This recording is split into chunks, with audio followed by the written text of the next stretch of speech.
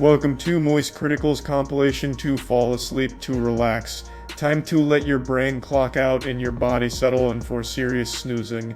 Grab your premium slumber gear and prepare for a lady tier drowsiness.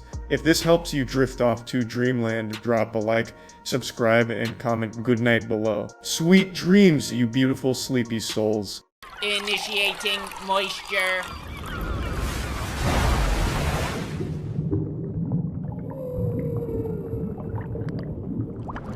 Welcome to the Moist Meter. Today we're taking a look at Black Panther: Wakanda Forever. Let's just go ahead and get right into it. So, this movie obviously had a very tough development with the tragic passing of Chadwick Boseman. I believe they had completely finished the script for Wakanda Forever, and then his passing occurred, so they had to rewrite everything, obviously. And I think they handled it very respectfully, and it's very smart how they did it in universe. The characters in the film are mourning the loss of King T'Challa and trying to figure out what they're going to do going forward to protect Wakanda now that the Black Panther's no longer around to keep them safe. And I just think overall that was the right way of handling the situation in the universe there. So it worked very well for the film, but overall, I just didn't like this movie as much as the first one, and that's not only because of, the loss of Chadwick Boseman. Of course, no one's ever going to be able to play that role as well as he did, so that you can't hold that against the film. Outside of that, there's just a lot in this movie that doesn't work super well, even though there are, objectively better components to it. Like, the CGI is significantly improved. They did a much better job with the CGI in this film compared to the first one. The second half of Black Panther with that, very cinematic finale fight had really wonky CGI. Here they cleaned most of that up to the point where even the underwater shit looked pretty beautiful. And I also think they did a better job with the action sequences in this one. They're a lot more hype and they go a lot harder. This shit'll reach out and slap you in your seat. They did much better with the action here. But even with these upgrades, I just don't feel like it excelled at everything that it wanted to achieve. The movie's at its best when the characters, you can feel the emotion behind them. There's very good writing for a lot of these characters, and the acting is outstanding. So when they're delivering these really emotionally charged monologues and these emotionally charged moments, it hits, and they've done a great job with that. But they also weave in, very generic Marvel formula stuff. I just feel like overall there's a lot of things they put in here that just didn't land super well when it comes to the Marvel experience, because it's just things that we've already seen so many times before. I feel like what must have happened is when they were rewriting the script, they maybe started to scramble a bit and just decided to play it very safe and just fall back on the tried and true Marvel formula. And by golly, I swear with my hand on a stack of Bibles, as God is my witness, I'll hit you with the truth. I am so tired of that Marvel formula. I roll my eyes more at the Marvel formula than I did at Pythagorean theorem back in algebra class when I was in school.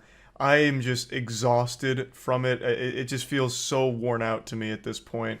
It used to be comfort food, just spoonfuls of ice cream in the form of Marvel movies and TV shows. But at this point, now it's just this gluttonous monster just constantly shoving the ice cream down your throat. And by the time you reach the bottom of the tub, you just feel like you get nothing out of it. At least that's how I feel. Luckily, the whole film doesn't just follow the standard story beats of Marvel films. It has incredible moments, and it's more of a slow burn of a movie where it's a lot of conversations, it's a lot of dialogue, but the dialogue is written so well that it's really the best parts. There's great action, of course, which is always fun to watch, but like I said in the beginning, the emotional moments are the parts that I found to be the most interesting and really the highlights of the film. But they really start in the second half of the film to just go down that more standard route. It transitions into a very standard, very safe, by-the-numbers, generic superhero film. A very standard villain who wants to, destroy the world. They're the most powerful thing ever. The world's gotta go because they're not happy. They had a rough experience once as a kid. Now the fucking world's destroyed. Now it's gotta go. And it's up to our core team here to stop it. And it's very quippy, full of jokes. It's just so done a million times before. The first film had an amazing villain with Killmonger, so it's hard not to remember that when the villain in this film is so weak.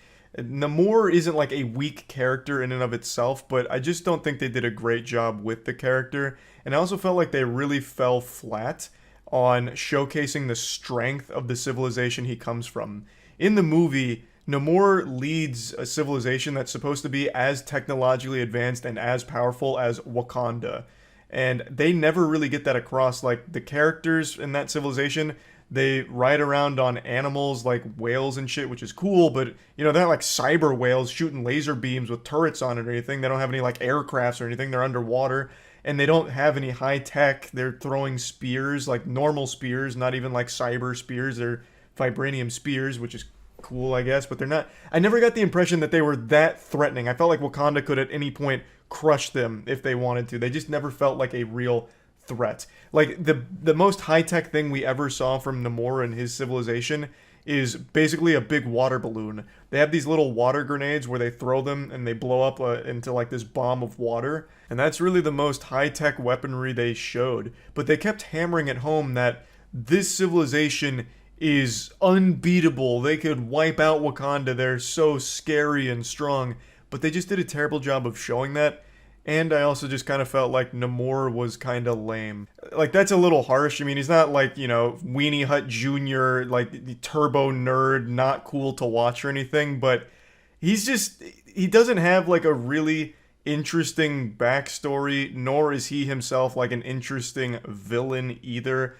They try and make him like sympathetic, but it doesn't land super well, and watching him fight and shit is pretty underwhelming, even though he's supposed to be extremely strong. And they do get that across, like, he is strong, but at no point did I ever think, damn, this guy's strong, he'll fuck you in the face, this is a real tough opponent here.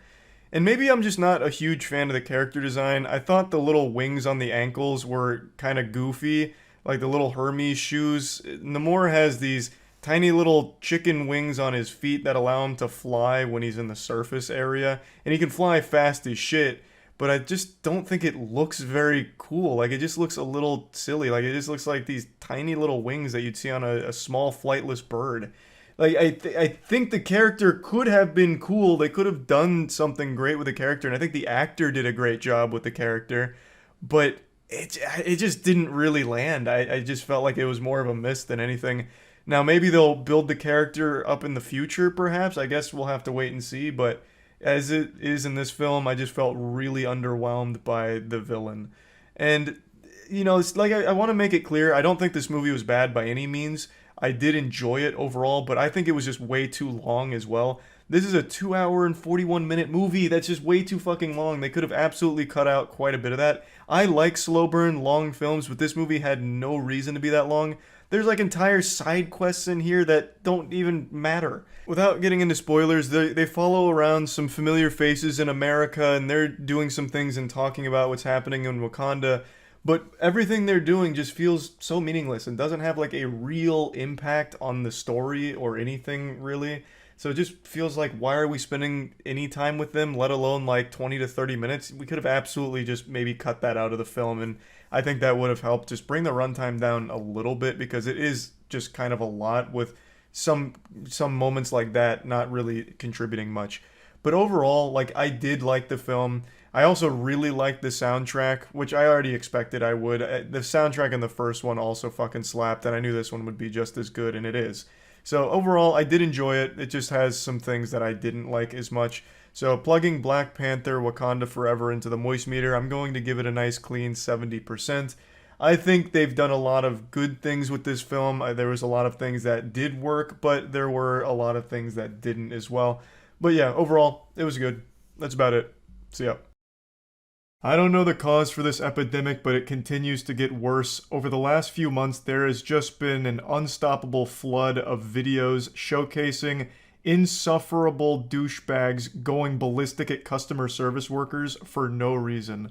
I have made so much content insulting these people, I'm basically like the dare class for it now. But instead of warning you about drugs, I'm warning you about being an unlikable asshole. Today, there's been a pretty goofy one involving a hotel guest getting upset at a hotel worker and making unreasonable requests because he's too fucking stupid to figure out how to book a room properly, or he's just a straight up scammer. 2 kids, 2 adults. Yeah. The reservation on our phone is clear, what we reserved. Yeah. What do you expect us to do? Well, with that one, we could get you checked in. It came in as a king suite reservation, so it has a king bed and a sofa pull-out couch. Now, the video starts in the middle of the boss battle here. We're coming in raw, right into the front lines off of a hot drop. So what's happening here is the hotel guest urinal cake is now starting to argue with the worker because he's unsatisfied with the room that he booked because he doesn't believe it's accommodating enough for the 4 people that's with him, 2 adults and 2 kids. Now, it is missing a little bit of context what led up to this, but luckily the hotel worker did make a TikTok to explain it, and it sounds like this guy was just trying to scam. So what happened was he basically reserved a 2-queen bed suite that had the 2 queen beds and the sofa pull-out couch. But then he called and he canceled that reservation because it was too expensive. And then he made another reservation through a third party for the king suite that has obviously the king bed and the sofa pull-out couch. But he was fighting to get like the 2-queen bed suite, but we were sold out. Yeah, this sounds really shady. This sounds like a really dog shit hustle that Ed and Eddie would have done to save a couple extra quarters to spend on jawbreakers. According to this story, he booked the larger suite with 2 queen beds and then canceled it, went to a third party to book the king suite, and then made this wonderful idea, this genius plan to throw a temper tantrum, kick his little feet, shake his fist, squeeze his nipples, and complain to the worker until they upgraded him to the queen suite, which he had just canceled. And it clearly didn't work because he must have forgot that hotels can sell rooms once they've been canceled. So the lady explained to him that every other room was booked, so he had no other alternatives, so he's just stuck there with his dick in his hand in that king suite that he purchased, or that he reserved. And he's not very happy about it. What do you expect us to be, right? We have 2 kids and us. We can't all sleep in a king bed. That's ridiculous. Yeah, I understand. It's the way that Booking.com sent us the reservation, so all that we have is that, and we're sold out for tonight. Okay, I get that. So what do you expect us to do? That's my question. What do you mean, what does she expect you to do? She expects you to go fuck yourself. Who cares? She's not your mom. It's not her responsibility to coddle you. She's given you the cold, hard truth, and you're refusing to accept it, and there's nothing she can do. There's no wiggle room to somehow just snap her fingers and all of a sudden all of the hotel rooms are available for you to take your pick of. It's you figure it out. You caused this problem. This is a problem you created. Now you find the solution. You're the one that blew this whole operation here, ruined the family vacation, bah humbugged Christmas away with your terrible booking. You know, that's on you, buddy. Like, I don't understand why he's trying to put the onus on her to solve the problem he created. And again, this is assuming this wasn't a scam from the get-go, which to me it does sound like it. Like he's going through this sob story of, we have 2 kids.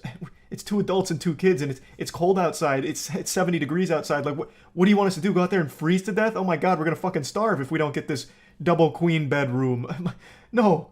It seems like he's just trying to drum up a sob story and try and get upgraded and pay the price of the king suite, which was a smaller one. And if the goal was to scam, I think he should have done a better job of acting and come up with a more sympathetic story. Just go whole hog with this one. Double down. Get the family involved. So, get some props. You have your wife wheel in one of the kids on a stretcher, right? With an oxygen tank set up to it, maybe even like a heartbeat monitor or something.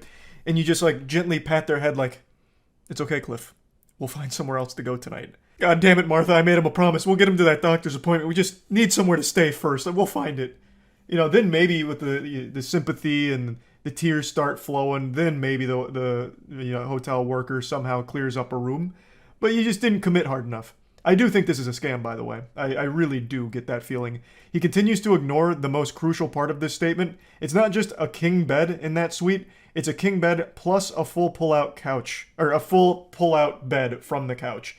So that's already 2 beds. You can absolutely, comfortably have 4 people in a 2-bed situation. Now, I do understand that it's possible he's in a loveless marriage and him and his wife haven't shared a bed in the last, 10 years, but I think just for one night, they could set that aside, sleep next to each other in order for him to have an extra night to solve this problem. But for some reason, he keeps ignoring that statement about the pull-out couch. That's what I'm saying. Yes, so we could either check you into the room or we could cancel the reservation. That's the only 2 options. Sleep in our car? No, I'm not. Yeah, where else are we going to go? Are there any other Holiday Inn Express hotels you can check us into? I don't have the power to do that, but there are Holiday Inn Expresses in Bloomington. You're not even going to help us. You're going to say, take the room as it is, or you're on your own. Yes. Yeah, that's exactly what she should do, and exactly all she can do in this situation. There is no further help she can offer because the whole place is fucking booked, and it's your fault that this has become a catastrophe. What I can do to help you guys is get you guys checked into the room that has the king bed and the sofa pull-out couch. But apart from that, we don't have any other rooms to check you guys into. If it's regarding what you guys reserved, you would have to call booking.com so that they could assist you with something that happened on their end. But this is just the information that we've received from booking.com.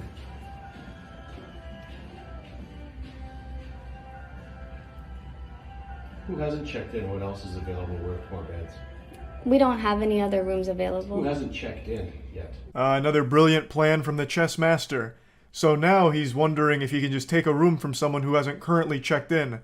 I'm sure that's totally legal and won't lead to a huge problem for the hotel worker to do that. Man, this guy really does think he's the main character. I have no doubt he's gone through his entire life with people just absolutely giving him everything he's ever wanted on a silver platter. He just comes across as that kind of entitled douchebag. What an absolutely outrageous ask. Who hasn't checked in yet, and can I have their room? What do you mean, no? These rooms are reserved. I can't take them from somebody that's already reserved a room. You gave somebody our room, right? The way it was supposed to be reserved? No, because we held the room that we had the information for, which is the king suite. That's what booking.com sent over to us, so we kept that room for you guys. You can hear this guy's brain start to melt down as it sloshes against his skull here and hurting itself as it's trying to process everything. So he believes that they've given away the room that he rightfully earned after canceling it. I believe he's referring to the room with 2 queen beds. And so he's for some reason upset about that and trying to guilt trip them like, oh, but this is what we really wanted, even though he had canceled it. So just a big blunder here. How did you think 4 people would fit in that room? I mean, when you see it come in, don't you go, this doesn't make sense? No, because booking.com sends us the information, so that's the reservation, and we hold it as it is. You didn't thoroughly investigate this man's family after he had reserved a room through booking.com? You didn't go to his Facebook page and look at the height and weight of each member of his family in order to deduce whether or not they would comfortably fit into a king suite? Are you even doing your job? Unbelievable. I mean, now I see the guy has a point. Just what a fucking stupid asshole. Holy shit. And again, he keeps ignoring the most important part. It's not just one king bed in that room. There's also a full mattress on that sofa. It's a pull-out couch. So he can absolutely fit his whole family there. 4 people can stay in 2 beds. It's been done plenty of times before. I've also been in the situations like that where it's no problem at all. It's pretty easy. So you think 4 of us can sleep in that room? That's your suggestion? I'm not too sure how you guys were going to, do the setup in there. We just have the reservation as it was sent in to us.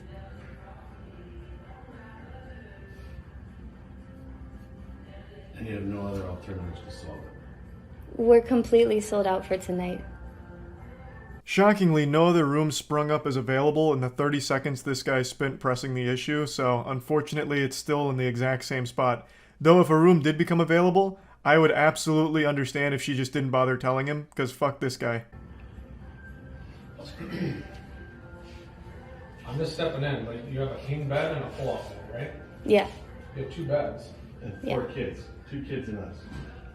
And And it's so- none of your business either. What are you doing jumping into this? It's not. Well, look, I mean, I don't I'm think saying that it's none of your business. I'm just saying it's, there's 2 beds. Okay, know, yeah, shut it. I'm good. that's not really respectful. I think we can just go ahead and cancel your reservation. Then what are we gonna do? I'm not too sure, but there are a lot of hotels in the area. Why don't you just sit tight for a second? I will. I'll be here till 11. I believe this cliffhanger is him attempting to intimidate her with a call to the police department. At least that's what I'm led to believe here. But who really knows since season 2 of this hasn't rolled around yet. But I'd love to know what he'd call 911 about. Like, what's your emergency?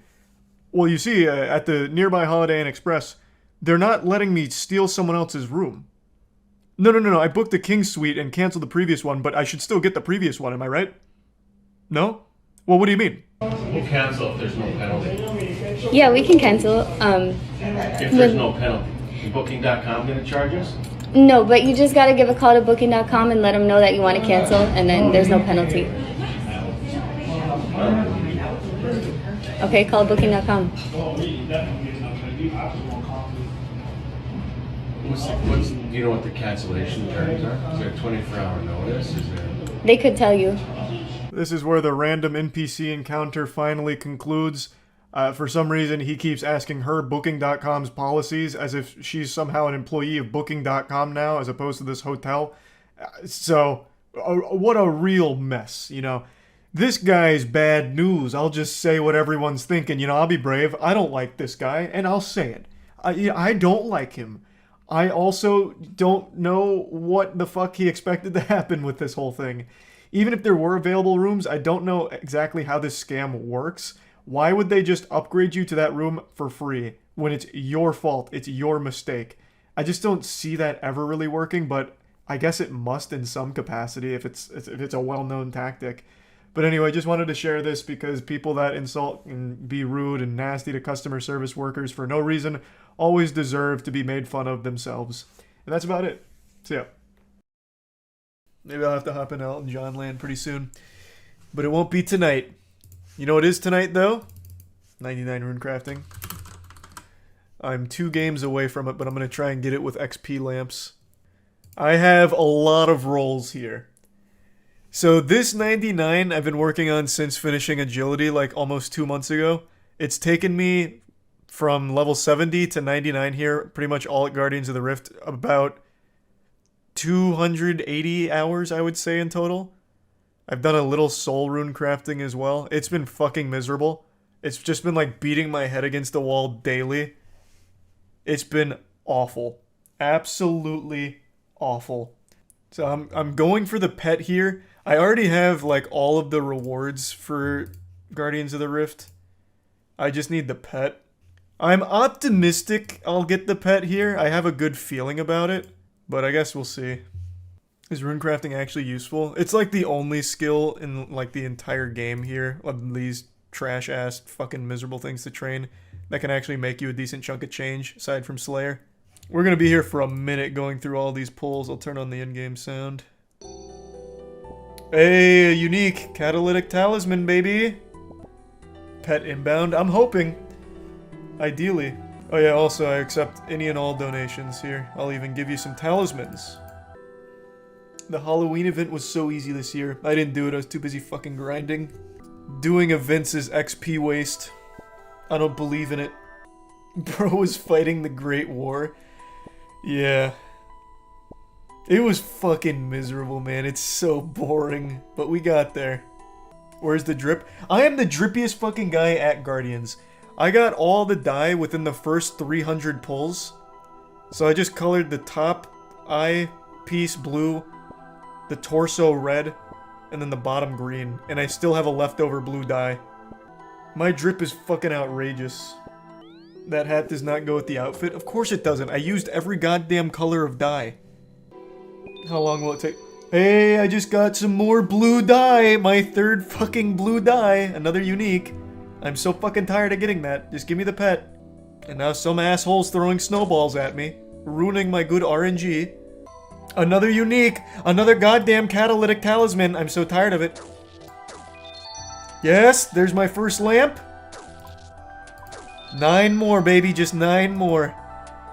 Well, 10 actually. Another lamp. Let's go. I'm hoping to hit 99 with just the lamps. Come on, you son of a bitch. Just give me the pet. I've stockpiled these fucking rewards for a month now. Come on. Damn it. I still have 1,700. Oh yeah, no, I accept money, anything. I'm like a little cum dumpster on RuneScape. Half the reason I've been able to get this far is just from people giving me fucking handouts. I'm shameless. Absolutely. Here, someone trade me so I can dump these talismans. Down to my last 1,700 rewards. Come on. Just give me the fucking pet. You son of a bitch. Sleep well, Omega. God damn it, just give me the fucking pet! I feel like I'm gambling on stake.com right now. Just give me the pet, you son of a bitch. I have spent more hours in Guardians of the Rift than anyone else in this game over the last 2 months, I guarantee you that. Just give it to me. I'm about to get nerd logged for the second time today. Just give me the pet. For those that don't know a nerd log, it's when you've been playing for 6 hours straight without a break. This is gonna be my second one of the day. Oh, little drop party. Mystic air staffs? Huge. What are the chances of getting a pet? I think it's 1 in 4K from this. And I had 1900 rolls stacked up, and I think I had 1000 before that. So I feel confident. I'll tell you one thing though, I'm very tired of getting this blue dye. For some reason, I just constantly get this fucking blue dye for no reason whatsoever. Shit sucks. Another lamp! I'm getting very close to 99 off lamps. Another catalytic talisman. I'm tired of that one. I've had enough of it. No more, please. Drop tables are gross too. You can have an item worth 5 mil with the same drop chance as one worth 50k. I know, it's fucking wild. I just pulled more law talismans? Why? And another catalytic. Stop! Stop it! Stop with the catalytic. What year did I start RuneScape? Around 2005 is when I started, but of course taking breaks in between over the years. This isn't the same account, obviously. I've had in total 4 accounts. I still have 1400 more rolls. I've already been looting for like 15 minutes. God, Jesus Christ. Another goddamn lantern, stop it! I just need the pet! I don't need an abyssal lantern collection! What a waste! That could have gone to a loving household, some little boy on Christmas Eve wondering why he's not getting a lantern in RuneScape. It's because I'm getting all of them. Fucking snot-nosed, milk-drinking idiot going 9,000 pulls at Guardians of the Rift Dry for his lantern. Meanwhile, I'm just lining my bank with 1 million of them.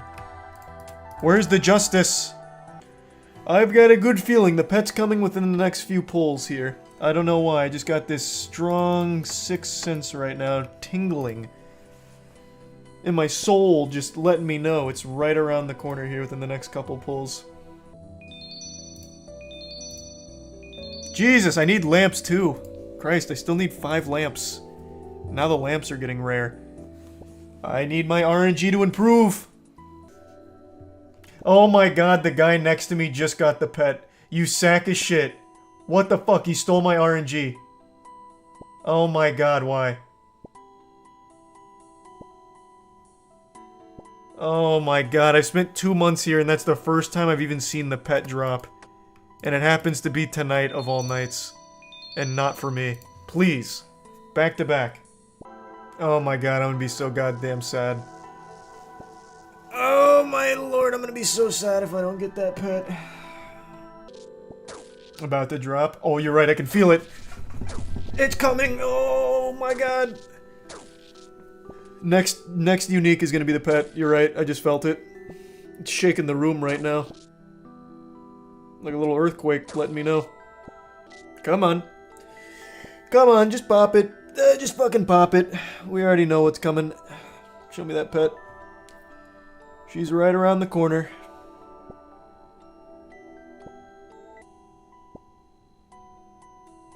Yeah, I can feel her right at the gate, just tickling it. Just playing with it. Come on. Abyssal Protector. I summon it in attack position. Oh, what the fuck? Holy shit. Oh my god, been stockpiling monkey nuts for months. My god, thank you, Grav. Fucking huge. Maybe that's what I needed for the RNG. Monkey nuts in the first inventory position in order to, like, inject my own code into the RNG here, perhaps? That may have just unlocked it. That may have guaranteed us the pet.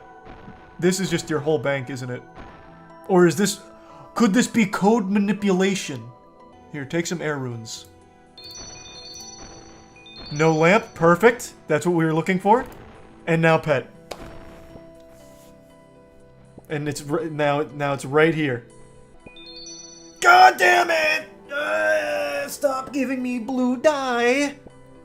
Would you rather the pet or the lamps for 99? The pet! I can get 99 by doing one more game of Guardians. I'd rather the pet.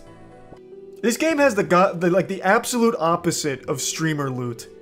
I never see streamers get shit. I have the worst fucking RNG in the entire history of this game. Holy lord. A smelly sock! You have to lure it out with the stink. Of course! It's so elementary! It needs bait!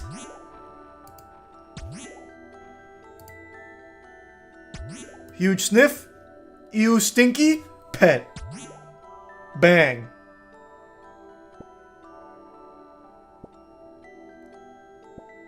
Come on. Oh my god! What the fuck? Holy shit, Grav. How many monkey nuts did you have? Holy lord. What the fuck? Thank you, Grav. Oh my god, down to the last 250. Holy shit, what the fuck? And I still haven't hit 99 rune I'm making it audible. I'm gonna get 99 rune crafting real quick and then finish these pulls off. Easy give some stone. That's 200 mil, not 99. Oh, was it 200 mil? I can't remember. Yeah, maybe it was 200 mil. At 200 mil, they should just fucking give you the pet. Oh, this is the pirate hat and patch? Wait, this is everything we needed. The combo. Okay, it's huge. 1 in 4K, I know. I'm a little under drop rate, but I don't know, I still feel confident. I still feel good. Oh, man. No, I'm not nervous. I'm not nervous. I know for a fact we get it. That pet is guaranteed. With all the RNG manipulation we've done here, we absolutely get that pet. For sure. Now we just gotta wait. Exhilarating gameplay. Yeah, this is just how you AFK Guardians. You dump 2 inventory, then you just mine. It's like 30k XP an hour. It's fucking trash XP, but at least it's AFK. More AFK than Souls and Bloods. Here we go! Finally, the rune crafting grind is done. This is gonna feel so good. Oh, it's just gonna be like this wave of euphoria, just seeing this 99. Come on, baby. Say brace yourself. Say it! Say it! Yes! Man, that feels like shit. What a wasted 2 months. Christ. Save your billions of free gold to celebrate for this pet pull, baby. RNG's on my side. Right into the pet, true combo. Come on. Come on, you're right there. You're right there. You're right there. Oh my god. It's right there. I can see it. I don't know why it's so shy. Everyone here just wants to see him. Wanna look at his cute little face. Playing with a reef blower? That has to be the most childish thing I've ever seen. I'm putting too much faith in pseudoscience. Going naked. All natural. I immediately pulled a unique, but it was dog shit! Fuck!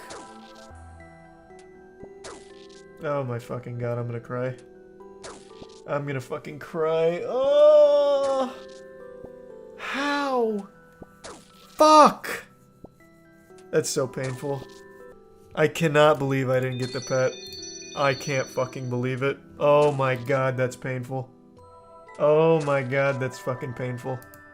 I got everything but the pet. Well, I guess not everything because I didn't bother to get the other thing from the store, but 2,879 rifts searched. No pet.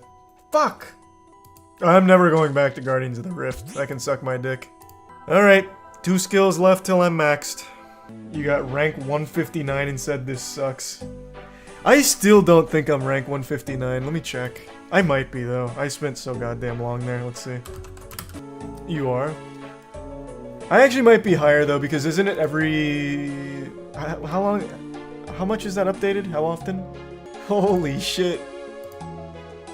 That's pretty hype. Yeah. I just went to, like, the, actual RuneScape high scores just to take a peek. I am rank 159. 2022's finishing off with a bang. Just a wild finale to this year. They've set off the fireworks a little early before New Year's because a fat load of goofiness was just dumped on us like a filthy, stinky golden shower. We received a delivery for a package of drama that not many people ordered or expected. So I just wanted to do like a little ESPN halftime show and just kind of give everyone the update on where everything's at because so much has happened all at once in just the last 24 hours. It's hard to keep track of. So I'm just going to be here as like your navigator on the ship. The first and obviously largest topic to begin with is the Andrew Tate situation with him and his brother Tristan being arrested in Romania on human trafficking charges. At least that's what was initially reported by every major outlet ever. However, this has been developing in a very interesting way. It's like diarrhea in a swimming pool. The water's getting messy because it started circulating on Twitter that he wasn't arrested on human trafficking charges, it was money laundering and not human trafficking. The genesis of this claim started from an account called Rap TV, which I'm not super familiar with, but from everything I can read, they're not like the end-all be-all of truth tellers, but they made a post claiming that human trafficking charges against the Tate brothers were bogus. It was actually them being apprehended for money laundering suspicion. However, that tweet's now been deleted. And while they've deleted that tweet, this one still remains on their account about it being an alleged human trafficking probe. So to me, that says that they must have got word, like officially, that it wasn't money laundering. However, that narrative still exists on Twitter and has led to massive debates about what's the truth behind their arrest. I haven't seen a single major outlet run with this narrative other than a couple of random accounts on Twitter. Not even like news accounts or anything like that, just actual random individuals running with it, even though that tweet has now been backpedaled. Every major outlet that's covering the case hasn't mentioned money laundering a single time, which I suppose you could write off as a big conspiracy to keep the truth under wraps, I guess, but most of them are just focusing on what the prosecutors are claiming to have found, with like 6 women who had been sexually exploited. These are big claims and obviously nothing's proven yet, so we're gonna have to wait to see how this case plays out, which is exactly what I said in the last video as well. It's not some kind of done deal. This is a big investigation that's been ongoing for some time, so we're gonna have to see how everything turns out. Now, I also do take a lot of information from outlets with a grain of salt, as everyone should. However, when every major outlet, including official sources involved in the case, as well as video evidence of the arrest and everything is coming out, it's no longer just a rumor and potential fake news. There's clearly something going on here. So the reason why I'm mentioning that right now is because this really exploded this morning when Andrew Tate on Twitter made a statement of his own. He tweeted, "The Matrix sent their agents." And this led people to believe that it was all a hoax from the beginning. He's clearly free now, thus all of this was a bunch of baloney. But that's not the case because he was only being detained for 24 hours from the start. It's been 24 hours, thus they let him go, like a fish back into the water. Like he's home, he can tweet, he could even make another video smoking a cigar if he wanted to. But it's not because he's free from the investigation or anything, he's just free from the holding period. From everything I have read and from everything I've seen from the sources, like the real sources, like the officials, he is still being investigated on the human trafficking charges, and they're currently trying to lobby for a 30-day extension on his detainment period while they continue to investigate. So he is able to tweet, talk, and do everything he'd like to do now, but that doesn't mean that proves his innocence. They let him go because of that, at least not in anything I've read so far. Now maybe that changes in the next couple hours, it's very possible. But like I mentioned on stream as well, I am not surprised that he is not being held in prison for the duration of this investigation. Him being released on bail, I could absolutely see being a permanent thing throughout the entire investigation and being able to do what he wants online. Like, that's not surprising in the slightest. But it makes no sense, like a ton of takes I saw on Twitter this morning about like how my video is now completely incorrect because Andrew Tate is home tweeting. No, it's not. Everything I said isn't invalidated by the fact that he is past the 24-hour detainment period. That was always going to happen. That doesn't disprove anything. Everything about like the claims and all of that are still there and the investigation is ongoing. He is just able to tweet and do what he wants now because of the detainment period expiring. Like it's just delusional to say that now it was all just rumors being spread. I bet you feel real fucking silly now, Charlie. No, I was reporting on all of the facts that were presented from the video of the arrest, from all of the claims made by the prosecutors and everything going on there. I was talking about those and even mentioning we're going to have to wait to see how everything wraps up. And now we've had a more recent development with what's going on in the investigation, and now he's past the detainment period. So maybe Andrew Tate will even make a public statement about all of this and give more insight into what's happening. Like, this is not something that's surprising or unexpected. And it doesn't all of a sudden magically make everything I said in the last video wrong, because all of those facts are still currently facts, unless that gets overturned in the next few hours, which again, it could happen. It's very possible. I'm not denying that. I'm not there. I don't have a secret camera installed in Andrew Tate's home. I don't know what the truth is. I'm learning the same as everyone else. That pizza box theory had a lot of weight behind it with where that source came from making the claim. So that one is still currently intact as well, and a lot of people are harping on that, like, how could you ever believe it was the pizza box? Well, because they even said it in, like, their initial reports. Like, that is still there, which it could be overturned. All of it could be, as it develops. And so we're going to wait and see. I'm just talking about all of the information that's available and what's going on. So yeah, just wanted to clear that up. And I know a lot of people have been stressing about this with Andrew Tate and his brother being arrested. So you probably had a difficult time sleeping. And maybe it's because of the stress, and maybe your mattress just isn't that great. So I'd like to thank Helix, the sponsor for today's video, because maybe it'll help you get some sleep in such troubling times. Big thanks to Helix for sponsoring today's video. Helix makes premium quality mattresses that are conveniently shipped to your door and perfectly match your sleeping needs. They have a Helix sleep quiz which will match you to the perfect mattress based on your body type and sleep preferences. So if you want something more firm or something a little softer, it'll find that out in the sleep quiz and match you with the perfect mattress to accompany that. So I've had a Helix mattress for about 2 years now, and it's still the perfect fit for my body type. It's not super firm and it's not super soft. It's in that nice limbo in between. And it's still a comfort level I haven't seen in other mattresses since. It was a super quick and easy process to fill out the quiz and get that mattress, and I absolutely think it was 100% worth it. It was also just super easy to get it all together since it was shipped right to the door. It comes rolled up in a box, you just unroll it, and then you're pretty much set to go. And there's even a 100-night sleep trial that lets you test the mattress to ensure that you love it. And if you don't, you know, no problem. Helix mattresses include a 10-year warranty, and they offer financing options for flexible payment plans. So if you're interested in getting a premium mattress to match your body type, make sure to go to helixsleep.com/moist to get up to $200 off plus 2 free pillows. Next up is Logan Paul once again making a fool out of himself. He posted this picture on Twitter, I guess as a little prelude to his upcoming response to the CoffeeZilla video series that exposed him for a massive crypto scam called Crypto0.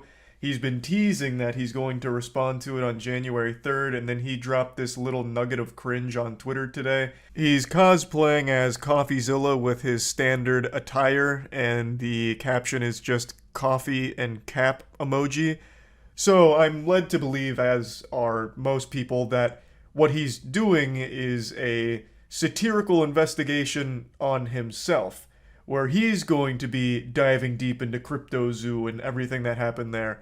And I imagine the shocking revelation from his investigation will be that he's innocent. Logan Paul investigated himself and found out that it was actually everyone around him that was evil, not him. He's the good guy.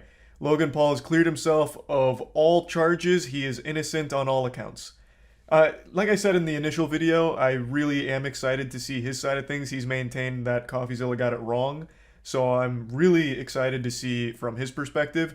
You know, I'm pumping my fist to watch Ace Attorney Paul get out there and set the record straight and present his evidence from his side. If I had to take a guess at how he's going to work this case, I imagine he is going to focus very heavily on Eddie and Jake the Crypto King. I'm not going to get too deep into this because maybe some of you aren't familiar with the Crypto0 scam that Logan Paul was exposed for, so I won't get into the weeds of it, but I imagine he is going to drill heavily on those two characters as bad actors while downplaying his involvement with the project, even though he was the face of it and the one that actually put it on the map promoting it. So I feel like he is going to really laser focus on those two being bad, and once again, everyone involved in Crypto0 was a scammer, so they're all bad. But he's going to really minimize his involvement in the entire project and just focus on the other people that were also bad. That's what I think will result from the investigation, but I am super open to be proven wrong. I just wanted to put my prediction out here just in case it happens to be accurate, because then it looks really cool. But I am a little pessimistic about how this is going to play out for him because he doubled down on the cringe by posting this video or this picture as a reply, which is just a picture of a broken coffee mug with coffee on the floor. That is so lame. I really hope this is just a stock photo and he didn't set this up for a photo shoot, because that is embarrassing. Now, the next crazy topic that's happened over the last 24 hours is YouTube secretly rolling out a huge policy change, like an absolutely massive change to the platform that overnight demonetized tons and tons of channels. Like entire channels being demonetized, very popular channels losing monetization on like half of their catalog of videos. It's a big change that YouTube didn't publicize, so no one saw it coming. It snuck up and surprised everybody. It's a change to their policy in regards to profanity and in regards to like violent gaming content or anything involving violence, even like in its in animated forms and shit too. So I actually won't talk about it too deep right now because I made an entire video going over the entire subject because there's so many moving parts to it.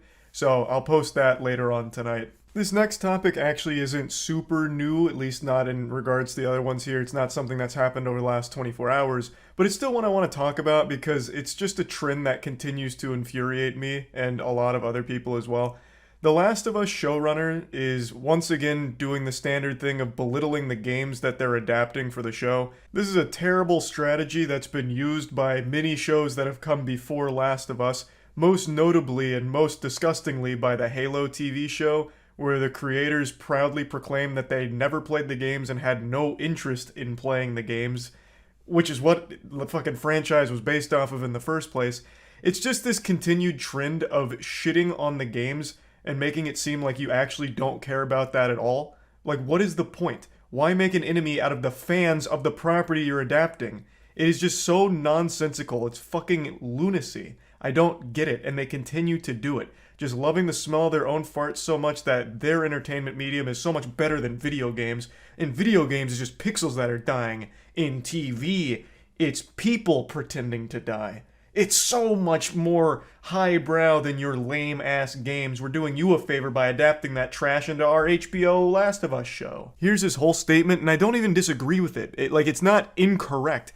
It's just useless to say because this comes across as you not respecting the game you're adapting. When you're playing a section, you're killing people, and when you die, you get sent back to a checkpoint, all the people are back moving around in the same way. Watching a person die, I think, ought to be much different than watching pixels die. Yeah, I mean, it should be different. But why say it this way? But when you say watching pixels die and like downplaying the emotional impact a game can have on someone and just reducing it to just pixels on a screen, you're clearly showing some kind of bias towards not really liking the game itself. You could have said this same message very differently. Oh, in The Last of Us, Death was always very emotional and did a great job in the medium, and we're hoping we can take that same energy and deliver that same emotion in our field. We're hoping with our show we can faithfully adapt the video game characters into the real world, and it's going to be a little different because now it's human beings you're seeing here, but hopefully it can still hit the same emotional beats the game did. Like, you're saying the same thing, but in a very different way. It's very clear that you are showing a lot of respect to the source material that you're adapting. I was very optimistic for the Last of Us TV show, because for me it sounds like something you can't really fuck up, since it's such a clear roadmap to follow. It's just like there's very little wiggle room to ruin it. But now, after reading this statement, I have to scratch my head and get a little curious. Well, how much did they play the game, and do they even like the game they're adapting? Because it seems like time and time again, studios pass off these adaptations to departments and people that don't even play or like the property that they're adapting. So why the fuck do they keep getting the projects? But yeah, that was really the last big topic that's happened recently that I thought was important, just to get the cliff notes out here about what's going on. A lot of these stories are still developing, obviously, so I'm very curious to see where all of these end up once they reach their conclusions. And that's about it. So yeah. I couldn't have been more wrong. When Elon Musk took over Twitter, I was convinced there really wasn't a lot he could do to make it worse, and he has absolutely slapped me around here and spit in my face, letting me know that no, it always could get worse. I already made a video talking about his $8 a month for the check mark on Twitter, his verification, his pay-to-win opinion scheme, where you can pay $8 a month to have your check mark and you get priority in the search and replies and all that. I already talked about that at length. The main takeaway there is I just find that to be really embarrassing. To publicly display that you pay for a service like Twitter is more shameful than letting people know that you pay for furry porn. So I just thought that would be a little Boy Scout badge people would always point and laugh at you for, and that was the worst thing about it. I just thought it was silly, especially because you don't even get an ad-free experience. You're paying $8 a month, and he says you only get half as many ads, which is just a fat L. Imagine paying a monthly subscription and still getting ads. Yucky. But today, Elon Musk actually made a much more concerning announcement regarding this new program, where if you don't pay $8 a month for Twitter, if you try and use Twitter for free, as it's always been, you're basically shadow banned. At least that's how it sounds coming from his mouth. Your replies aren't really going to be seen. He says verbatim, you'll have to scroll far to see unverified users, which sounds like going forward, you'll need to cough up $8 a month in order to have a voice. To anyone with their brain even remotely functioning properly, you'll recognize this is the exact opposite of free speech, which he claims to champion for the platform. But I'm just going to publicly beg all Elon Musk meat riders to hop off his cock for just a few seconds here, put away your little sausage fingers before writing your comment about how upset you are that I insulted your savior, and just listen. Just join me on a magic school bus ride through this absolutely terrible idea and why this is such a fucking outrageous program. So how do you prevent the use of the N-word? We should be able to figure out with software how to moderate this and prevent that from happening. Is that true or not? What I'm trying to achieve with this sort of enabling everyone to be payment verified with Twitter Blue is to try to get as many people payment verified as possible. It's only $8 a month, although for some people that were complaining about that, and these are people who pay more than that for their latte. Elon was asked his strategy for combating hate speech, racism, anti-Semitism, all that, and he brought up the payment subscription plan as a way of fighting against it. But I wanted to highlight this part here where he compares the price of a Starbucks latte to the subscription plan, because he loves this one. This is for some reason like his smoking gun. He's already posted this dank meme about it, so this is pretty much his anime signature finishing move. This is his Kamehameha. He really thinks this is just a checkmate, like, so you'll pay $8 for a Starbucks latte and it only lasts you 30 minutes, but you'll cry about $8 a month for Twitter and it lasts you 30 days. Curious. So you'll pay $8 for a drink and it only lasts you a couple of minutes, but you're gonna go ahead and whine and throw a temper tantrum for the same price for having a voice on a shithole platform? Very interesting. I'm not a Starbucks enjoyer. I don't like Starbucks. I don't go there. Maybe the drinks are overpriced. Couldn't tell you. But that's neither here nor there. This is just like a gotcha moment that a child would think is clever. Like, Mom, Dad, why won't you buy me the new Call of Duty game? We spend more on groceries every week, and this is just a one-time purchase. And some of those groceries are so yucky, like broccoli and shit. We're paying more for that than Call of Duty, so just get me Call of Duty. Or back in the day when streaming services first started popping off, streaming service to nutbutt.com is only $6 a month. That's less than a single meal from Burger King. It's just so silly. You're comparing things that aren't even comparable. You're comparing food to a checkmark on Twitter. Like, it's just, it's so dumb. I also see a lot of people bastardizing what free speech means in order to fit their own personal image of Elon Musk as the Messiah. People are saying this is just how it's supposed to be. Twitter's like this big public bulletin board where anyone can go up and post something on it, but now you can pay to post something bigger on it on top of those. And I guess you're not, like, wrong, but why is that something that's good? In fact, this is the exact thing people were upset about before Elon's takeover, talking about silencing their voice, where more powerful, more wealthy outlets were overshadowing their side of things and their opinions. And now it's just like a blatant system that celebrates that fact. And for some reason, because it's Elon, they're like, oh no, this is good now. Part of it's revenue, part of it is payment authentication. And so if somebody, because there is a huge problem with spam and bots and trolls on Twitter, and organizations trying to manipulate public opinion. But if we can get enough verified users, and we're going to prioritize Twitter search, replies, mentions by verified users first. This is not news. He made this very clear with his initial post saying, like, the benefits of the checkmark going forward, which is priority in these places. But what wasn't clear is not only are they getting priority, but the people that don't pay for it are getting fundamentally shadow banned. And he's going to go a little further on that in just a moment here, but I just wanted to point out that's not new. He made this clear that by paying for it, you are going to have the benefit of being, you know, the superstar of every single post you ever make, I suppose. People will see that you pay $8 a month for Twitter, they'll give you a thumbs up and start throwing roses and blowing kisses your way for such a great financial decision. This isn't any new information, but I just want to again let everyone know that this is the value that they're paying for $8 a month on Twitter. With blue checkmark, then you're prioritized, and hateful conduct pays. But if somebody risks losing even $8, the net effect will be over time that the verified users will pretty much always be at the top of comments and search, and you won't really see. You'll have to scroll far to see the unverified users, which will be the bots and trolls and whatnot. So if something we don't want to see, it gets pushed way down. Yeah, just the basic. I promise you, if this was announced before Elon Musk's takeover, there would be nobody defending it. But the fact that Elon Musk has people that would throw themselves in front of a fucking moving train if it meant saving Elon's reputation, they're doing the most incredible mental gymnastics to try and spin this as a positive thing, which it's not. This goes against free speech. Plain and simple. It absolutely does. If you don't pay, you don't have a voice. It's as simple as that. What he's describing here, where you just get pushed to the bottom and you really won't be seen, that's called shadow banning, and it's something everybody hates because it's just downright wrong. It's fucking evil. And he's celebrating it like, oh, if you're not paying me, if you don't have that check mark, you're not going to be seen. That's not a flex. That's not something people will wiggle their finger about with a smile on their face. That is a Wumbo-sized box of ass right there. What a load of shit. It's so dumb.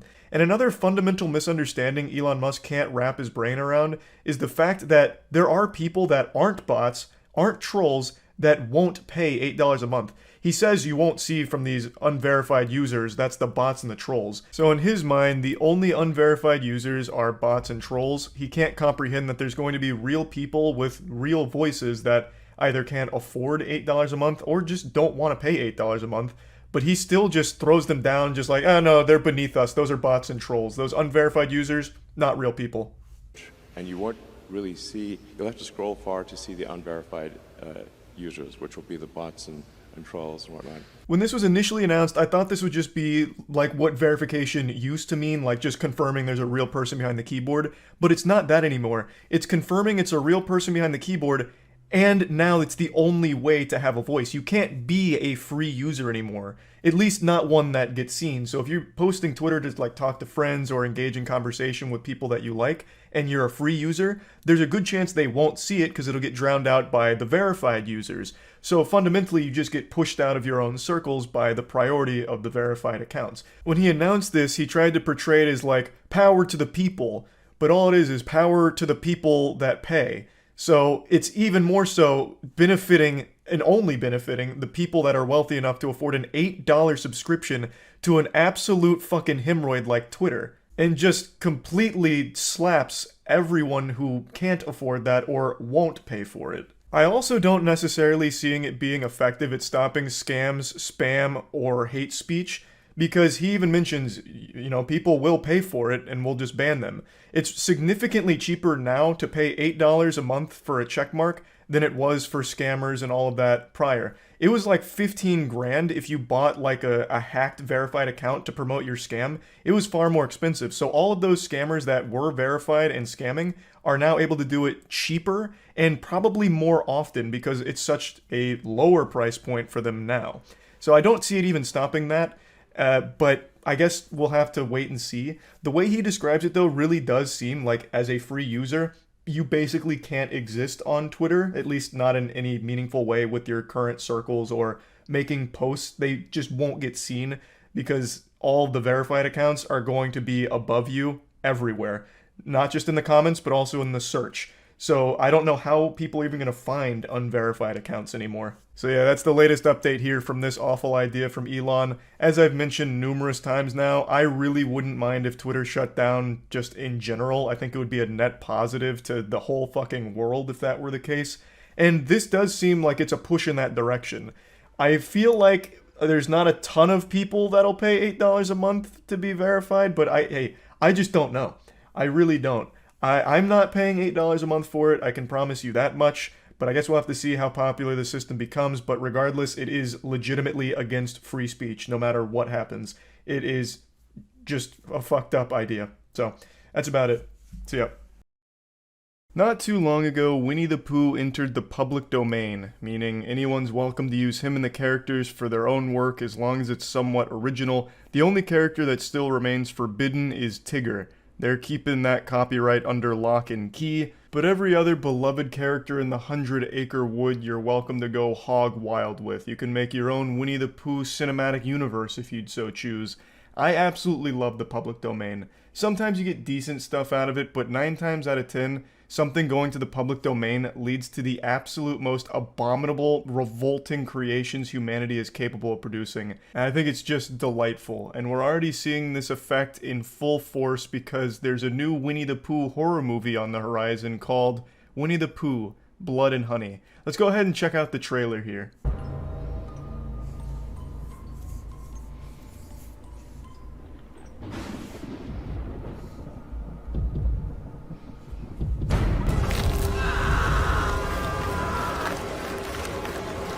The plot, I think, is outstanding. Seems like something that'd be written by Stephen King himself. Christopher Robin has abandoned Pooh and the gang, and they're upset. So now they're coming for skulls. They've gone rabid. So one thing you'll probably immediately pick up on is the budget looks like it was $40. That's kind of standard for works that use public domain for some reason. You never really see huge budget works that borrow from the public domain, at least not as like the core focus. But that doesn't matter. You see, there's always a certain charm to these things. We need to go. There's the flower's dead. There's someone else outside. Now, there's no CGI here. This is all practical effects, if you can believe it. This is a real costume and someone underneath it, but it looks so good you probably thought it really was the actual Winnie the Pooh come to life. I love the costume design here.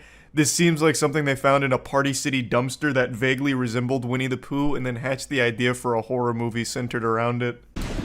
What was that?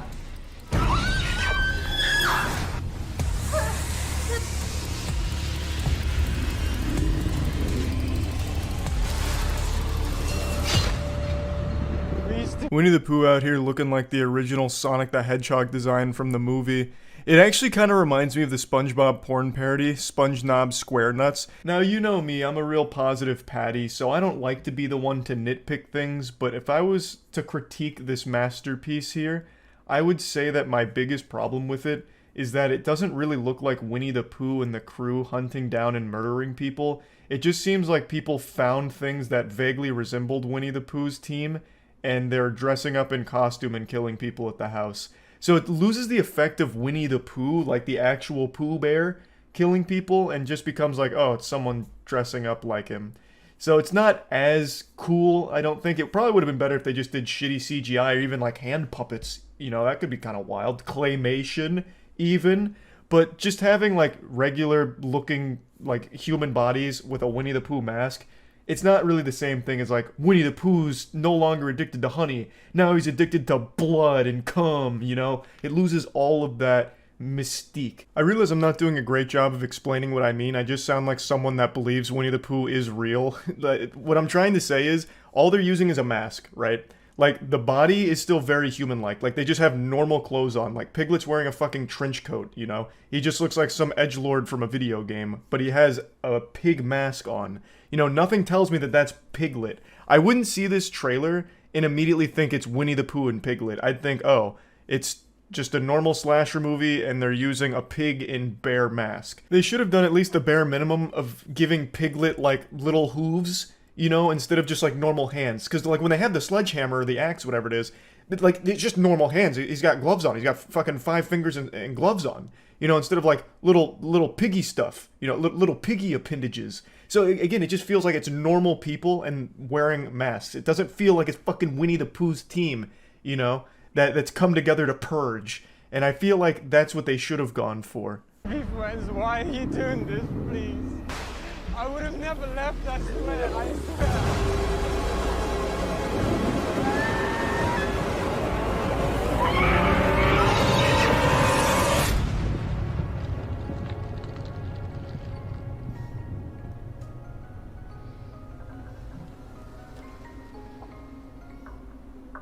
Yeah, overall, I know this movie's gonna be a big stinker, but I can't wait for it, because I'm thinking it's going to be, like, enjoyably bad. It looks like it's made with a high level of self-awareness that they know that it's fucking stupid, but they're fully embracing it, so I can respect that. I, again, just wish they had sold the idea that it's Winnie the Pooh and his friends a bit more, instead of just having it be people with Winnie the Pooh cheap costumes from Walmart. You know, there's definitely a better way of doing it, I think. But I'll try and remain somewhat optimistic here. Winnie the Pooh is a property that's awfully close to home for me. I, of course, used to watch the cartoon. I even had a couple of the games. I had a lot of Winnie the Pooh merch, so I was a big Pooh Bear fan. And I'd love to see him really make the leap into the big screen in a big way. A way that I haven't seen him before, you know? It's time Winnie the Pooh adapt.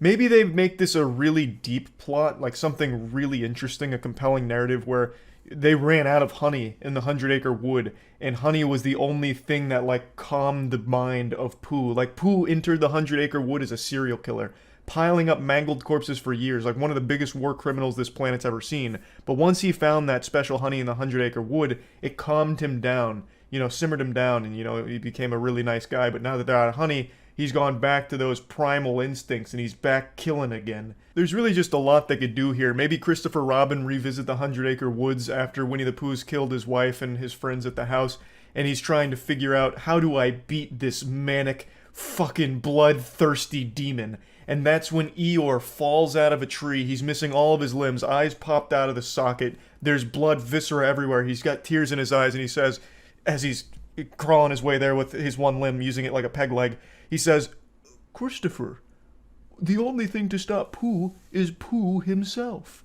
And that's when it connects in Christopher's mind. The neurons start firing. He's like, the honey. That's what Pooh loved the most. So then Christopher Robin has to biologically engineer new honey and then beat Pooh with it. I don't know. There's just plenty they could do besides just use cheap fucking costumes and sledgehammers in a house, right? Like, they could get a lot more creative with it, and I hope they somehow do, but this trailer just seems like the most generic, low-budget slasher ever invented, but with Winnie the Pooh's mask. Unfortunately, I'm pretty sure that's exactly what we're going to get, something that just capitalizes off the shock of Winnie the Pooh being a killer, so just trying to use it as like a little marketing thing, like, here's a pretty standard horror movie gore fest, but look, it's Winnie the Pooh. Give us some money. And I'm sure they will be profitable, because if they sell more than 10 tickets, I'm sure they made back their budget. And I'm going to be one of the people watching this movie. So, you know, I'm going to give it a try. I love to see shit enter the public domain, especially something as influential as Winnie the Pooh. This is a huge one, so I'm excited to see the first use of it here, and hopefully it's a fun, bad movie instead of just like a boring one. Or maybe I'll be completely surprised and it's an amazing movie. We'll have to wait and see, but anyway, I just wanted to talk about it a little bit because it's pretty silly. That's about it. So yeah. I don't understand what's going on in the world right now, because there is a cheating scandal in every single sport, every game, every hobby in the entire world, all happening at once. This is like something out of the Bible to signal a doomsday or an apocalypse. Today we're going to be talking about a Call of Duty cheating scandal, but not so much the cheating itself, more so how one YouTuber took a huge L trying to suckle a drop of clout out of the situation by posting an embarrassing video about it. I'm not a huge fan of Call of Duty. I haven't been a fan of Call of Duty in a while, but I am a big fan of clowns. And yesterday these two worlds collided when Doug Censor Martin made his exposed video on Nadia, a person who's been accused of cheating for a while now. Doug kind of hyped himself up as the authority to bring down judgment once and for all and bring the truth to light. He dusted off the monocle and got to the bottom of this case like Scooby-Doo and the gang to solve the mystery here. But unfortunately, he posted turbo cringe on main, and as a result, the entire community's been dunking on him and he's caught more shit than a latrine. It would have been less reputationally damaging if he posted his own sex tape on his channel. Would have been a lot less embarrassing. Now let me just go ahead and break down the situation here to bring you all up to speed, since I'm sure a lot of you don't know exactly what I'm talking about. Right now, there is a massive Call of Duty streamer named Nadia. She mainly plays Warzone, Rebirth Island, and she's massive. And she's had a ton of cheating allegations against her for quite a long time now. A lot of people analyzing and going over very suspicious and odd moments from her streams, as well as some peculiar things that have popped up in terms of like aim locking and tracking and shit like that. as well as recently she went to a LAN tournament and didn't perform super well. She went like 4-15 in one of the bigger matches. So people were confused on why she plays so well at home where she's dropping like 50 bombs and absolutely spanking people versus on LAN where she goes and just doesn't do super well. So there's just been a lot of videos breaking down and analyzing suspicious moments from her streams and explaining that there's a chance she's cheating, though nothing's 100% proven as of right now, but it is a very peculiar situation, one that I'm not super familiar with, so one that I'm not going to opine on heavily, but that's the gist of it in a nutshell. And Doug Censor Martin stepped into the spotlight to try and be the authority on whether or not she truly is cheating. And this backfired on him terribly. So yeah, I'm not really here to talk too much about the possible cheating itself. I'm just here to laugh at this awful video Doug made. Even if it's confirmed Nadia's cheating, like right now, if she goes live and just admits, I'm a cheater, here's the proof, I would still say Doug Censor Martin took the bigger L in this situation. Also, he really hyped the shit out of this for days, like on Twitter and everything, making very bold posts about the impact this video is going to have and how he was taking it so seriously and researching it thoroughly, and man, that aged terribly.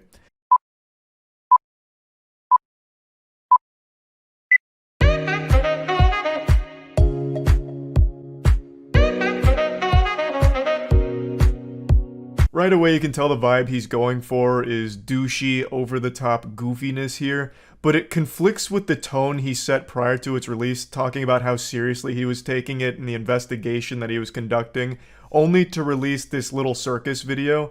So immediately people were pretty turned off just from the intro alone.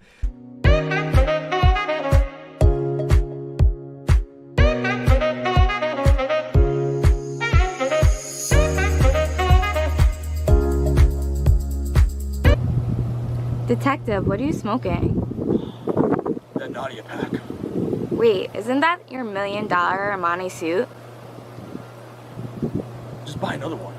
Behold, the comedic stylings of Doug. I bet you have to pick yourself up off the floor after laughing so hard and falling out of your chair. But that's a side-splitting humor you can expect to find from Doug here.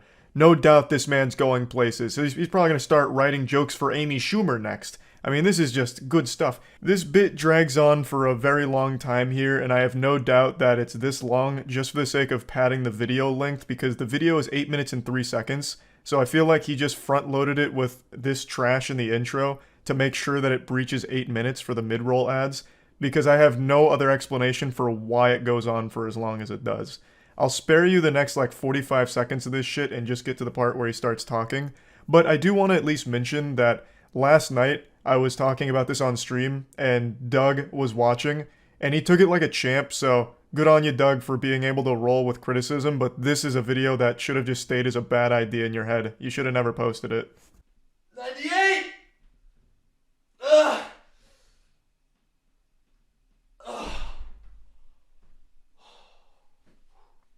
Yo, what's going on, guys? Doug Censor Martin here. Hope you guys are having a great day. This is really a masterclass in how to make people dislike you within the first minute of a video. He just speedran unlikability. I really love the thought process behind this video here. I'll just crank out some pull-ups before getting into it. That'll make them think I'm cool. Flex on them a little bit. Hey, what's up, nerds? It's me, Doug. What, did I forget to give you a wedgie today? Nah, I'm just kidding. I'm the likable douchebag who plays video games.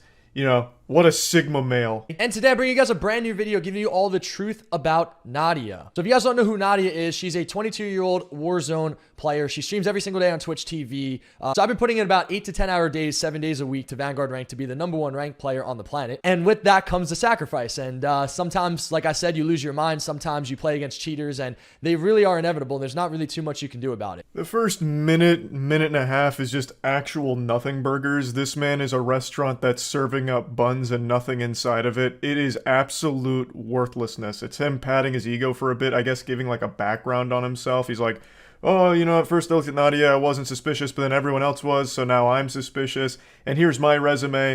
And then he talks about how he spends so much time grinding Call of Duty Vanguard ranked, which sounds like a fate worse than death. And then he finally starts getting into something that's even remotely related to the topic. This girl really got people hooked. So I'm clicking the video and I'm watching it, and they're slowing everything down in slow motion. They're showing our aim drags from one person to another. They're showing a bunch of these different clips of these characters moving like magnets and their aim snaps on them. And just being a guy who's been around competitive Call of Duty for as long as I have and seeing as many things that I've seen, this is no news to me. I've seen stuff like this so many times before. And my brain just started to think. And I'm like,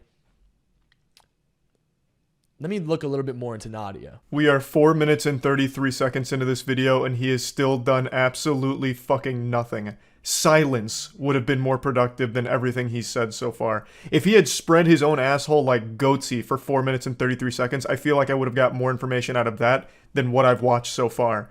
We are over halfway done with the video, and he has done and said nothing. I thought acting was my passion, but now it's really gaming. I do love acting, but gaming is where I'm at right now. So when she said this live, I was actually in my hot tub watching because I'm friends with Jake and I like him. Let me watch this interview. Let me see who this girl is and what she's all about. And when I saw that and I heard that, everything really started to click to me. This is his first of only 3 loose points. I can't even call them actual points because he doesn't even make any arguments against Nadia or to prove she's cheating, because this, what he's showing, everything he shows here isn't evidence. He just pulls up random TikTok clips of her talking about acting. He doesn't even go into like the actual cheating allegations. He just talks about her being bad at acting for some reason. Like that's what he like focuses on. That's the smoking gun. Ah, so she's bad at acting.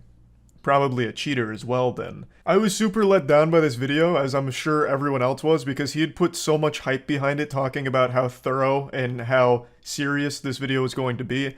And I'm a little goblin that's drawn to internet drama like a moth to a flame, so I was finally going to get caught up to speed on some fresh drama that I wasn't super familiar with, and I thought Doug would be the one to deliver all of the information as well as pretty impressive evidence on a video. But he didn't do any of that. Instead, he released this stinker and then has claimed it was all just an elaborate troll, which to me just sounds like desperation and cope. Like, no, this video actually was a troll from the start.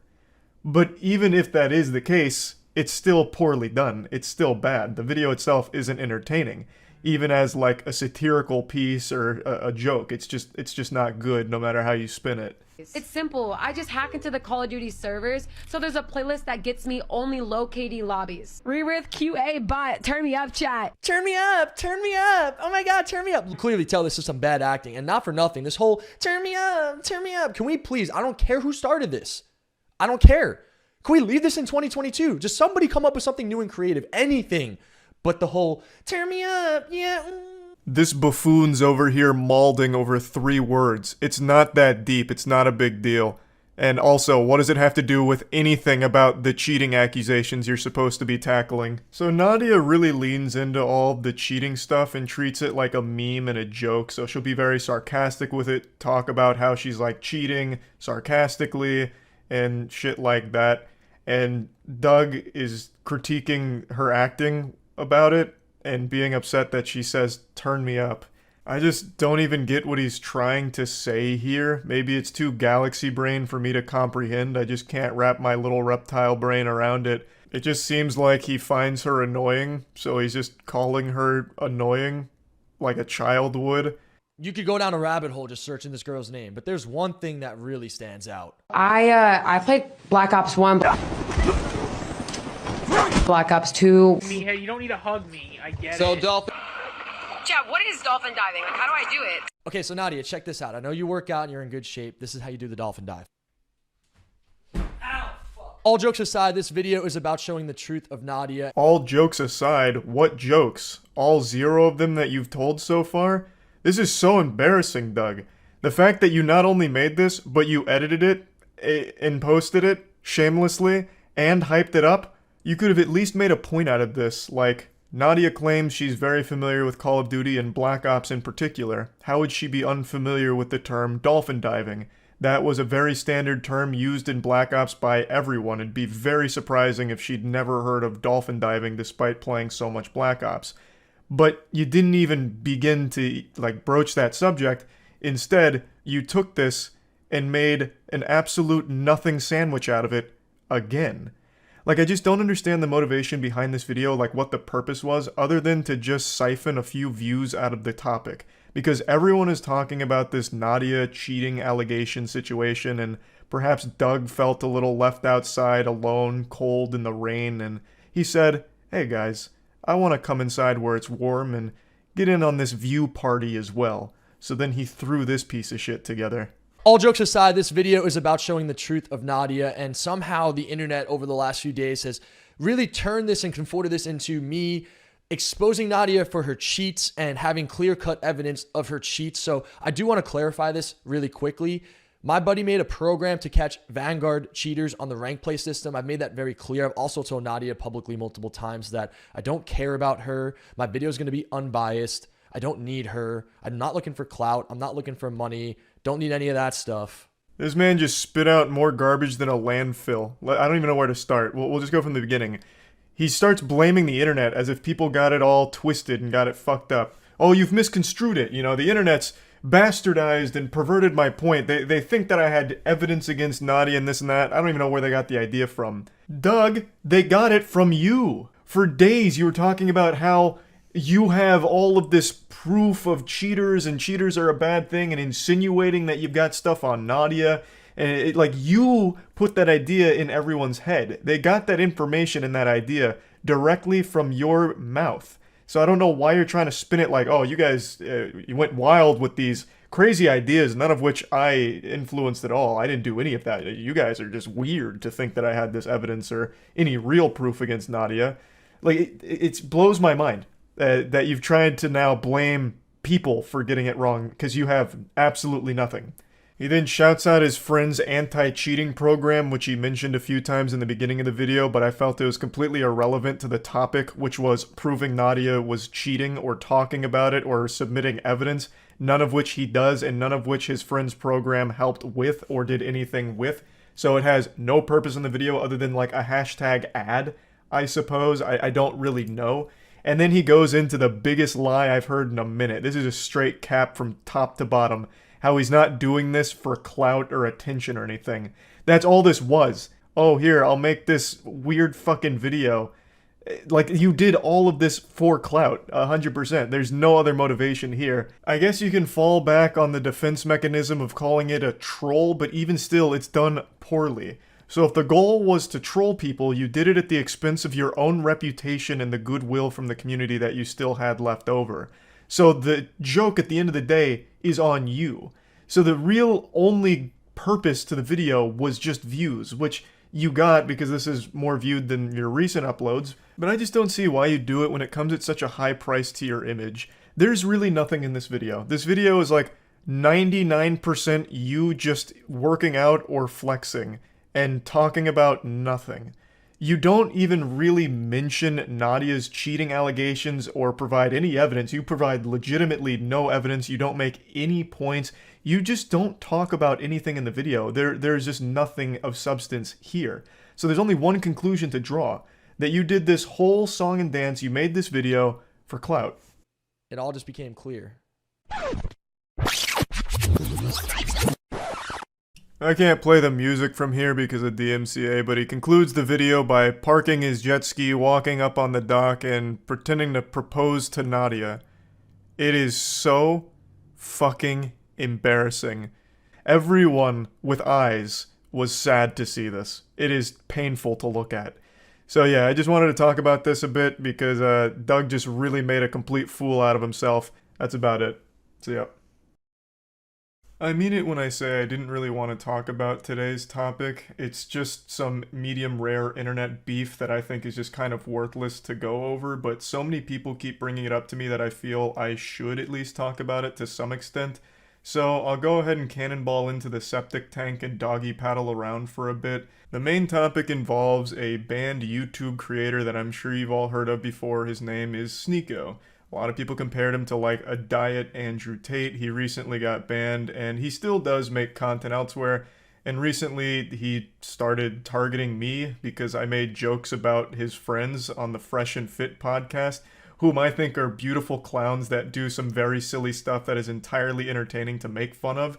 But Sneeko didn't see it that way because he's a very sensitive guy and he started writing their wieners to try and defend a blatantly outrageous story that one of them told about meeting a basketball player at a party, then being invited by that basketball player to a mansion and then fucking a ton of girls at that mansion. thanks to the basketball player, which sounds like something a Tumblr account would have made up, and ending with, and everybody clapped. It was such a goofy piece of fan fiction, it felt like he was begging to be humiliated and made fun of, so I started throwing some balls at the clown and dunking them in the tank. I made a video talking and joking about it, and Sneako saw this and he wasn't too happy, so he got offended on his friend's behalf, which of course is a very alpha male thing to do. I know Sneako doesn't like that nomenclature, he never calls himself an alpha male and thinks that it belittles him, but his fan base is and has been red-pilled and thinks of him as like a no-nonsense kind of guy who tells it like it is, a man's man.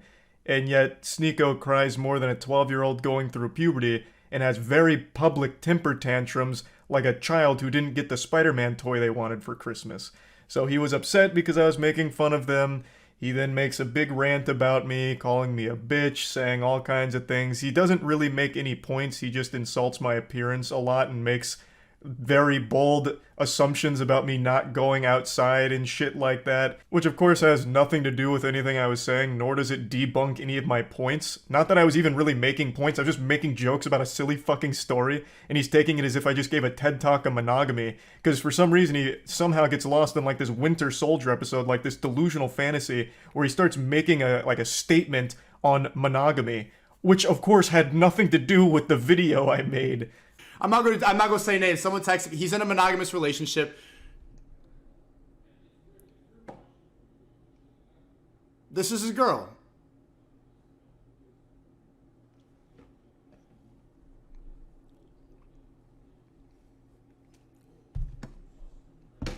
So there you go. I mean, I told you, like, I could hear it in your voice. The fact that someone doesn't have to abide by those rules. Someone could go and fuck a lot of bitches.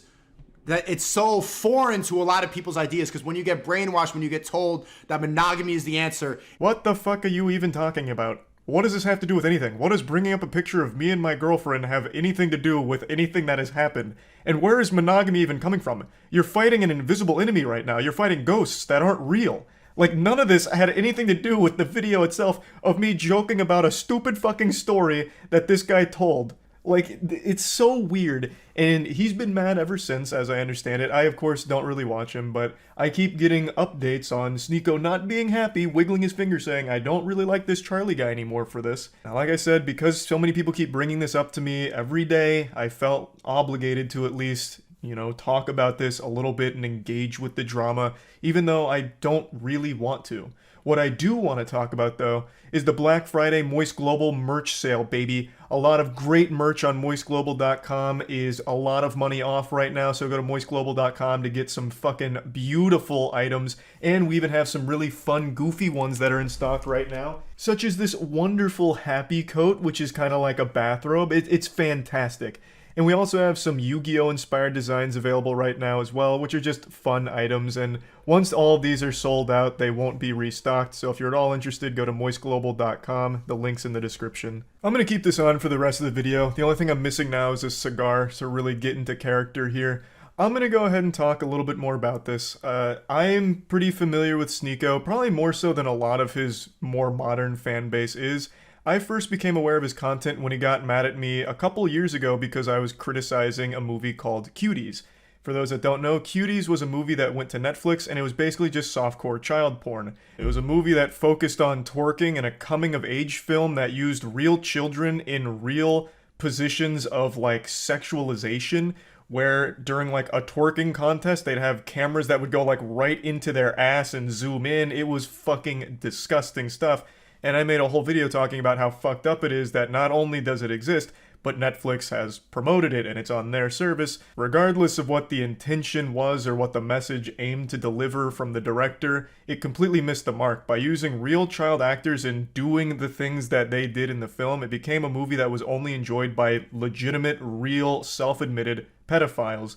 And I made a video talking about how gross that whole situation was, and Sneako made a response to it saying that the outrage around this film is misplaced and it's actually a good movie. Americans are like, this is deplorable. I saw this commentator, Penguinz0, who I actually like. There's not a lot of good commentators, but he's like, this movie is deplorable. There's nothing good about it. There's nothing. And it's like he didn't even watch the movie. It's just like he only saw the clips that were gonna piss him off. Or he just got so triggered by the provocative imagery that he just, deplorable. Come on, man. Like, don't you see the reasons why she's doing what she's doing? Sneeko has said multiple times, even in his most recent rant, that he does like my content. Though I'm pretty sure he just says that to cushion the blow and like tiptoe around it, like before insulting me. Just in case there's anyone in his chat that likes my content, he wants to make sure to not make them upset. So he makes sure to preface it by saying, well, I actually do like him, but... and then goes on to get super personal about it. This was my first real exposure to Sneeko, and it's also the reason I don't care what his opinion is of me, because it's coming from a man who likes cuties. So why the fuck would it matter if he thinks I'm a bitch or anything like that? It legitimately couldn't mean less coming from a guy who openly defends a softcore child porn production. Okay, if I ever wanted to get canceled, this is the video. I saw Cuties last night and it was pretty good. It's a pretty good movie. I went in ready to hate like everybody else. I saw the cover and I got clickbaited. So did you got clickbaited. The thing about Cuties is it's not an unrealistic film. Like, yes, it shows children in a sexual way, but this is not unusual now. And the people who are really mad about this aren't Gen Z. Now, the reason I'm showing this isn't just to debate a multiple-year-old Sneeko video that he completely ate shit on and had the worst possible take of with this whole cutie situation. The reason I'm showing this is because I haven't liked him since I saw this side of him. I was aware that he made other content, and apparently some of it was pretty good a couple years back, but once I saw this video, it just showed me a really weird guy who it seemed like really just wanted to be contrarian for the sake of it and makes terrible points in defense of this film for some reason. Like, even in your own video, you openly admit right there that yes, it sexualizes children. Full stop, that's not okay. That's a problem. Like, this girl, at one point, she takes a picture of her vagina and posts it on Instagram. Kids naturally just rebel. I like this movie because it's extremely provocative, but it's realistic. A major criticism of this film was that it's child porn, that they were just showing these kids and that it's gonna bring a bunch of pedophiles in. I don't think so. I don't think so. Not more than anything else that's on the internet now, or not more than beauty pageants in America, which still exist and are exactly what you see in the film. Do you go to beauty pageants to watch the kids, Sneeko? I certainly hope not. Just because the beauty pageants, which are fucked up, completely agree, just because those exist in the real world doesn't mean that that's justification for this movie. I feel like that should be obvious. You can't use this whataboutism like, oh yeah, Cuties has a lot of sexualization of children, but what about, you know, child beauty pageants? I mean, those are out there in the real world, so what's wrong with Cuties being on Netflix? I won't show you any more from this video, it's dog shit all across the board, but there is one more thing I'd like to highlight. Even when Sneeko started to rise to popularity, I didn't pay too much attention because, again, in my mind, he will always be that guy that for some reason fights for this film, which is just fucking weird. So he's always just been kind of a weird person to me that I don't pay too much attention to, but I couldn't help but take notice of one of his more recent viral clips where he openly defends getting cucked. So I wanted to break this down, like, because this was, imagine seeing the girl you love, like, get fucked. You love her? Yeah, I do. I love her. I was about to say I love this bitch. I'm like, no, let me not say that. I love my Queen. wifey, my queen. And you allowed the love of your life to get fucked by another man. What happened to the other agreement? I'm crazy. The first time, as soon as I saw it, like 3 pumps in, I just got up and walked out. I'm just like, I can't do that. Like, feeling traumatic thoughts, like seeing her with another person. It's a lot. But I think it's something everybody should do just to test. I know. You know what? It is a legitimately super sad thing to sit there and listen to because Sneeko is very clearly bothered by that whole situation, but is trying to play it off like a deeper message, like, no, this is actually a good thing, and in fact, I recommend every guy out there try letting their girl get fucked by another man. Then you'll know if it's real, if this is the person you want to spend the rest of your life with. It is fucking tragic to listen to. Now, I want to be clear, I have absolutely no problem with open relationships. I think everyone should be completely within the right to handle their relationships however they see fit and whatever makes them happiest. Contrary to what Sneeko thinks about me, I have legitimately no issue with open relationships at all. But what Sneeko's talking about here isn't so much an open relationship, it's cuckoldry. You have watched your girl get fucked in front of you on at least 2 occasions that he talks about here. And you were right next to her, watching her get fucked, and one time you were so upset about it you had to leave the room after the 3rd pump, you said. You're clearly not really alright with this situation. You're for some reason forcing yourself to be okay with it. Like, I'm not trying to sit here and be an armchair psychologist like you try to do against me during your rants, but it really seems like you don't like it. And yet, for some reason, you're also trying to celebrate it and promote it like a good thing. It's just super sad. Like, if you're fucking other girls and she's fucking other guys, that's one thing, but you being in the same bed that she is fucking another man in and watching her, and then even talking about how, like, upset you were about how much she was moaning and the deep eye contact she was making with the man she was fucking in front of you, like, you're not really okay with it, it sounds like. So stop trying to pretend to be, and stop trying to make it seem like this is a good, healthy thing for everyone that everyone needs to try. It's just pretty sad. So this is always in the back of my mind when he starts critiquing my relationship, or really any relationship for that matter. Like, what really gives you the right, especially when you're clearly in a very complicated situation in your own mind with your relationship? So, like I said, I didn't really want to talk about this, but he apparently keeps shitting on me and making a big hoopla about it, and people keep bringing it up to me, so I felt like I should at least address it in some capacity. So this is me talking about it, and that's about it. So yeah. A couple days ago, a YouTuber, and more importantly, a dear friend of mine, experienced every content creator's worst nightmare: a private picture leaking. When I heard the news that Ludwig's nutsack had leaked onto Twitter, I panicked. I damn near did damage control for him and started formulating excuses like, no, you know, it's just the angle the picture was taken that makes his nuts look small. It's an optical illusion. He had just taken a cold shower, so his balls shrunk a little bit. And you don't know that actually what this is. It's not even a scrotum. It's swamp gases being reflected off of a weather balloon. Like, I was ready to go to bat for him, but I didn't need to. He didn't need excuses. His balls spoke for themselves. Now, it wasn't by his own choosing. This wasn't his plan. It wasn't like some kind of mogul male move here to get content out of it. He was on the Cold Ones podcast, and during the Patreon cut, he playfully pulled his sack out, and it's on full display. It's very bold, very proud. And Chad had asked if he wanted them censored in the Patreon cut, to which Ludwig replied, yeah. But Chad apparently misunderstood what he was saying here, so then told the editor not to bother censoring it. So then on the Patreon cut, his nuts were just fully there, to Ludwig and all of Twitter's surprise. I'm sure a lot of you are curious how his nuts ended up on camera in the first place. Like, was it a freak accident? Like, they were just talking, then his balls flew out of his pants or something? Well, I'll explain quickly. On the Cold Ones podcast, there's a lot of alcohol consumption, and Ludwig was many shots deep, and he willingly brought out his sack and expected it to be censored, but it wasn't. It's just that simple. The whole episode's pretty wild. There's a point where Ludwig pukes, and Max then dips his food into the puke and says, you know, thanks for the dip, and then eats it. Shit goes real hard. So, you know, his nuts being out was probably like the least shocking thing from the episode, but unfortunately it wasn't censored, so it ended up getting onto Twitter. Now, this is what I really wanted to focus on here. Not even so much the testicle flesh parachute itself, more so how he's handled the situation. So Chad has profusely apologized for it. I'm sure he feels pretty terrible for it, but Ludwig has taken it like an absolute king. He's just addressing it fully, making a joke out of it, and he seems to just be in great spirits about it. And when you have balls that are that aesthetic, like they were almost made to be photographed, I could see why it probably wouldn't bother you that much. But it got me thinking about how I'd handle this kind of situation, because I feel like I have tiny nuts. If I whipped them out and dangled them in front of this camera right now, you'd have no idea that I'm dangling my testicles. You'd probably think that I'm holding 2 almonds up to the camera lens. So I got to thinking, would I be able to handle something like this as graciously as Ludwig? And my answer is maybe. I feel like it would really depend on the conditions of my dick pic or testicle leak.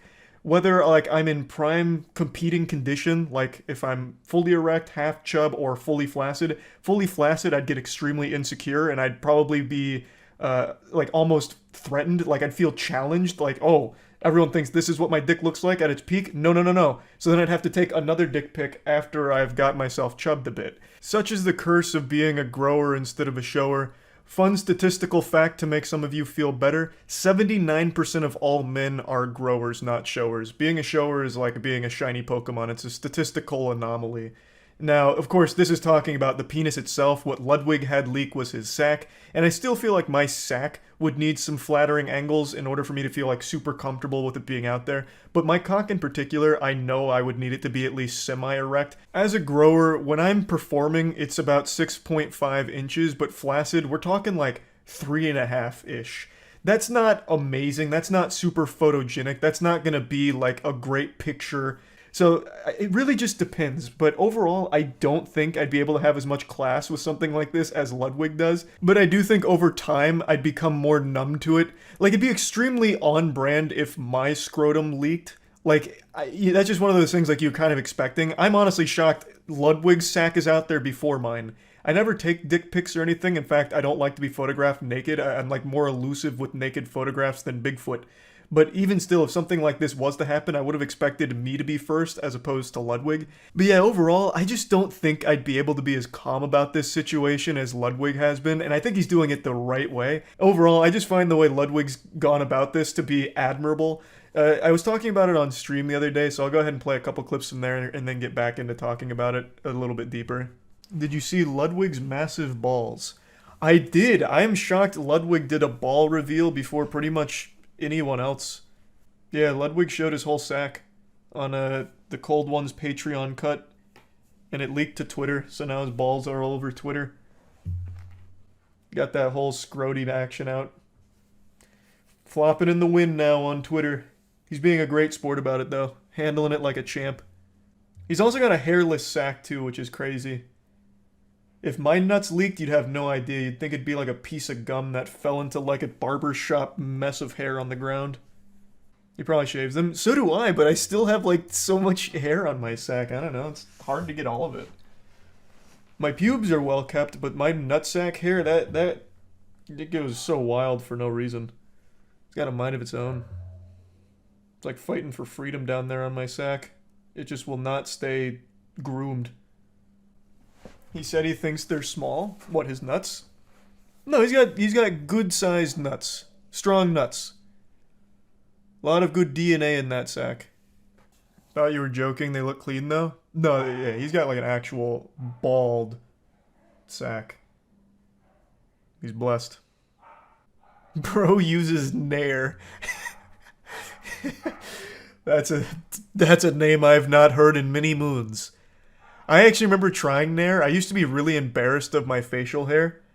So I tried Nair once because my mom saw it on TV and said like, you know, I know you don't like this, maybe try it. So we got Nair. It just fucking chemical burned my face. Yeah, I had no idea it wasn't supposed to be on your face, so I tried to get rid of my stash. Because my stash would always grow in ferociously. I just fucking burned the shit out of my face. Doesn't it also stink really bad? Yeah, because it's just like fucking incinerating your flesh. It's like cremating my upper lip. As I sit here and stew on it and let it marinate, I feel like maybe the reason why I'd be more embarrassed about it than Ludwig is simply for the fact that his balls are fit for a king and mine are fit for like a court jester. And I think it might be due to like the hairiness of it.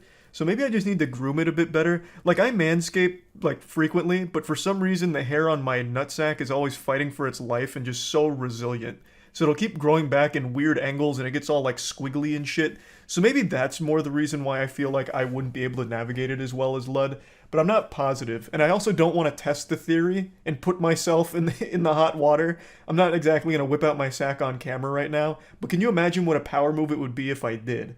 But yeah, just overall I wanted to talk about the situation a little bit because I truly applaud the way Ludwig has handled this whole situation. I think he's done a great job with all of it. It doesn't seem like he's got super salty about it. He's not like DMCA striking anyone that talks about his nuts or anything like that. And it doesn't seem like he's harboring any ill will towards Chad or anyone on the Cold One's team for the situation. So just want to talk about that a bit. That's it. So yeah. I know I haven't made a video on the Mick Gordon and Doom Eternal soundtrack drama that's been cooking for the last week, and the reason is I wanted to wait to see how Bethesda would clap back, and today they've given a response, and it is weak. They dropped a wet sock on us. Now, while overall the appetizer they served up was underwhelming, and we'll get into it in a moment, they did, however, make a threat of having something substantial to back up their side of this drama, but they haven't revealed that yet, so for now it's just kind of empty. But who knows, maybe pretty soon in the future they'll come with something stronger after boofing creatine and taking HGH, but as it stands right now, this response from them I think is less than satisfactory. So let's go into the whole situation here from the start, because it's pretty wacky and it's pretty sad. Hopefully all of you are familiar with Mick Gordon. He's one of the most well-respected and most talented video game composers of our time.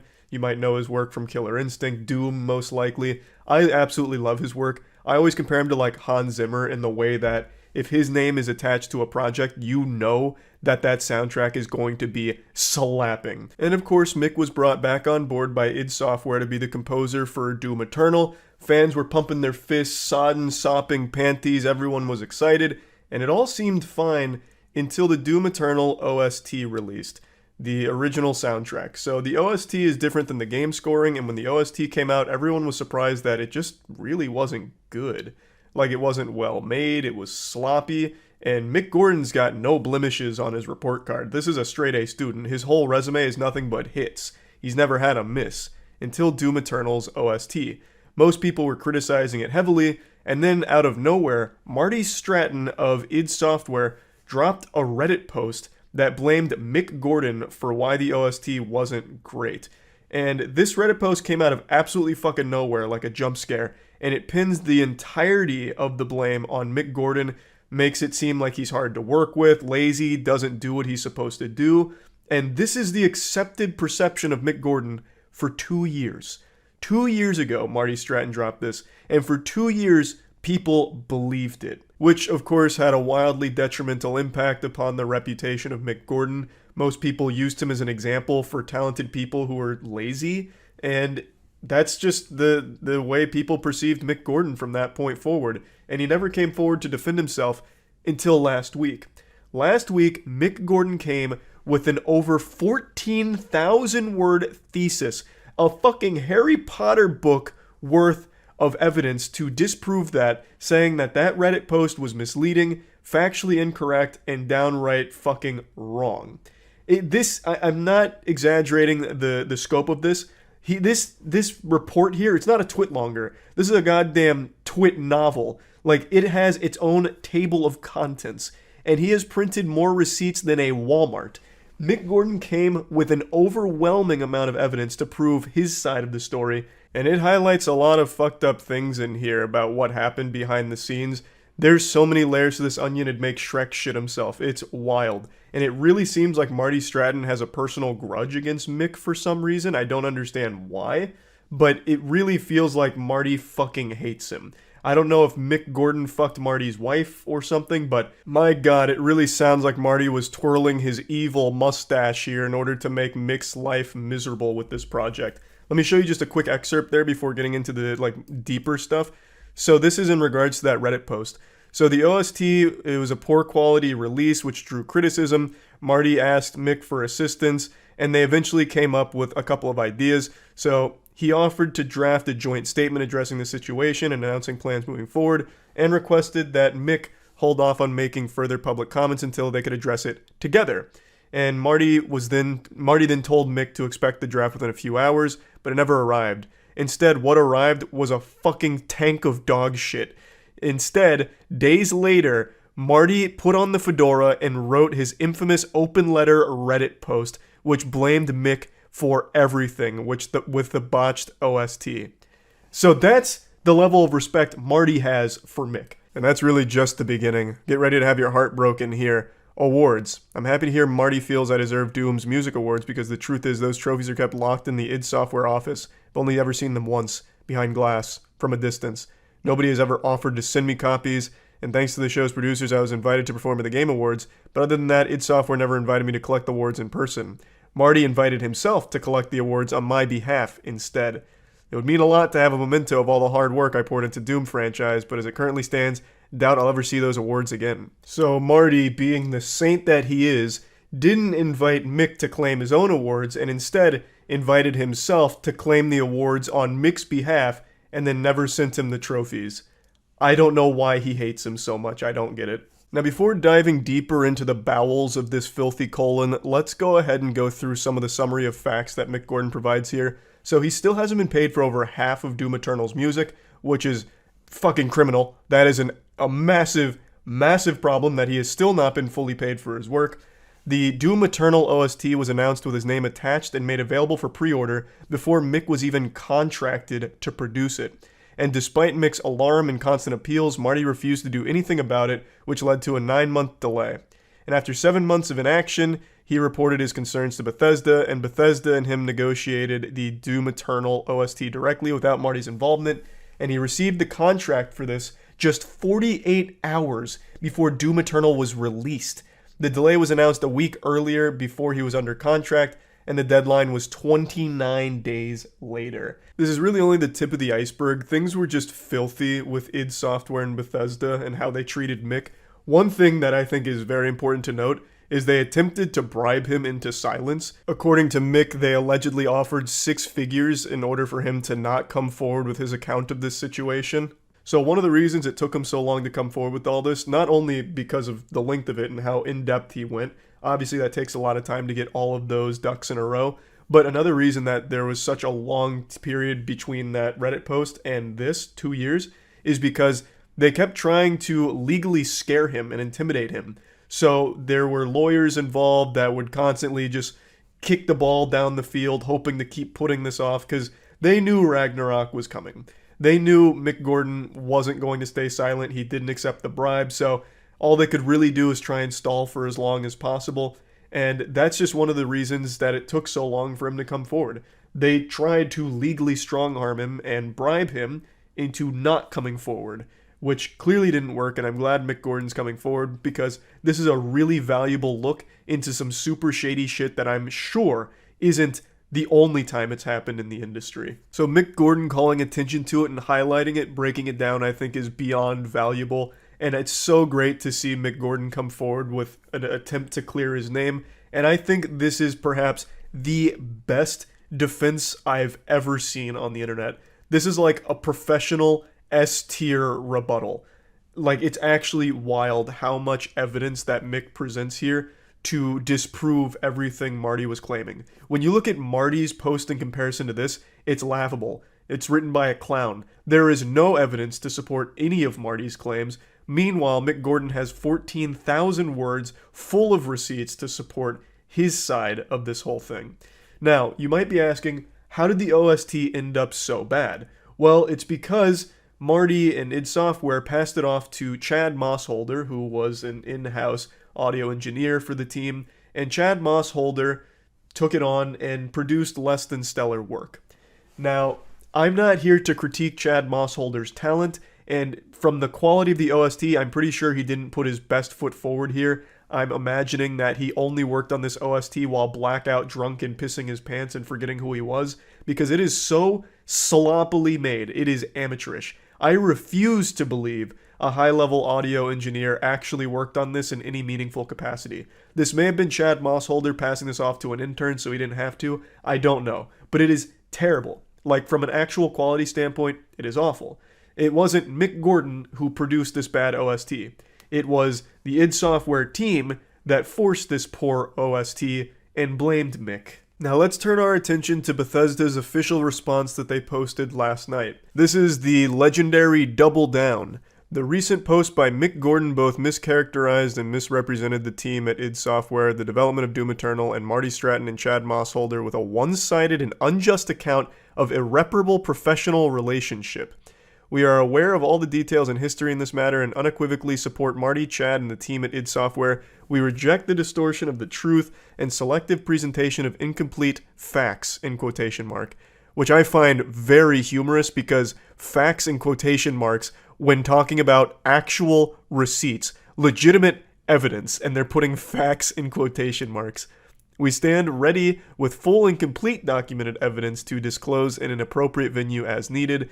The statements posted online have incited harassment and threats of violence against Marty, Chad, and the id Software team. Any threats or harassment directed towards members of our teams will be met with swift and appropriate action to protect their health and safety. We remain incredibly proud of id's previous collaborations with Mick Gordon and ask that fans refrain from reaching conclusions based on his account and, more importantly, from attacking any of the individuals mentioned on either side, including Marty, Chad, or Mick.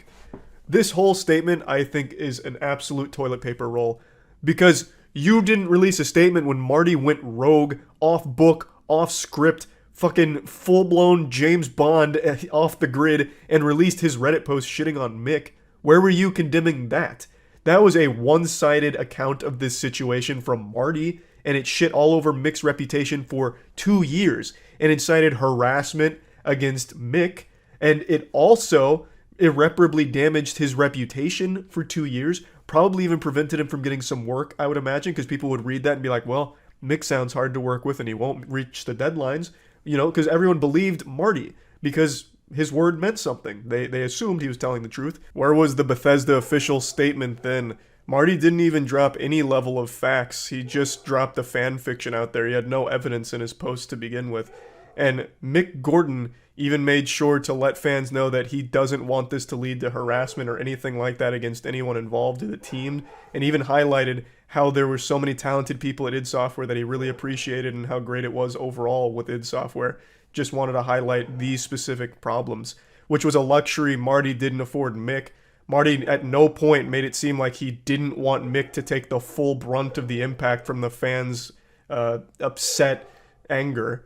At least Mick went there with class. Now it's a problem, and now you condemn it, and I'm very curious to see what full documented evidence you have. If you do have those kind of receipts, why didn't you lead with that? Why lead with this wet noodle? Why come out here with a threat first instead of just, here's our evidence? I always hate this move where it's, no, we have the full story, and we will release it eventually. Just fucking start with it if you have it, coward. Christ. Maybe they do have something that somehow disproves Mick. I would be shocked. I don't even really know what that magic bullet would look like here. I guess maybe contracts that would poke holes into the timeline or some of the claims Mick would make. I'm really not sure. But if they do have that evidence, I really don't understand why they wouldn't start with that as opposed to just putting out the statement saying that they have evidence. Like, I know a lot of people are saying it's an intimidation tactic, but intimidating him to do what? Mick has already dropped his 14,000 word massive report on all of this. What's there to intimidate? He's already dropped the bomb. So why even try and scare him anymore? Like, if you have the evidence, there really was no reason to start with something like this. You could have just immediately went into, here's our proof of our side, and this is what's wrong about his statement. There was just no reason for this. This is just absolute nothingness. And I do want to highlight something in particular where they say that Mick's statement has now led to threats of violence and harassment against Marty and Chad and those involved. I hate that. Unfortunately, that's just a byproduct of assholes on the internet. Mick Gordon tried to handle this as professionally as possible, was beyond generous and patient with this whole team, and eventually, when he found himself out of options, released this publicly. Marty did this as a first resort and led that harassment against Mick. And for some reason, they're especially highlighting it on Mick Gordon for some reason, even though Mick made a very special effort to let people know that it's not okay to do those things. But there's always going to be douchebags online, and it happens, unfortunately. But for them to come out in their official statement and say that because of Mick, now their lives and their safety is in jeopardy, I think is just fucked up. Trying to villainize the victim here for coming forward by using some assholes leaving mean tweets to them as like proof that, oh my god, now everyone's in trouble, like all of their safety is compromised. I don't like that. I'm not a fan of that. But yeah, anyway, I just wanted to talk about this a little bit. I'm excited to see what happens next if they really do have evidence. I'm curious to see what it is. But for now, I am definitely on Mick Gordon's side here. I've never seen a response that professional and that thorough. So yeah, that's about it. See ya. Every single one of us has turned to Google in our time of need when it comes to asking questions, whether it's medical related, like, you know, I jammed my finger playing basketball, what now? You'll get a million results telling you that what actually happened is you've contracted the bubonic plague, or you ask for simple tutorials, how to replace your air filters, and you'll get WikiHow guides that just have you taking apart your air conditioning unit, or Quora, God forbid, giving you the absolute worst advice this world has ever seen. Point is, every question we have gets asked to Google, and sometimes you get terrible responses that are outright wrong. And I think this is most prevalent when it comes to phone and technology related inquiries. I'm sure all of us are guilty of trying the wet phone in rice thing. That was so popular, and as far as I know, actually did work in some cases, where if you like drop your phone in the toilet or in the sink or something, you immediately take it out and put it in a thing of rice, and then like in an hour or a day or whatever, it's better and fixed. Well, it doesn't work for every possible water-related damage to a phone. And that was a lesson that this guy learned the hard way and was not ready to accept, so he made a massive fucking scene about his phone being repaired. Someone just told me phones. Someone just told me this morning, I'm talking about a water-damaged phone. Okay. Someone told me this morning that they put a whole video camera in a bag of white rice and it solved the problem. Okay. Why would it not solve this? This guy looks so familiar, and I can't figure out why. I don't know if it's this leather biker jacket he's got on that makes him look like one of the greasers from The Outsiders or what. Maybe he just resembles a famous actor, like a young Bryan Cranston is what I keep coming back to, but I can't quite put my finger on it. But anyway, he's upset because his phone got repaired, but he's thinking he got scammed because someone said he could have just put it in white rice and fixed the whole thing as if it's some kind of panacea. Like white rice is this miracle potion that'll fix any phone damage. Because white rice does not repair an electrical connection that's damaged. How do you know what was wrong in there? I went through You didn't need to. I went through it and looked, and I found the problem. I asked you if white rice would repair it. You said no. So you're saying the difference between brown rice, which you tried, I didn't try brown rice. That's I really wish we had the beginning of this, because it seems like they got into an argument of white rice versus brown rice and what's better at repairing damaged phones. Like, I feel like we've just gone back to the Middle Ages, as if I took a phone back to, you know, the Shire, and I have to consult the local hobbit shaman when my iPhone's damaged. Like, hey, how do I fix this? I dropped it in the pond over there washing my clothes. And he's like, oh, well, Charles, have you tried white rice? Like, I understand the white rice strategy, life hack, has worked maybe once or twice, or even more. I couldn't tell how effective it is, but it's not going to fix everything. If his phone was left in the water for a while and all the electrical circuits were kind of fried, white rice isn't going to somehow magically repair that. It's going to dry it out, great, but it's not going to all of a sudden like reassemble those connections. I'm not an expert here, but I would trust the person who is. And this is such a nonsensical argument on brown rice or white rice. Neither one of them is going to solve that problem, which this guy just does not seem to understand. It's on camera. That's what you said yesterday. I said brown rice, but I did not say. I said I said rice. I did not say white rice. White rice will repair that. You have said 3 different things since you've stood here. And you lied to me. No. You lied to me. Not once. Let's just wait till the cops get here. Okay. Okay. God, I hate that stupid smirk he keeps doing here. Just so smug. Gives him the most punchable face on the planet. Just a face that's begging for a knuckle sandwich. His attitude too, oh, it's so repulsive. What a piece of shit. You can tell he's having a great time arguing. He's getting off on it. You can actually just feel him busting nuts in his tight little trousers there at how much fun he's having, making this worker's day a little worse, just arguing over nothing. His phone is repaired now, but he's upset because he could have done it with white rice, he says. Well then, break your phone again and prove your point. I want you to now go into that employee bathroom, drop it in the toilet, leave it there for a couple minutes, take it out, put it in white rice, and see if it fixes it. And when it doesn't, I'm charging you triple. I'd also love to know his thought process on getting the cops involved. What are they going to do? Sir, what seems to be the problem? This scam artist, this snake oil salesman fixed my phone when I could have just put it in rice. Throw him in the slammer, please. I could take it apart and show you exactly. I don't care what was wrong because all it did was slide in water, sir. You told me flat out white rice will not repair that. Flat out. Exactly. Exactly. It won't. Okay. That's not what I'm hearing. I don't know what this fucking guy thinks white rice is capable of. Does he think they're like little nanobots that go in there and repair electrical devices? Like, I don't get it. I don't know why he thinks white rice is just this all-powerful entity that can fix all phones. I know for a fact he's not talking to people in person about this conundrum. He absolutely consulted his reptilian Facebook group, and all of them were talking about white rice and chemtrails. So now he charged this place just to be an asshole here. Like, it's so upsetting to see. He fixed your phone already, man. Leave him alone. If you want to go use white rice and brown rice, or Jesus Christ, even wild rice if we're talking, magic, then go ahead and do that next time. This guy's such a confusing, stupid asshole as well. He said that the employee lied to him, telling him that rice wouldn't work, which it wouldn't, I imagine. But if you went to this store to get your phone repaired, why would you even ask about rice without trying it yourself? Why would you drive all the way there and then ask them about rice when apparently all your friends know better than the expert? Why not just try the rice first and see if it worked? And when that didn't work, go to this guy. Why do this first and then come back complaining about, rice was an option? Well, what you hear and what I actually did are two different things. I don't care what you did. Yeah, you. No, I don't. Okay, so what kind of world do you live in where what is actually repaired and what you're told are two different things, and you don't care to know the truth? I do care to know the truth. Okay. You can't handle the truth, you fucking wax statue. This man has told you 1,000,000 times rice wouldn't work, and you don't know if rice 100% would have. I'm very confident that rice probably wouldn't have, and I don't even know the situation here.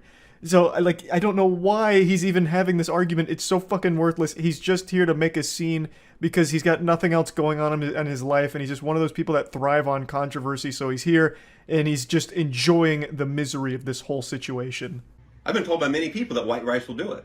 Okay. I come in here to your business, you tell me it won't. I can tell you the world is flat. A lot of people tell me it won't. It isn't. Exactly. Now the NPC's glitching out here. He can't wrap his head around what just happened. He made himself look like an even bigger fool. Is such a stupid douchebag. This again just highlights my point that there is no winning when it comes to customer service. This guy did his job well, did exactly what the customer asked him to do, fix my phone. He did it, and there was still a problem. The man came back the next goddamn day to make a big hoopla about it. It's so frustrating to watch. Again, my heart goes out to anyone working in a field that involves dealing with customers. It's miserable, and I'm wishing you the absolute best. I also hope that the second this video ended, this guy left the store and it was a torrential downpour. Just an absolute monsoon. A biblical storm blew through and once again waterlogged his phone, immediately breaking it. And then he went home, tried rice, and the whole goddamn thing just blew up. And now he's gonna have to get a new phone. That's if there's any justice in the world, that's how that played out in my fanfic. Anyway, that's really about it. So, yep. Last week, everyone who tuned into my Twitch stream got to witness a historic moment that will be talked about for decades to come. A moment where every viewer's grandchildren will be asking them where they were when this unfolded, and they'll be able to say that they were blessed and got to witness it live. I'm sure you all know by now that Moist Esports has an Apex Legends team that's competing in the ALGS, which is the pro circuit for the game. And last week was the regional final, and we were currently in 5th place overall in the region. This was the last one, and we needed to maintain top 5 in order to make it to the major, which is an in-person LAN event. It's a massive deal. And not only did Moist Esports qualify for the major, but they did it in the biggest way possible. They went fucking Insano style and made actual Apex history by dropping a stinky hat trick, winning back-to-back-to-back games, 3 wins in a row, big dubskis 3 times in a row, which has never been done before, and it took them 5 total games to do it, which is tied for the fastest in history as well. Now, for those that don't know the format rules, I'll give you a quick rundown on what makes this so impressive. So in the ALGS, the scoring works as follows. You get points for kills and you get points for your placement. Obviously, winning, you get the most points. So in the match point format, which is what the regional was, you play until a team has 50 points and then wins a game. So theoretically, what could happen is it takes like 15 games for a team to both have 50 points and get first place. It makes it a really exciting format because it's not just about camping or anything like that. You need to be getting a lot of points. And not only that, once you get enough points, you then have to win. So it's just like a really hyped format. So it's a huge deal. And we were able to do that in a big way. It was incredible. So I can't wait to show you the highlights for that. I also would like to say that Moist Esports does have a new jersey now, which is available on moistglobal.com. It is a massive upgrade from our previous jersey. The material is significantly better, the quality is significantly higher, and the design looks even more sleek. And not only do we have a new jersey, but we also have Moist Esports tracksuits available now, which I think are not only the best looking, but also the most comfortable piece of merch we've ever made, and honestly probably one of the best pieces of merch ever made in general by any brand ever. The tracksuit just goes so fucking hard, I absolutely love it. So if you want to support Moist Esports, head on over to moistglobal.com and pick up a jersey or a tracksuit. It's also what I have in the frames behind me, by the way. That's the new jersey right there, and that's the top to the tracksuit. I haven't seen us yet. I'm pretty sure we got knocked out. Oh no, there we are. Oh my god, they just didn't go to us. Our positioning was so casual. Okay, that's an amazing spot then. I was going to say, when the fuck did that happen? Were my eyes closed? Okay, this is a great position. Because now we can third party once these two collapse. He's already been put down. Maybe just enough room for the res to come. Nice, good shots, good shots. With the gold res shoulders. Certainly going to be. Yep, they're pushing EXO now. Now we just wait. Here we go. Now they've spotted out. It's only a duo. They're just going to push straight in on EXO. Yeah, nice. Really good shots. Pricey got the down. But the unfortunate reality Chicken sandwich is low. EXO is going to be that as soon as they make that come on, boys. Moist, come on, Moist. Push their way in as well. Empty, nice. Let's go. Let's go.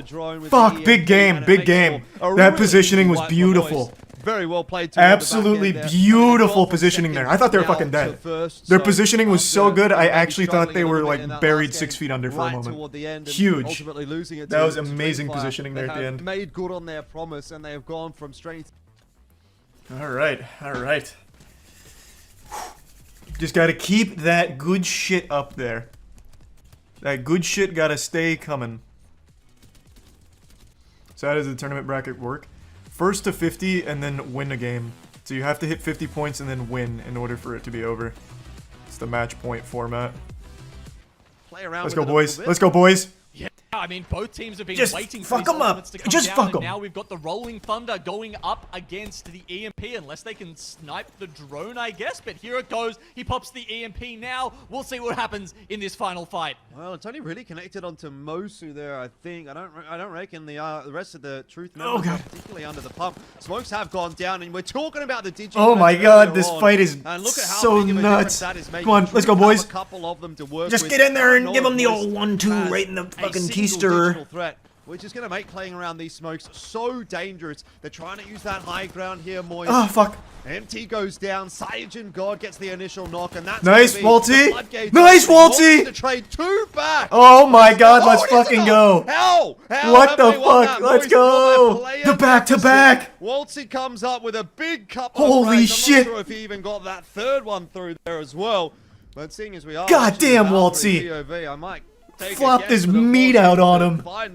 Let's go. Back to back from Moist. Holy shit. They are without a doubt now going to be the first. That was fucking huge. Point. It feels like a fairy tale day for Moist.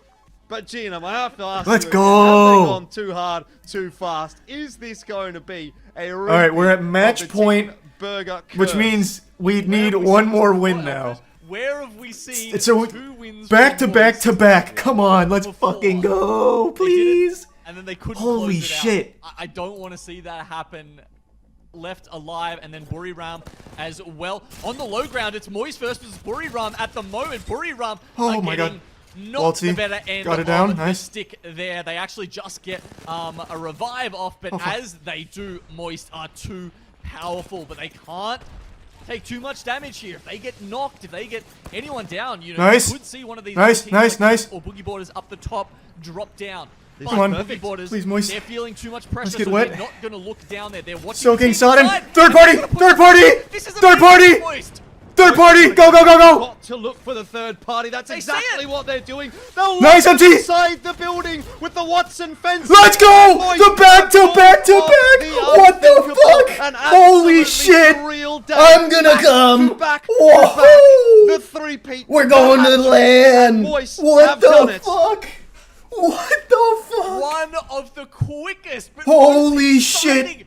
What the fuck? To a match point series. Oh my god! I'm gonna create like a singularity in my ass. I was so clinched. What? Game. What? In the entire split, come out and take 3. Holy shit! They're not letting it happen again. They were in that situation where they win 2 and then go without first place my to finish fucking off god! The season.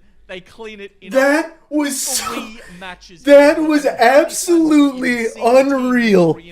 Oh, I definitely woke Tiana up, and she's gonna be not super happy because she has to get up at 6 for work. But I'm sure she'll appreciate this moment. To be honest with you, Gino. Oh my god. I don't think I've ever seen anyone play like that in a match point Wow. format. I've done quite a few days of this. Yeah, it's a DJ Khaled God did moment right there. Holy shit.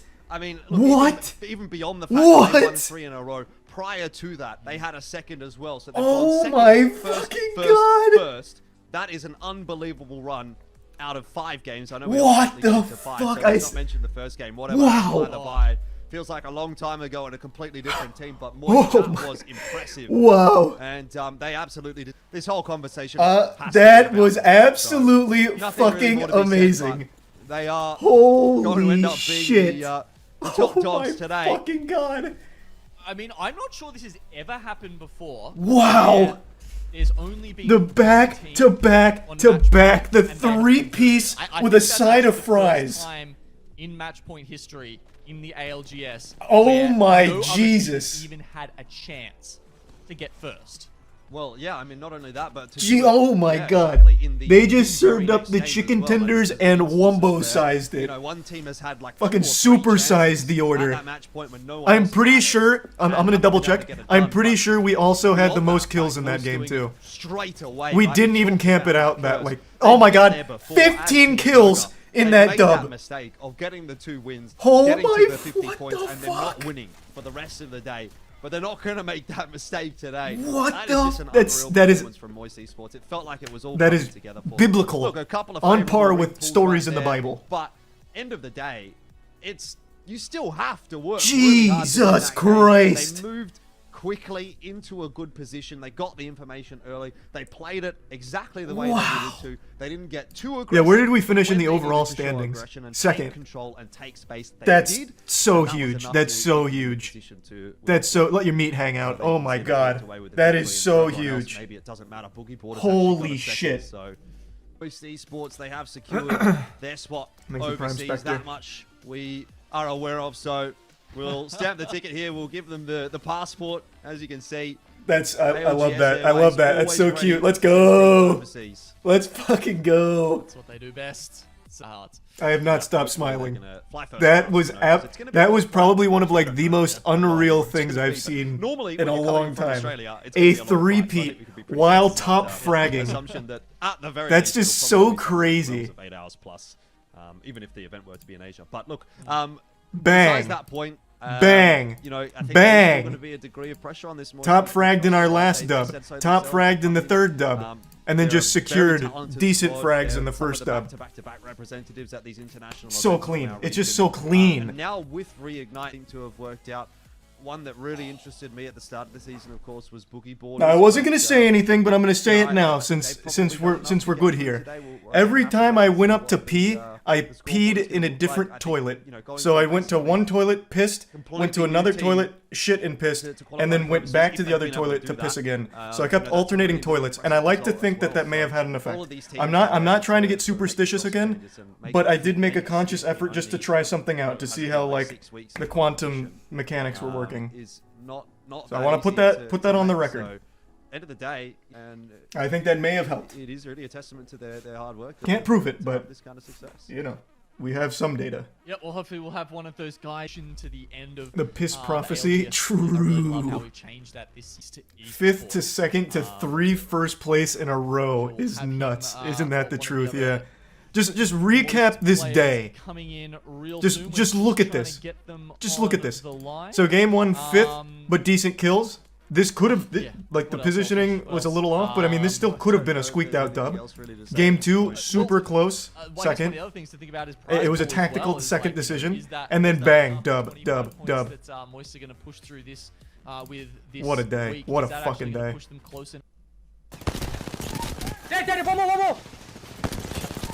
Nice! Get on the tops! Right, and then we third high. This was such a tense moment. Let's go. Then they had the third party on lock, baby. The third party was on lock. Come on. I'm nading. Fuck one. Oh! What's wrong? Let's fucking go. Let's fucking go! Let's go! God, that's so hype. That's so hype. That's just so hype. Those nades were so big brain. I love that. Whoa. I was too late. Yep, I'll try it. What the fuck? Nominate this for the Steam Awards. It has no reviews. Dude looks like Papa John. He does look a little like John Schnatter. A bit. I'm expecting big things from Hologram. What the fuck is this? I control the camera? During the cutscenes? That's new.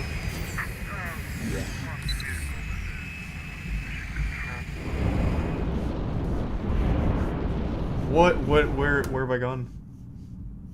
This is so weird. What? So I am the camera. Maybe I won't even need Callisto Protocol. This could scratch my dead space itch. I hear bad boys. Oh, there it is.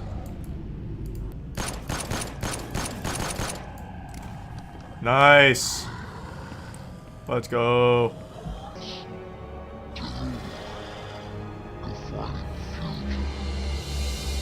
The future's weak. Shit's for pussies. The present's what's important. All of them. Clear. There are coordinates embedded in the message. Whoa! What an explosion. Alright. This feels pretty good. Okay, so where the fuck am I supposed to go? That doesn't work. Jumping down somehow instantly kills me. The hologram has you. You're here because Is that you were Cortana? chosen. Take me to the future. Deeper future. Holy shit, it's the future. Oh, the past. But I think it exists in a different quantum state.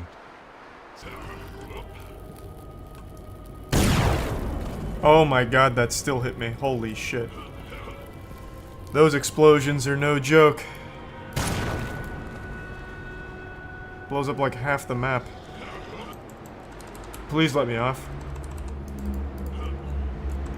Oh my god, let me, oh my lord, let me off. Let me the fuck off! Holy shit.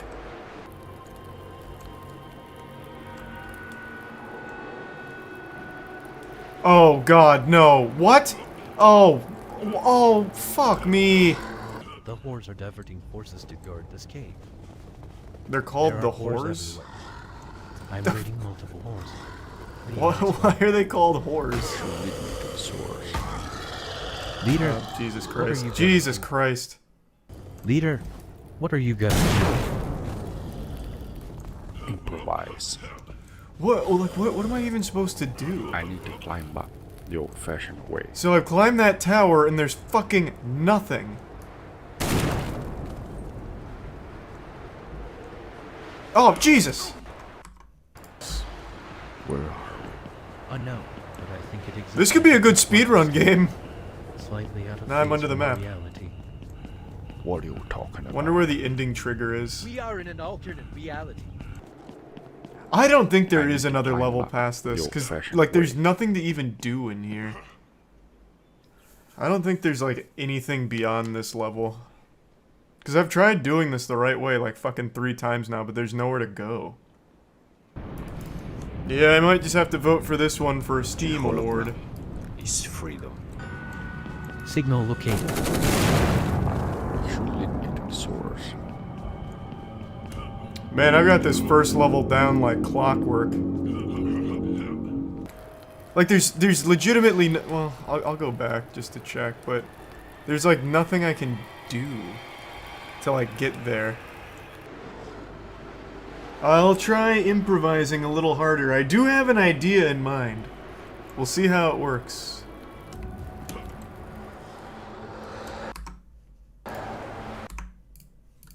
Let's see. There's an invisible wall here. Oh no. But I think it exists in different quantities. What are you supposed to do then? Second coming. Oh! Oh no. Wait! I wasn't looking. The invisible wall's down. Oh shit! Fuck! I'm getting mauled! Just save, just save, just save. We're good. We're fine. Got it off in time. We're good. The improvising has worked.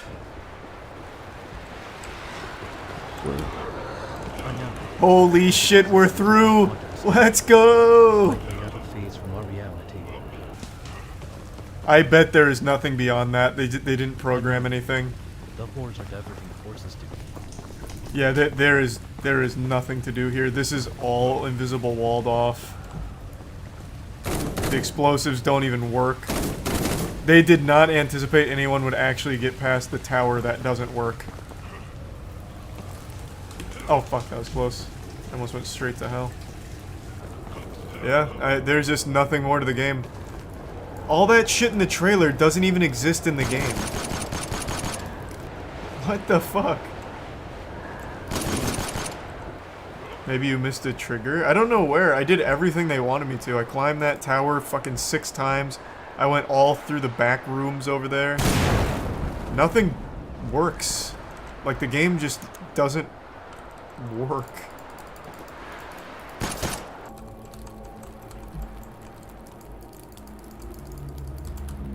There's nothing to do. So now I can't get down. And that's still closed anyway. Maybe rope? I don't see how that would change anything. Oh, this is my grapple. I guess that's what that was for in the ship. How does this work? Are there any grapple points? Whoa! What did I don't know what I hit, but we're off. I think I hit Alt. I'm reading multiple doors, leading this way. Oh my god, we're doing it. Just outside. We're fucking doing it. Watch your step.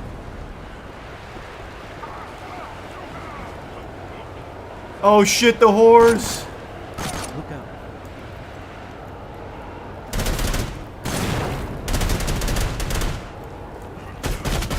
Whoa, whoa, whoa, whoa, whoa, whoa, whoa, whoa, whoa, what? He's shooting me from inside a rock. Ignore him, ignore him, ignore him. Ah, fuck. Ah, Jesus Christ. Ah, what? What in the fuck? He's inside a rock! Jesus! Oh my god, we're actually through.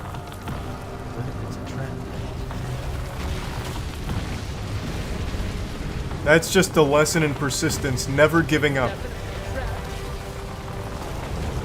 Oh! Get out of there, leader! Oh, shit! What is happening? What the fuck is going on?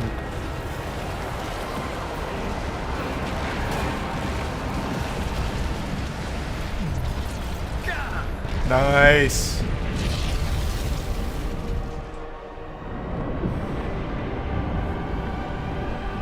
Hologram! Let's go! I wonder if every mission is as completely fucked as that one. This is a pretty city. There are coordinates embedded in the message.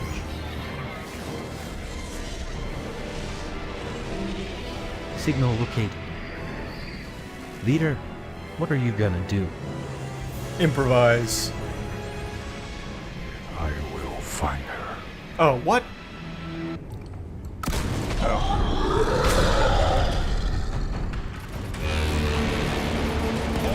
Hollow time!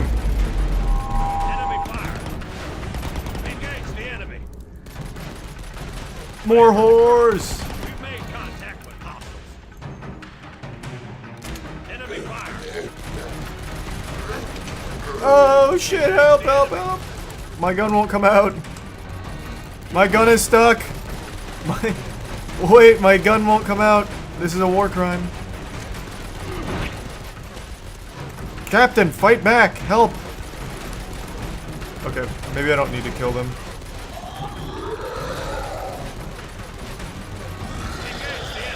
I can't engage the enemy. My gun won't come out. We've made contact with enemy fire. Engage the enemy. No! Shit! Filthy whores! Oh boy. It won't reload. It won't reload. War crime. War crime. War crime! Fuck! Shit! Helena, excuse me.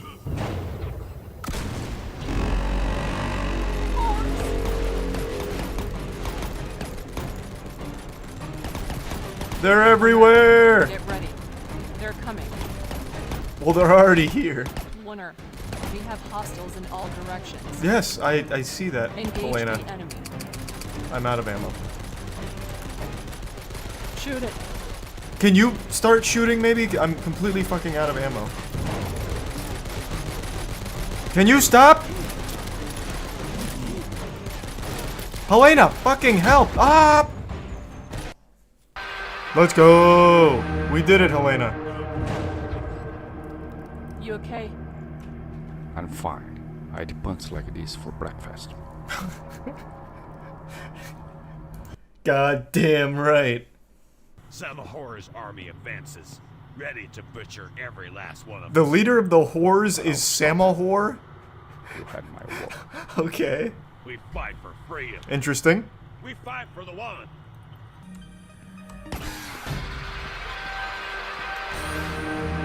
You're a hero to this band of women. And don't you forget it. Where do I go? We now have the laser weapons system, Very good. but it can't work if we don't have the targeting data. That's why we need the hologram. Can we get this man some glasses? He is I'm going struggling. to find that, my promise. Auxiliary Subsumpty, Elise, Gutrid, Chris, and Tier 1 Strongfish.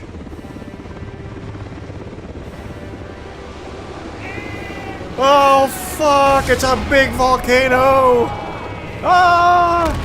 Oh god! Oh Jesus Christ! Damn you, Samahor! Jesus, he's high. Holy shit. What the fuck? Did someone give my man some fentanyl before this? Like, Jesus. Captain.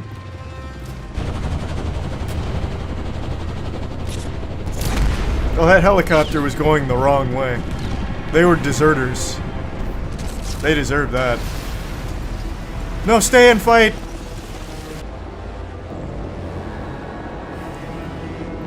Yeah, the FPS is struggling here. There's a lot going on.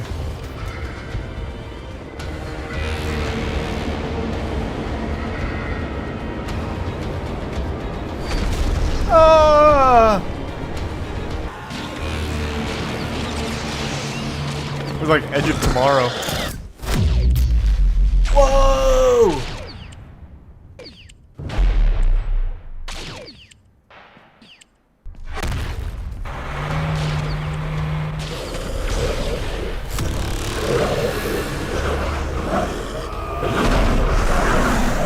God damn it, it's loud. Holy shit. I feel like I'm actually on the beaches here of Normandy. God.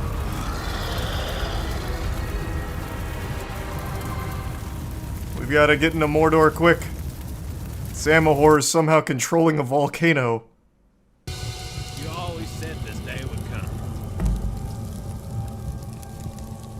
What day is that? The day we charged a erupting volcano?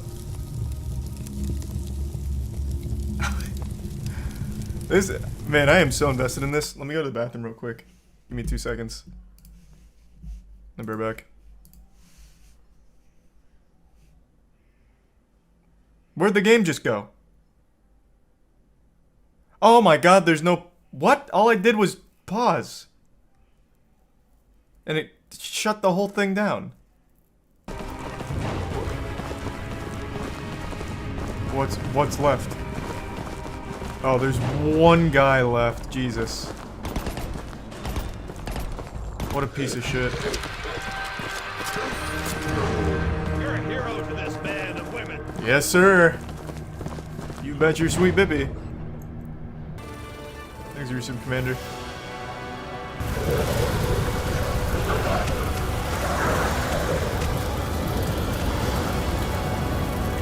There, that's Samahor!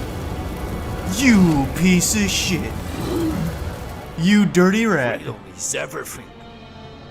I fight to the end.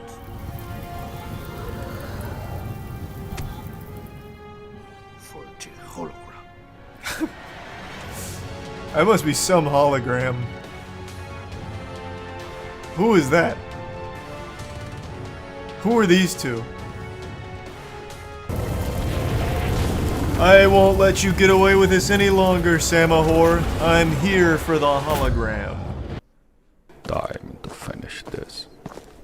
I did always say this day would come. Here I'm going in.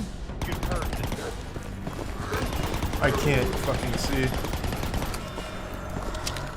Oh, you know what I can do? I can go into first person. I haven't done that yet. Or not. I can no longer go into first person.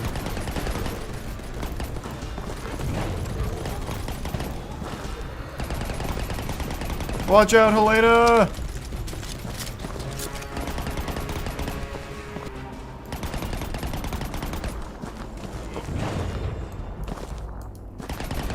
I think that's the last one.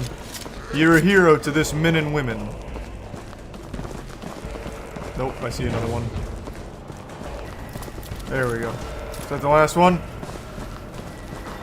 Oh, nope. There we go. You're a hero to this men and women. Yes, sir. Yes, sir.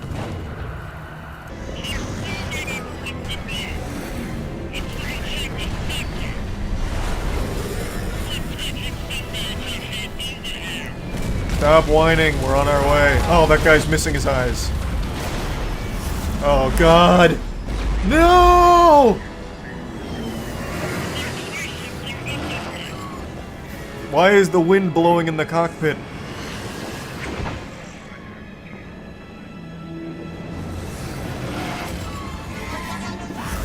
Oh, no, oh, we're losing everyone.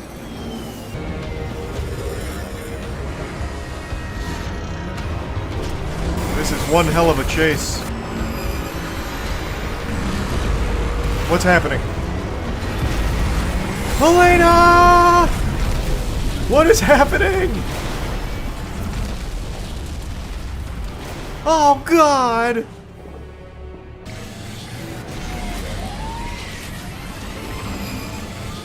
How much longer is this game?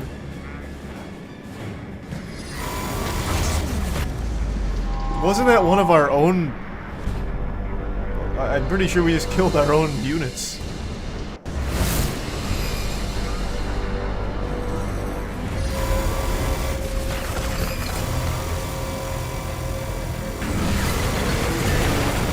We're getting him.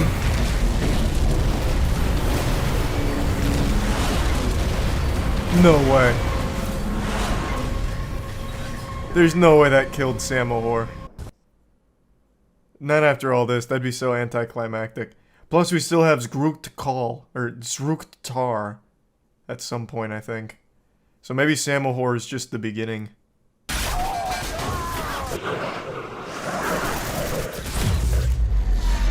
Whoa! That flexibility.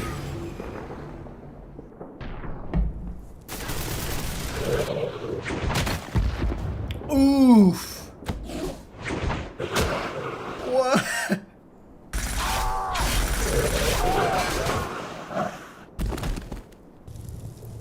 Nice.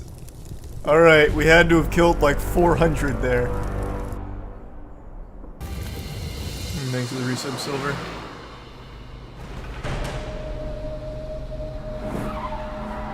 He's still... No! What the... Oh, all these innocent pedestrians. You can't outrun me. Why are there still people driving on this road with all this gunfire?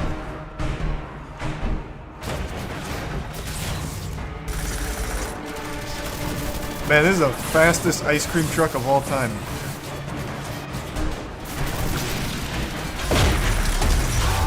No! At least he died knowing he was helping a good cause.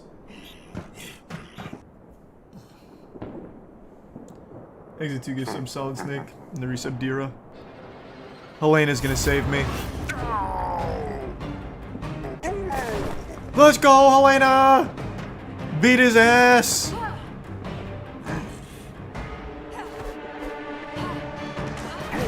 Whoa! Give him the knuckle sandwich. Okay. I'm here, Samo whore.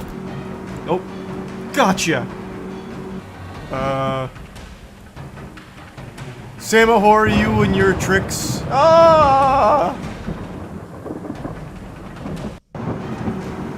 What do I do now? No! Damn you, Samo whore! Holy shit. I can make it! I fell straight through. Oh, yikes.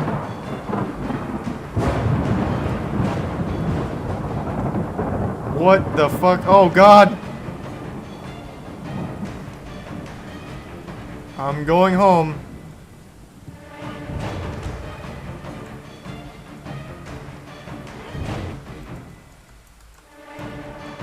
God damn it, Samahor wins again.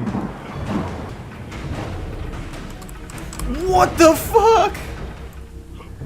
Run it back, just run it back, run it back. Holy shit, okay. We're in. It's Samahor! You bastard! No! I didn't even know he was actually hitting me. There's no fucking feedback when you get hit. God damn it! That's right.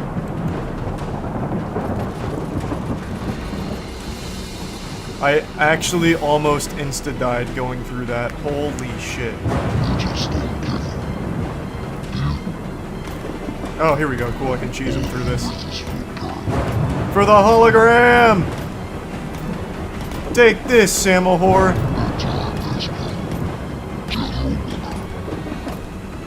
No, your time has come. There's no way I'm gonna run out of ammo before I kill this guy.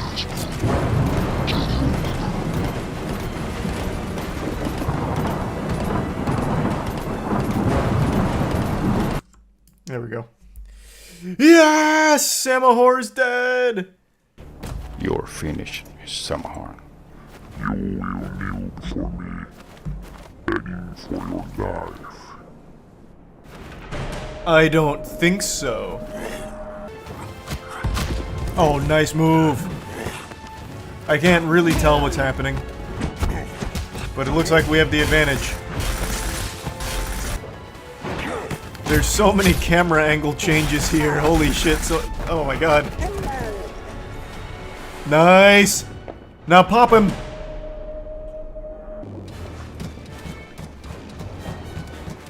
No. Did he kill himself?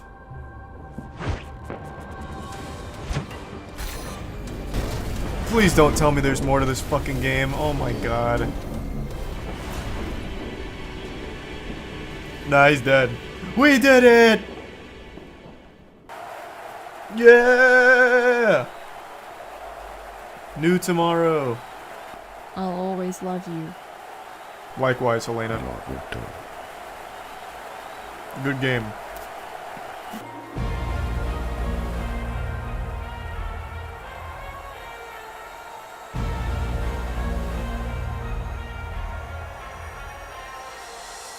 Also, what is the hologram? This was all for the glory of the hologram, but what is it? Where is it?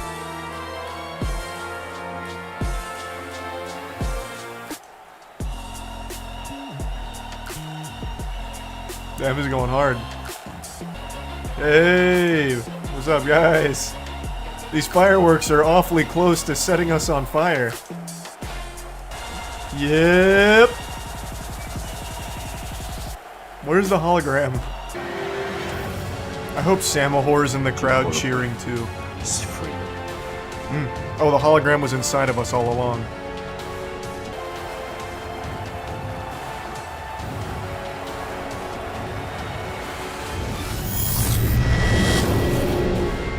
Yeah! Hologram! Alright. I don't know if that was his first game, but overall, a very impressive attempt. If the levels worked better, I feel like that would have been less painful to go through. The second level actually barely functions, so that needs to be patched. Also, this is a speedrun world record since I'm the first person to have played this. So, time. That was fun. I don't regret the $25 on that. I enjoyed that.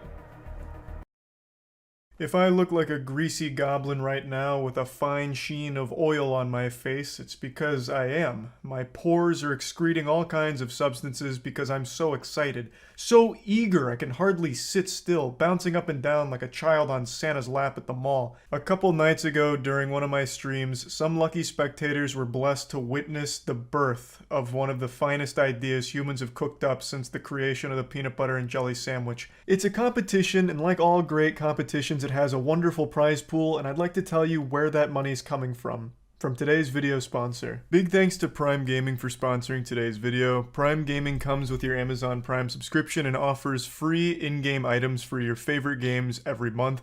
This month's game is one that I'm extremely excited about because it's World of Warships, so you can get an exclusive in-game drop for World of Warships through Prime Gaming. Some of you might remember I recently posted a video showcasing my dad's journey through World of Warships because he plays it every single night in his quest to become #1 in the game. So of course my dad was super pumped hearing about this, and so were we because it's a really great thing, and it's a really great game. The drop looks amazing and there's more coming, so make sure to sign up for Prime Gaming and you can get tons of benefits such as monthly in-game content, currency skins, and more for World of Warships and 30 plus other titles as well. And of course you also get that free sub you can use every month on your favorite Twitch streamer if you'd like. So make sure to sign up for Prime Gaming. You can click the link in the description below to get started. The idea is very simple. I've chosen an obscure game that I know none of you have ever heard of and have never played, and I'm hosting a $10,000 speedrun competition for whoever can finish this game the fastest in 2 weeks. So whoever has the fastest time at the end of 2 weeks will win $10,000, 10,000 clams, 10,000 popsicle sticks straight from my pocket. So get ready to crack your knuckles and put that gamer butt plug deep inside you. You're gonna be suckling on my ample breast full of coins like a little Mario block. Before I tell you what the game is, I want to go over just very basic rules, standard speedrun shit, nothing too wild and wacky here. No cheats, no third-party modifications, no altering of any files or anything like that. Any glitch or exploit that you find in the game is allowed. There isn't an active speedrunning community for this game. In fact, there's not an active community for it in general. I'm pretty sure I'm the only poor soul that's ever actually fucking played this thing. So you're not going to be finding a whole lot of information out there right now. It's just a clean slate for everyone. Everyone's on equal footing because none of you have played this before, but you are welcome to use any means necessary to beat this game in the quickest time possible. It just can't be any kind of modifications or third-party tools or anything like that. The game, the target for this speedrun competition, is one that I have a personal grudge against. It's called Amok Runner, or Amok Runner. I'm pretty sure to date I am still the only person to have ever finished this game. So right now, I'm currently the speedrun world record holder, but I'm not satisfied with that because I know it can be better. I want to push humans to their limit. I want us to evolve and grow. I want us to be spacefaring and fucking galaxy brain, be able to harness the power of the sun. And it all starts with beating my record in Amok Runner. Now, I'd like to quickly cosplay as my own harshest critic on Rotten Tomatoes for just a moment, because there's one thing that I'm not super thrilled about when it comes to this, and it's the game's price point. I chose this game because I really do believe there's potential for this to be a really fun and goofy speedrun game, but it is wildly overpriced. It is $9 on Steam right now, and that's with the 50% off from the Steam Winter Sale. Thank God for the sale, by the way. What a fucking hero. Because normally they're asking $18 for this game, and under no circumstances in no universe is this an $18 game. The quality is just not there for that. The game is about 2 hours long when played normally, and it's, you know, let's not smoke a penis here. Let's call it what it is. It's not the best game ever made. This isn't going to be winning any awards. Jeff Keighley's not going to be talking about it. It's just not an $18 game. So if anyone is interested in competing in this competition over the next couple weeks, I would highly recommend you get it while it's still on sale for half off, because after January 5th or whenever the sale ends, I just don't think anyone could justify spending $18 on here unless you're like Distortion 2, who's like a speedrunning god who's probably confident they could win in this category or something. But outside of that, I just don't think it's worth that much. So yeah, if you think you've got what it takes, pick up Amok Runner and give it a whirl, because I really do want to see what this game's capable as a speedrun game. Maybe nobody participates in this competition. I look like a fucking idiot and I win my own contest by just still being the only person that's ever played this game. So you can watch the whole stream on my second channel, Moist Charlie Clips, but the reason I have a grudge against this game, like on a personal level, isn't because it like fucked my girlfriend or anything. I didn't get cucked by it, at least not in the real world, but I did get cucked when I was trying to speedrun it. You see, I tried to find glitches and tricks in this game myself because I'm living in this delusional fantasy where Amok Runner has potential to be a great speedrun game. I just have this gut feeling that there's great glitches and tech that can push this game to a really enjoyable level. But unfortunately, I wasn't smart enough to find it. I did find a glitch that took me from the beginning of the game all the way to the very last section of the game in about 15 seconds. I found a really great glitch right off of spawn, which took me to the very last section of the game, but unfortunately I couldn't trigger the final cutscene, and it broke my heart. Now, maybe one of you can finish where I left off, finish my work, but I couldn't figure it out myself. If you can somehow crack the code to that holy grail there, this would be like a 15-second game. Like, you could go from the beginning to the end in about 15 seconds. The clip of me hypothesizing my route and finding the glitch is also on YouTube right there, if you want to try and build on that. But I'm not sure if anyone will get that to work, so you'll probably end up having to find other glitches and tricks in order to beat this game in the fastest time possible. And again, whoever has the fastest time at the end of 2 weeks will win $10,000 here. Now, to go over how to submit your runs, I'm putting 2 links in the video description. One of them's to a form to fill out for submitting your run, and the other is going to be an Excel spreadsheet where all of the runs are going to be posted, starting with the fastest run and then working its way down, so that way you can study the routes and collaboratively work together to discover the glitches and tricks and then master them to push the game to its limits and try and have the fastest time. Obviously, and this should go without saying, you need to have video evidence of your runs. They don't necessarily have to be streamed, though I would really prefer if you also had a Twitch VOD or a YouTube VOD as opposed to just a video, but I'm not going to require that they're all streamed, because I understand when it comes to speedrunning, a lot of people like to just focus and maybe just film it themselves instead of stream it. So just as long as there is video evidence and proof that it hasn't been like tampered with or anything like that, that's fine, but my preference is very clearly a stream VOD as well as like the clip or video of your best run. So all of that for submitting is in the description. I did, of course, make an application on speedrun.com to have Amok Runner on there, but surprisingly, they haven't got back to me yet, which is a shocker. With a name like Amok Runner, I thought they'd be chomping at the bit to have that bad boy posted on their platform, but radio silence right now. Hopefully I don't keep getting the cold shoulder.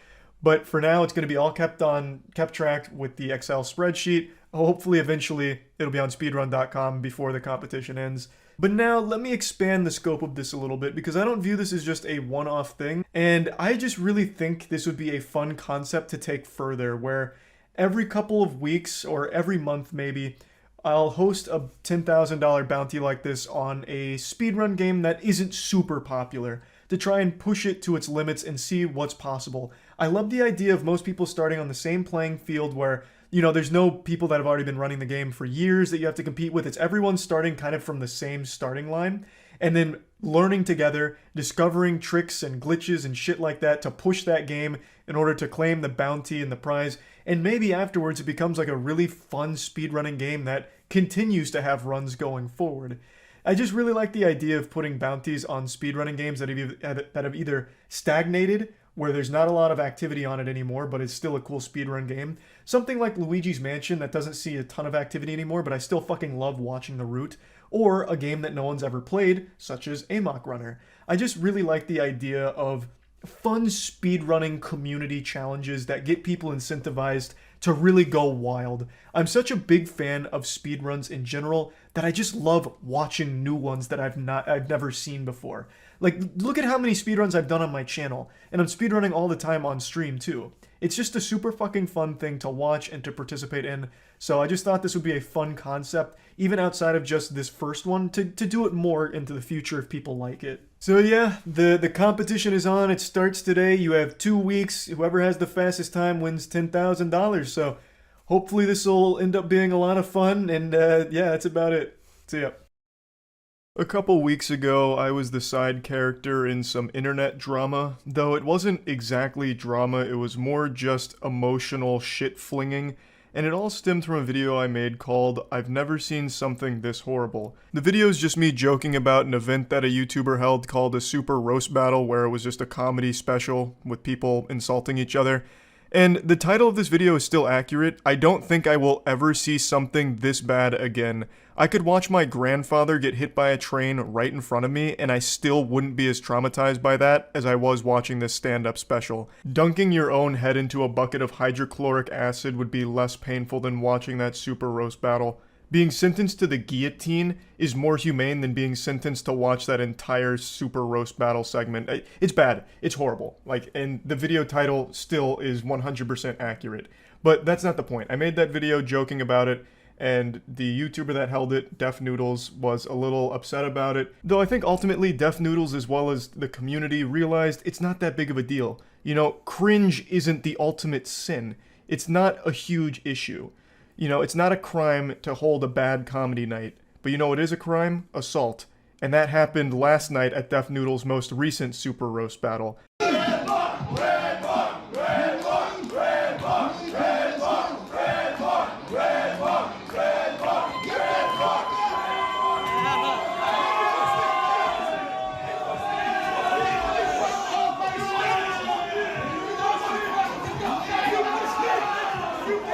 At first I thought this was staged, because it looks like something straight out of the WWE. I was half expecting Stone Cold Steve Austin to come out with a beer and a chair and hit Def Noodles in the back with it. But it wasn't. This is as raw as it gets. Def Noodles truly did blast through the door like the Kool-Aid Man and shoved this guy into the crowd. Now I don't know who the guy is on stage, and I also don't know what they're chanting. It's like a fucking Yanny and Laurel situation here. I really hear a bunch of different things. At first, I thought they were chanting ringworm, and I started connecting dots and doing some mental gymnastics to figure out how the fuck that made sense. So I thought he was up there accusing Def Noodles of having a ringworm, and everyone started chanting ringworm. But then I started like really trying to digest it like a fucking audio engineer trying to get into the weeds of it, and then I kept hearing rebar. And then that didn't make any sense to me either, because what, are they all fans of like construction? Why would they be chanting about rebar? So I then turned to the comment section to figure out if anyone knew what they were saying. And it turns out he was chanting Red Bar, which is apparently a show that makes fun of Def Noodles sometime. So he was getting the crowd to turn against Def Noodles by chanting Red Bar, I think. That's the leading theory here, but I'm not 100% sure because I can't quite tell what he was saying. Also, this was filmed on a phone, but the whole event was live streamed yet again, and on the live stream, this whole section was muted. So that's of absolutely no value right now, but it does give us a really cool cinematic angle for the push.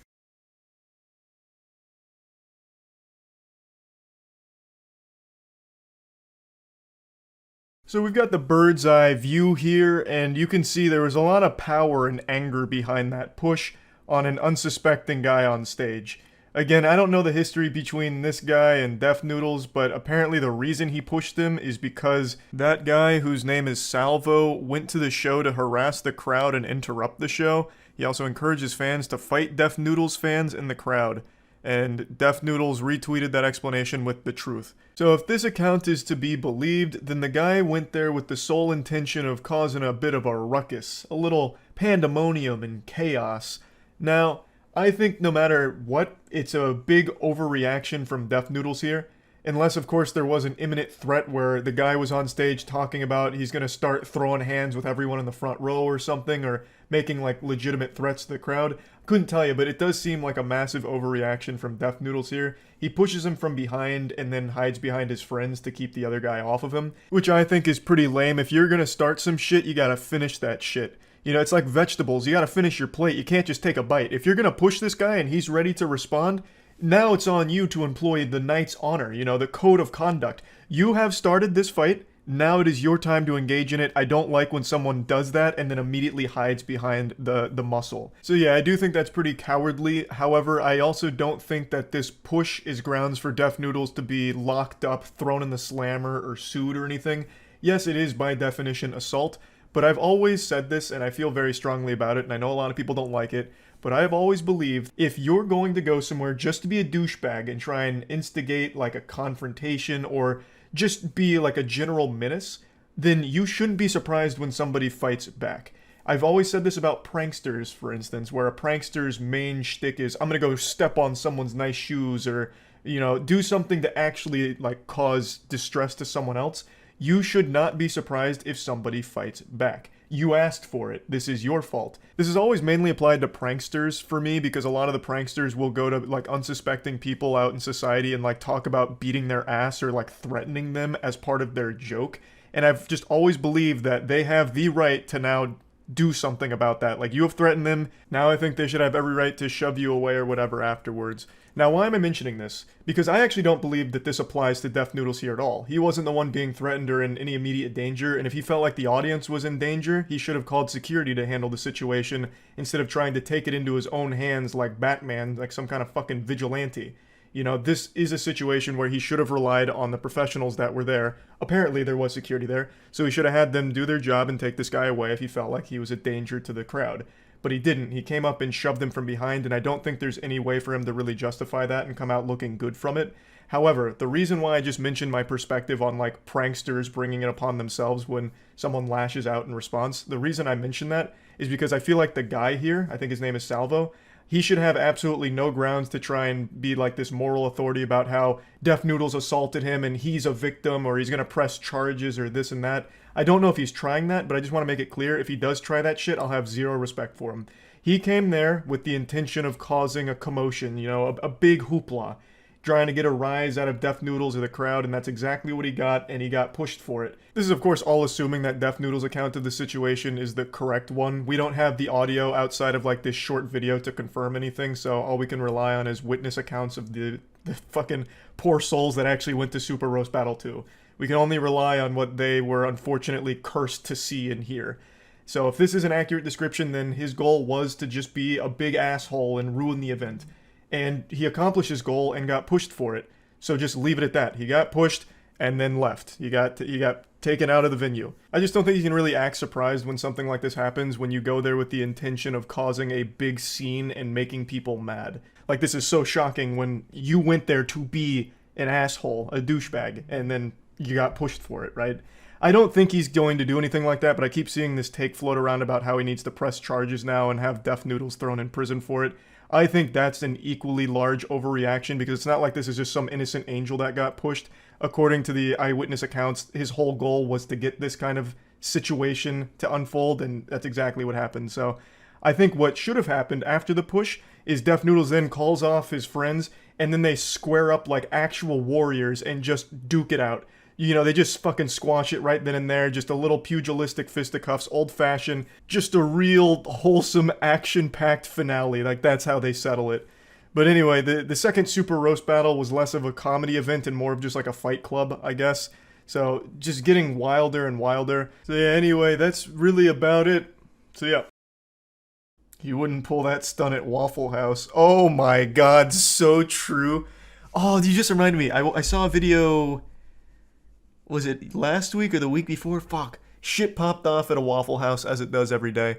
But they fought by throwing every single pot and pan they had behind the counter at each other.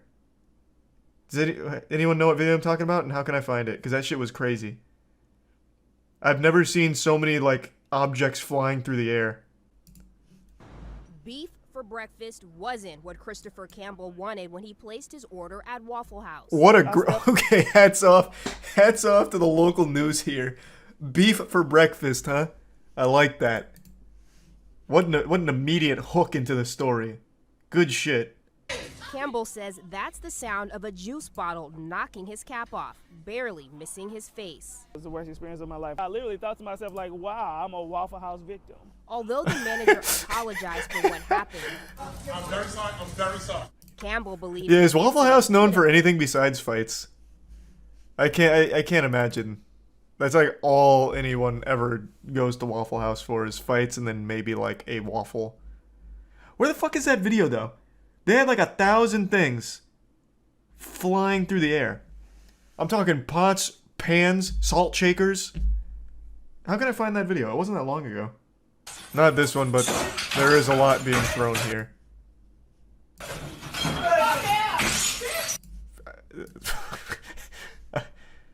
This isn't the one I was thinking of, but there is a lot of glass being thrown here.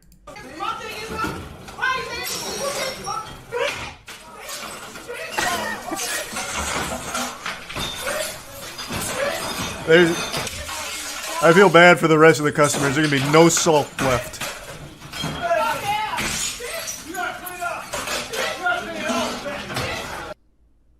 Damn.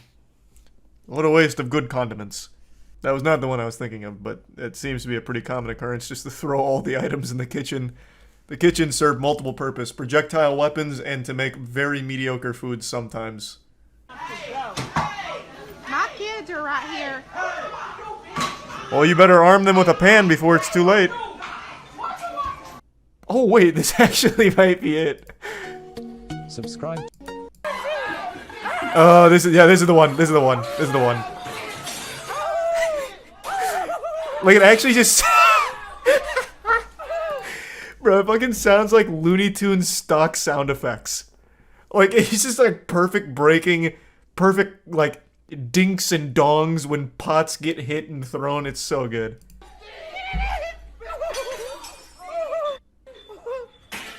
Oh, that wasn't even a spirited toss. Oh god, watch out! No, come back! You haven't finished your waffle.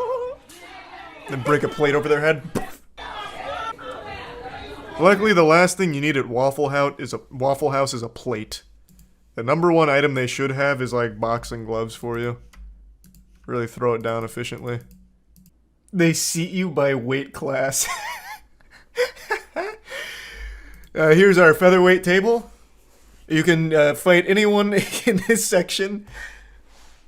But if you cross over here, you're getting 5 plates thrown at you.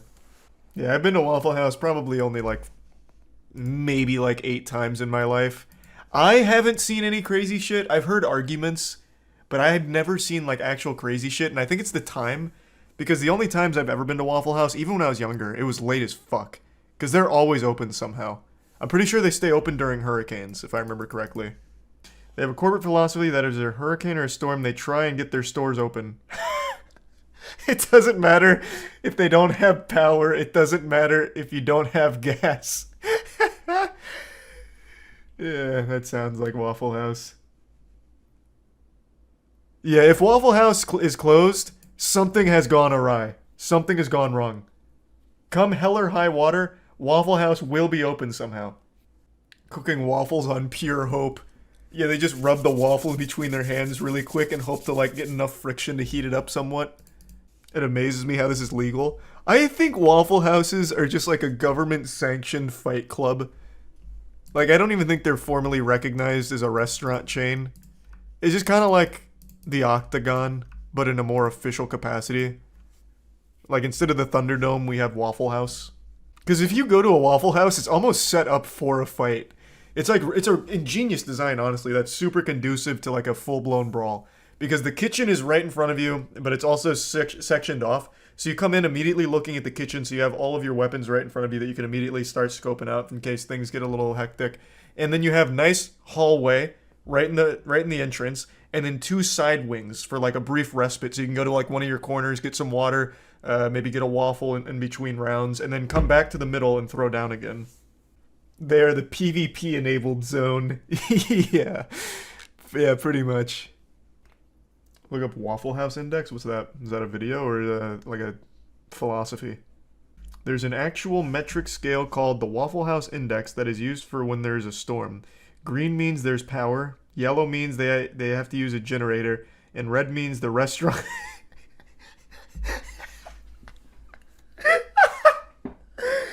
And red means the restaurant is completely destroyed. And red means the restaurant is completely destroyed and cannot be opened. So the only time a Waffle House won't be opened is if it is completely fucking crumbled to the ground and covered in debris and ash. It just fucking buried. I have to see that.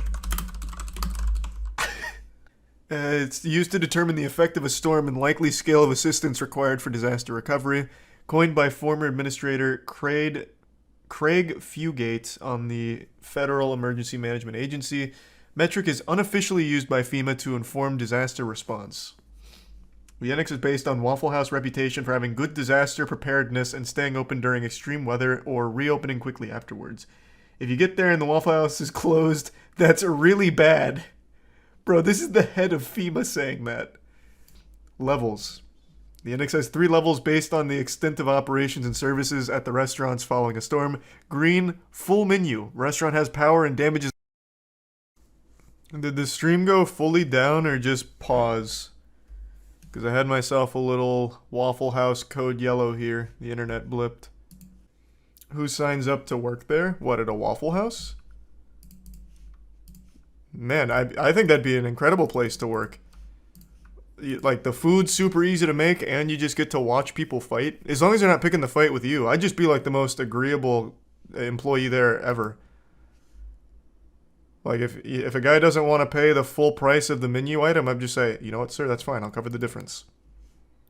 Like, as long as he's not picking the fight with me, I think that'd be a really fun place to work. Just let them, like, fight outside of our zone, and we just watch. You have to clean it up. Well, yeah, I'd probably just quit. After the first fight involving broken plates and shit, I'd probably just quit on the spot and then just go work at a different Waffle House. Just bounce around. Scroll up to the first image. It's an example of code red. Where? This? Oh, this was a Waffle House? Oh, no. Oh, that is indeed a code red. Damn. Fuck. I'm surprised they didn't try opening with just these 4 seats. Oh, I didn't realize what this was. I thought this was like a Waffle House under construction. It's a fallen soldier, I see. But the only reason why, like, there were more plates thrown at Denny's during their brawl than at Waffle House is because Waffle House doesn't have that many items. I'm pretty sure once a plate gets thrown at a customer, it never gets replaced. You know, it's not like, you know, when you cut down a tree, you plant 2 more in its place. When you break a plate as the Waffle House employee during a fight, you don't get a new one. They don't replace it. So eventually they just bleed out there. No more plates. I've said this many times on stream, but that's cowardly because I know not everyone that watches my content watches my streams, and it's a controversial take of mine that I've shied away from on publicizing on the main channel here until right now. Get ready to huff some smelling salts and stretch out your fingers because you're about to be working overtime with a comment getting upset at me for this take. I think the majority of anime has the worst dog shit, trash, irredeemably horrible, laughably awful endings.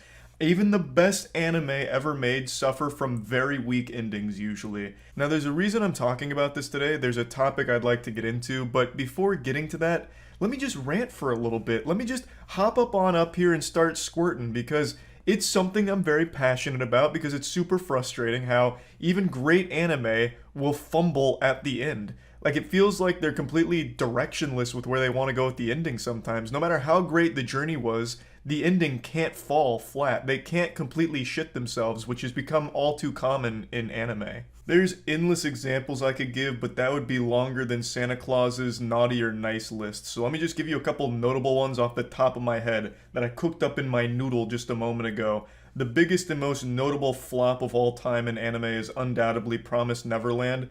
Promised Neverland had an absolute masterpiece of a season 1 that was well liked by pretty much everyone, even non-anime fans. But then season 2 rolled around and it wiped its ass with all of that. Season 2 completely cut out everything that ever existed in the manga in order to wrap it all up in a series of episodes that just kind of happen out of nowhere with no explanation and no real reasoning. And then it concludes with I think it was a 10-minute slideshow where all of the problems are solved instantly, and they show you with just still images that they must have lifted off of fan art from DeviantArt. It is so awful. That is by far the worst ending ever, but there's so many others that I could poop onto the plate for you to serve up. But before I do that, I want to talk about today's sponsor, Opera GX. Big thanks to Opera GX for sponsoring today's video. They're the best browser in the business. If you're using anything that's not Opera, you're doing yourself a huge disservice. I still remember the first time I switched from Chrome to Opera. It was like actually opening my eyes for the first time. It doesn't hog all of your computer's resources, which is fantastic. It's also fully customizable, so you can truly make it your own. They even have like animated backgrounds. And it also has extensions that you're used to. You can even import your settings from whatever your current browser is into Opera GX and just have it be a seamless transition into the better browser, which is Opera GX. And it just has so many features that are just extremely useful. Like you can have your messengers on the side, so that way you have everything nice, convenient, right in one place. And it just has things that I really enjoy, such as like forced dark mode on everything, so you're not just like blinded with a flashbang going to a new site. You can just force everything into dark mode. It's just a fantastic browser, so I highly recommend it. You can click the link in the description below to get started with downloading Opera GX. And now back to that super stinky entree that you ordered, Platinum End. More like Shatinum End, because they really shit out something abhorrent here. Platinum End is a show that has an ending that is so laughably horrible that it truly felt like the creator was teabagging my face just by having me watch it.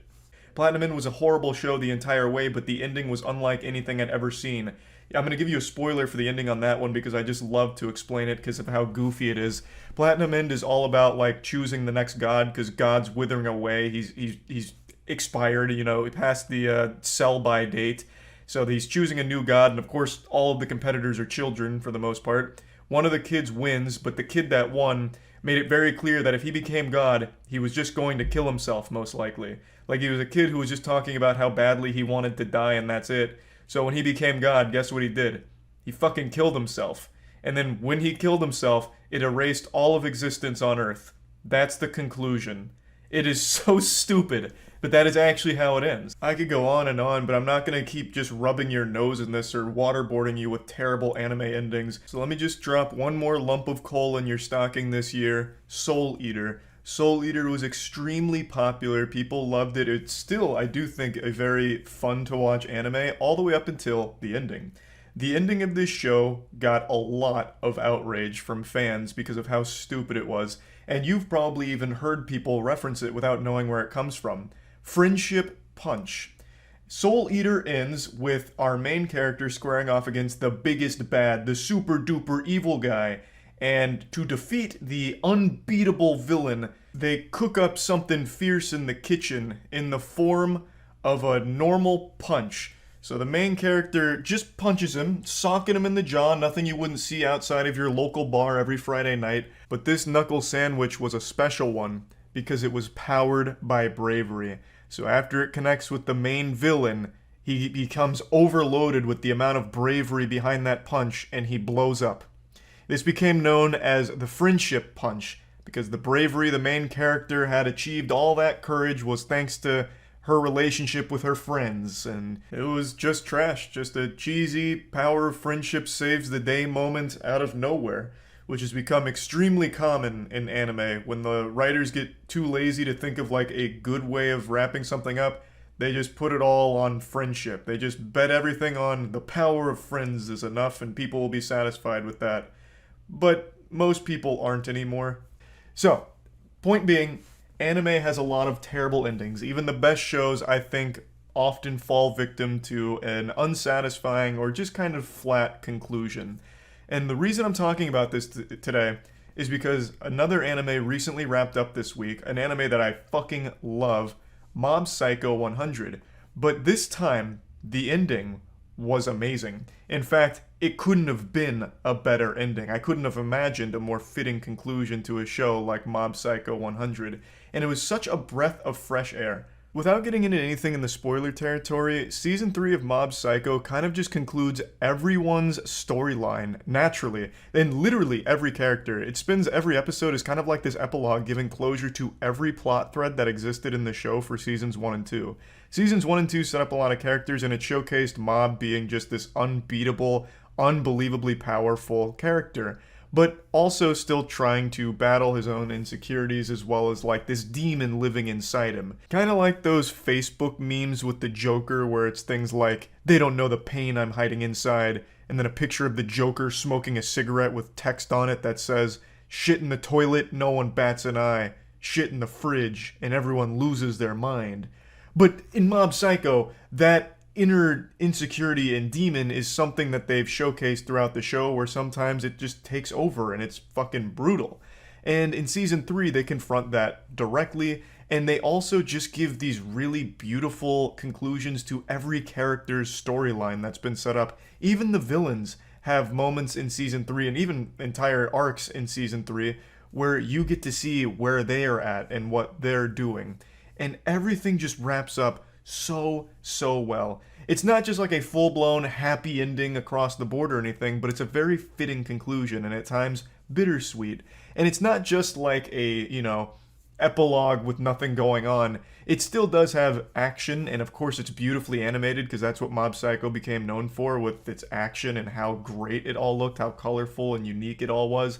It's still present here in Season 3. There are fights, and they are great, but the focus is much more on, like, at times, slice of life, which I'm not a fan of, but I did enjoy it in Season 3, and just giving a really great narrative, like, wrap-up to everything. And it did it wonderfully. It was a perfect balance of great, flashy, fun fights, and very fitting, fun storyline being concluded, and by the end of it, you can't help but smile. Like, Mob Psycho isn't the longest-running anime by a long shot. It's wrapped itself up in only 3 seasons, and I know the manga also wrapped up, and this apparently followed it pretty closely, so maybe the formula for success when it comes to concluding your anime is to not overstay its welcome, don't draw it out and pad the time and lose direction of where you want things to end. I really think that this, like, bite-sized chunk of Mob Psycho is perfect. Like, everything it aimed to do, it accomplished, and it wraps itself up really well. I don't even know what I would have expected for a Mob Psycho ending. I didn't know this was the last season until it ended, and it made perfect sense. But going into Season 3, I just expected, Mob's going to be battling an even greater threat this time around, and it's going to be even more powerful. And that's not what it was at all. It was all about him as a character and where he's going to end up, and everything that he's learned about himself from this journey we've been on with him. I don't know. It was just great overall. Like, I'm glad that they didn't draw it out, because they easily could have. They could have just kept introducing more and more psychic threats and just keep amping up the insanity of it, because it's a very popular show, but they didn't. They wrapped it up right where the manga wraps itself up, I suppose, and I appreciate it. It did a great job. It had a great ending, and in a sea of dog shit conclusions in the space, I'm glad this one stands out as one of the better ones. I also do think the space does have banger endings. I don't want to make it just seem like I hate all anime endings, because my favorite anime, Code Geass, I still think has the best ending to any show ever made. Not just anime. I actually think Code Geass's ending is just the strongest I've ever seen in a TV show, period. It's just, generally speaking, most anime don't have great endings, usually. Like, it really feels like it's mainly misses as opposed to hits. But I'm glad Mob Psycho hit. And that's mainly what I wanted to talk about, is how refreshing it was to get a good conclusion to a very popular anime. Because it's been a while since I've seen a popular anime wrap up in a great way. So I'm glad that that happened, and I just wanted to talk about it a little bit, because I've talked about it on stream before, about how often disappointing anime endings are. So now that there's a good one, Why not just open up this wound here and pour some salt on it, talk about the good, talk about the bad, and yeah, that's about it. So yeah. Car chase on ABC. I can't watch car chases live. Potential TOS with people getting hurt. Everyone else does it. Yeah, and Hassan just got banned for doing what everyone else did with watching a Ye interview, so I'm not taking any chances. I love police chases, but I'm not watching one live. I'll watch a police chase after the fact. It's the same commentator from the last chase too. Oh my god, that's so fucking hype. Holy shit. I have a theory.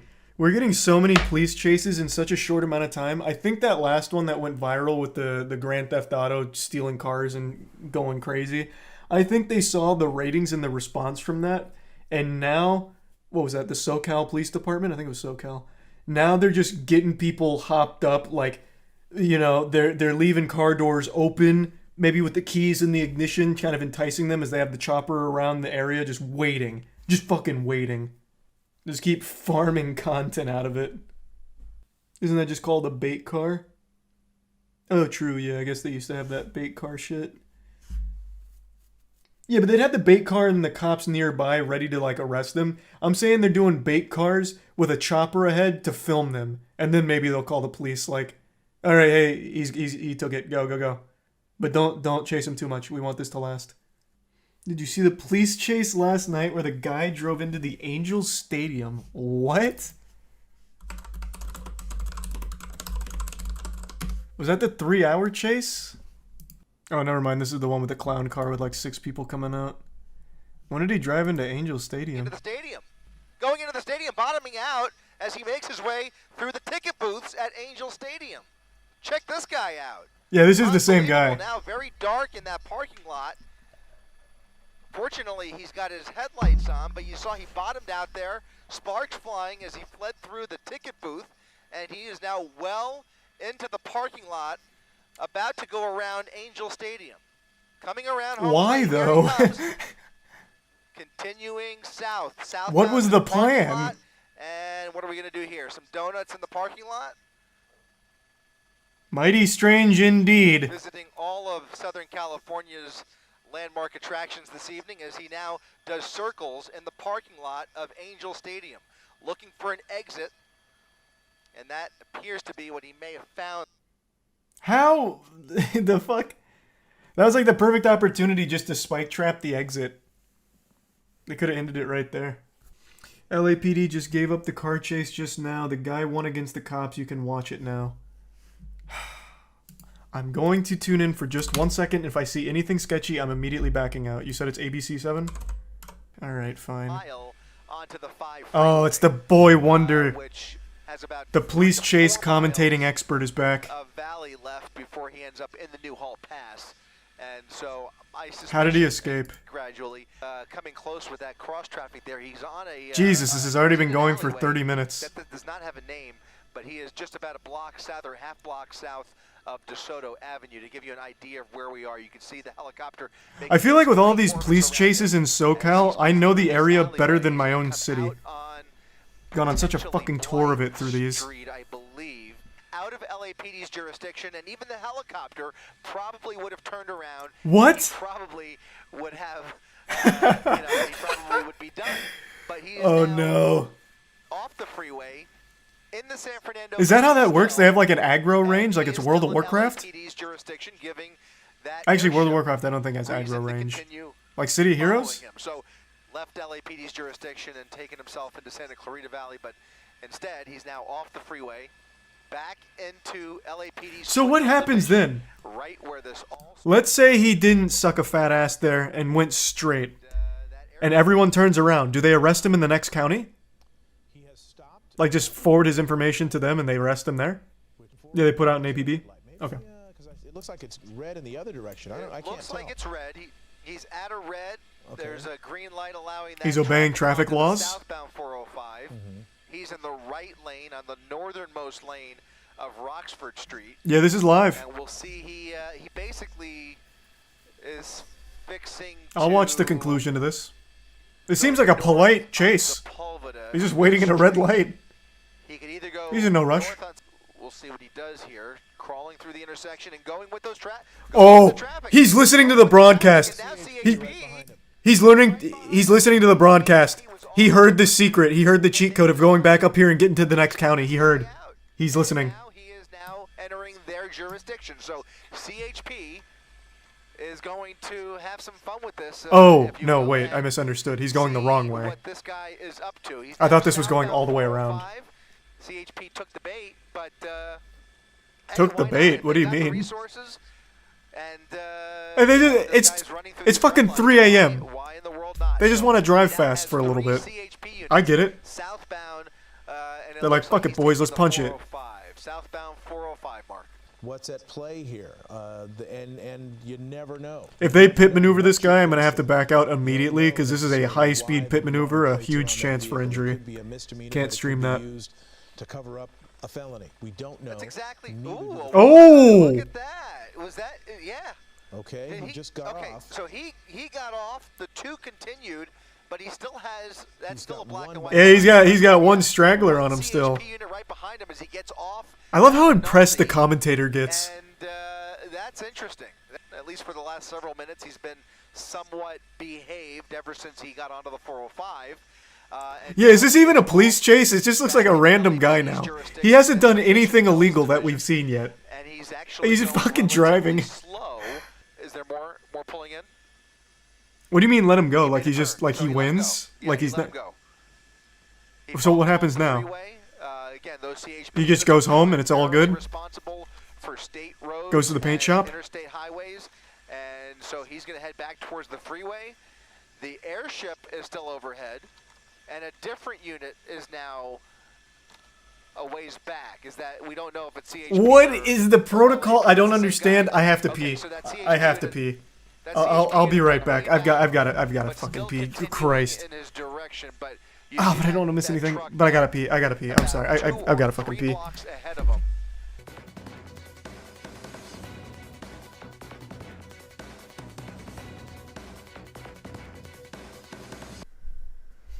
Alright, I'm back. Wait, what? What just happened? Did he deploy an EMP? What's going on?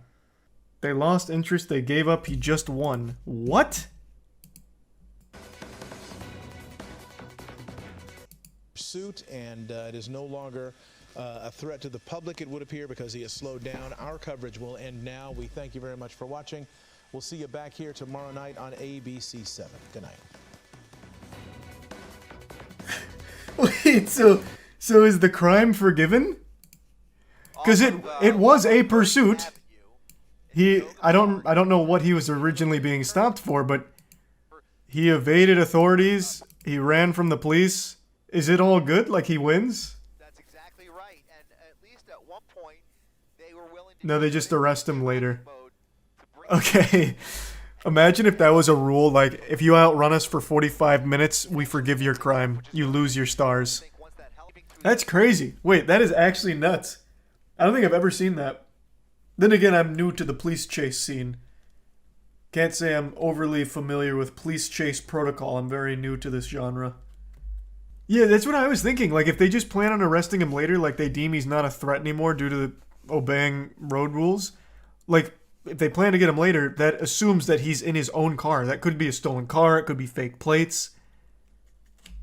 That seems like an interesting protocol. You always get the most severe injuries when you least expect it. I was playing wiffle ball. I was in a wiffle ball tournament for school when I was a freshman in high school. And I was going to first base, just, you know, I'm a fucking 14-year-old kid just going to first base in a school wiffle ball tournament. And one of the kids' dads fucking squares up on first base, plants on it, and blasts me. Like you would have thought he was in the World Series stopping the last runner from the plate. He just fucking knocks me down as hard as he fucking could. And this is a big guy. This guy was like 260. And I broke my wrist on impact. I was so pissed. Like, Jesus Christ, man, it's wiffle ball. It's like that scene out of It's Always Sunny when they just beat up kids. Except this guy absolutely annihilated me. You must have disrespected his son. I don't know what I did, but man, did he defend first base with his life. No, I ran very, I had a good stride. I was fast. I was approaching first base and slowing down, and bang! I get hit with a fucking cannon. Did he say sorry? I don't know. That I don't remember. All I remember is trying to pretend it didn't hurt. So I didn't cry or anything. I was like, it's not a big deal. I tried real hard, and I legitimately didn't cry. I held that shit in. I was like, it's definitely broken, and I'd really like to go to the hospital. It wasn't compound fractured, but you could still see one of the bones trying to get through the skin. And I was like, it's not, no, it really doesn't hurt. I just know this is going to be a problem if I don't get it taken care of. So let's do something about it. I don't remember what his dad said or anything. I like to imagine he apologized, but knowing the way he defended first base, he probably went over and spit on me and said, Doyle rules. He teabagged you? Yeah, he walked up and teabagged me, and he said, are you sorry? Do you regret running so ferociously? I don't recall running ferociously. I was just running like normal jogging speed, and then I ran into the brick wall. That man was not to be trifled with on that day. He stood strong. I did not pass. That's probably like the biggest injury I've taken. Like actual injury. You run like an old man? Bro, I didn't used to. I used to be fast. I used to be fast as shit. When I was fat, I was so fast. The second I lost weight, I lost all coordination. I don't know what happened. Show pics. My parents have them. I'll ask for them at some point. I brought one or two up on stream. I know that at some point. Oh, actually, Caleb even... Hold on Caleb's Twitter, I think he posted a yearbook picture from when I was in middle school. Because my parents brought all that to the warehouse. Let me see. I can pull that up. This was 2008. This was not me at my heaviest, but here's 2008. Honestly, this yearbook quote goes so hard too, by the way. Ask not what your country can do for you. Ask what you can do for your country. Fucking patriotic. Jesus Christ. And then in 10 years, I was close. Graduating from USF, living in Tampa or LA, 6'1", a musician or sports player. Like, come on. I was a prophet. I was so close to 6'1". I still might get there too. We don't know. I'm still growing. The quote was just, they made you do a quote. I still remember why I chose this. They made you do a quote, so I just typed in famous quotes. That's all. I wasn't actually like a big JFK enthusiast, so much so that I wanted to include his quotes in my yearbook or anything, or live my life by his mantra. It was just one of the first quotes that came up. Did you go to USF? No. I didn't go to USF. I do live in Tampa. I didn't get to be 6'1". I do music. So I was right on two of the things I saw myself doing in the future. And my family has always been supportive. Why did you see yourself living in LA? I thought I'd have to move there when I was a professional sports player.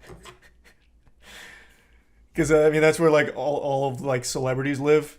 So, like, when sports players aren't, like, competing, they're, like, out in LA doing shit. So I was like, damn, I guess I'll have to move out there. I don't know why.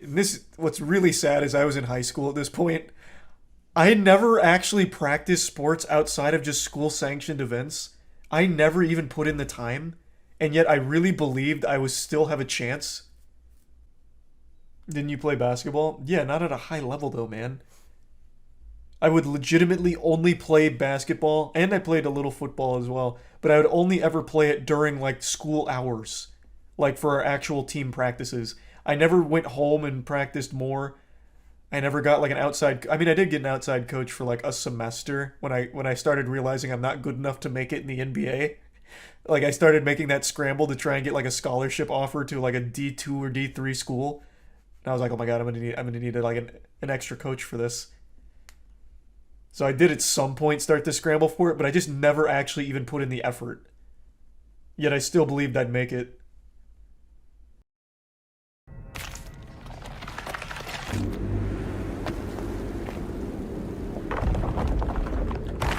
What's the name of the artist that this is inspired by? Geiger, I think, right? The guy who invented the xenomorph? The alien. H.R. Geiger. Nice, yeah. It's such a cool style. This actually looks like the ship on Prometheus. Or from Prometheus. Is Bernito. Sensitivity looks weird. You guys can see that on stream too? Yeah. The sensitivity is super weird. I don't know what... It might be like mouse acceleration or something, but yeah. That is a little odd. Oh. I need the power glove, right? From all the trailers. I am not turning the lights off. It's not a horror game. I don't like turning the lights off. It ends up just hurting my eyes, but I suck it up for horror games because chat wants it. But this is not horror. It's just an atmospheric game.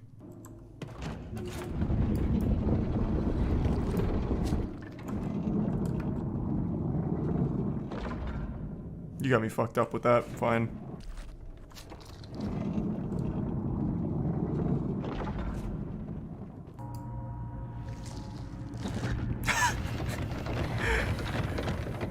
I love that shit. You just put your little fingies into the fleshlight holes here. That's great. I love that kind of design, man. Now, one thing that I am very aware of is that the gameplay in this is probably going to be fucking terrible. All of the gunplay from the trailers looked awful, unfortunately. Move it up. God damn it. Easy.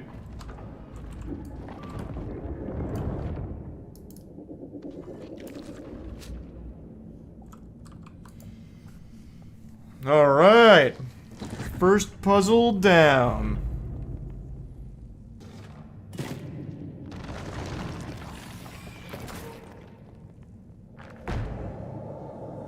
All that work for that.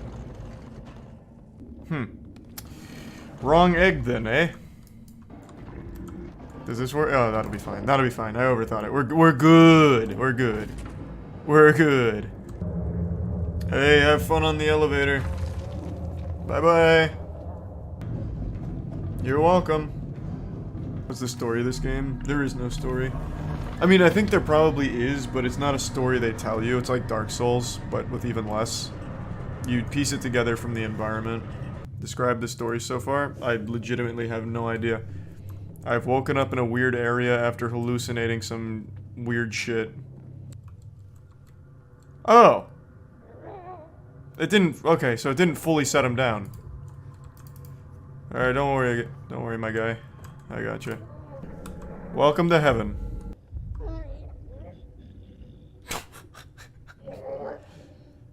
Alright, can you stop whining, please? Christ. How does this help me? What good is this to me? What secrets do you know? What if I tickle your little feet?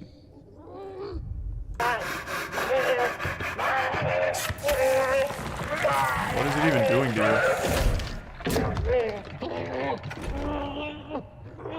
Oh, it upgraded him. Huge. Hey, no need to say thank you. Yep. Gently set him down now.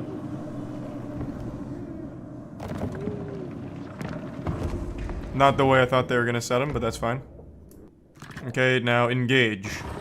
Oh, I see. Like a pizza cutter.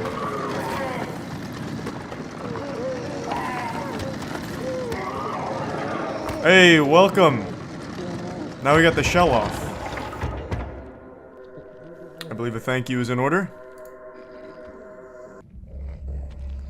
Man, you are being so fucking dramatic about this, bro. Jesus Christ, just get up.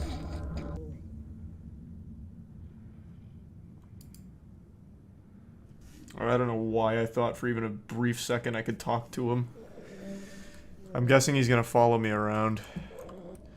Alright, he'll catch up, I have no doubt about that. He's capable. Come on. Holy shit, speedruns for this game are gonna be awful with this guy. Okay, hop on the other machine, please. Okay, I'll hop on this one, you hop on that one then.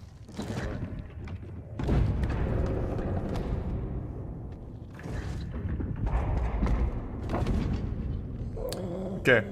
You hop on this one, I'll hop on that one.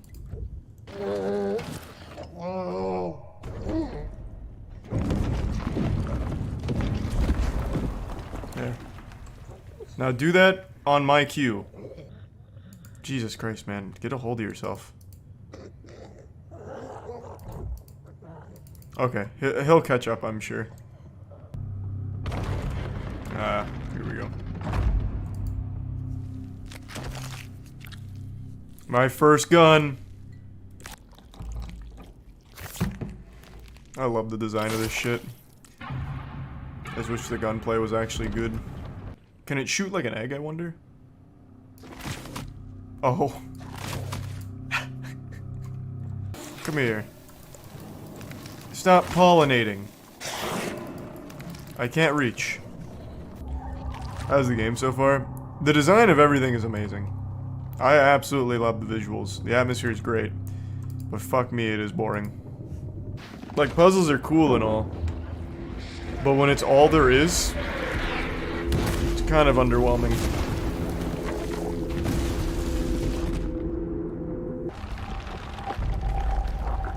Let's go! The waves will carry us away! You did predict that. Great atmosphere and visuals, garbage gameplay. Yeah, I just didn't know it was going to be all puzzle gameplay. No! What's up, Groot? Oh, jeepers. Yeah, I'm gonna get out of bounds for you, man. Check this out. I already feel like I can walk out of bounds if I catch a good angle here.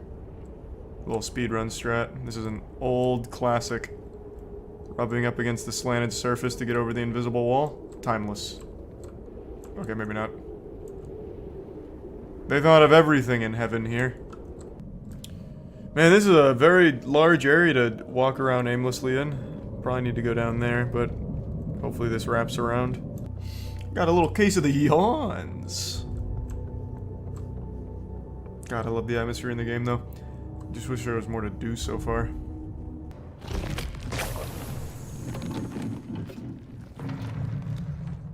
Okay. Nice and easy. Oh, and so I thought. Oh, jeez. Someone get this repulsive cat away from me.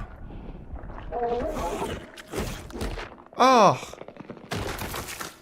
Hey.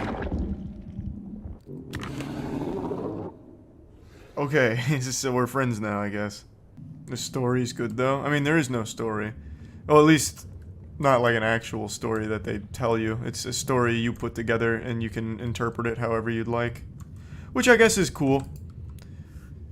Come up with my own fan theory. This place is actually heaven. And we're just toying with the angels.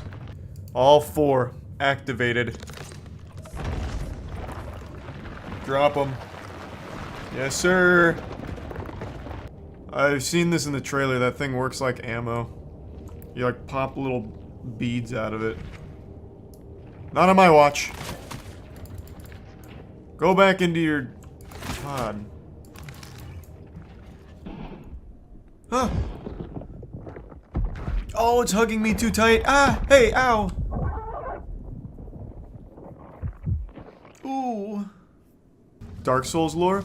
No, it's super different. I've already seen that. Here, let me defend my take real quick. I've already seen that tossed back and forth. Dark Souls, they do give you bits and pieces of narrative, and like you'll pick things up or you'll talk to NPCs and they tell you exposition. This is nothing. This, they give you a setting, and you can fill in the blanks on what is happening and why. So it's different. It's not the same. Get back, foul beast. Okay, hold on. Hiya! There we are. That'll teach you.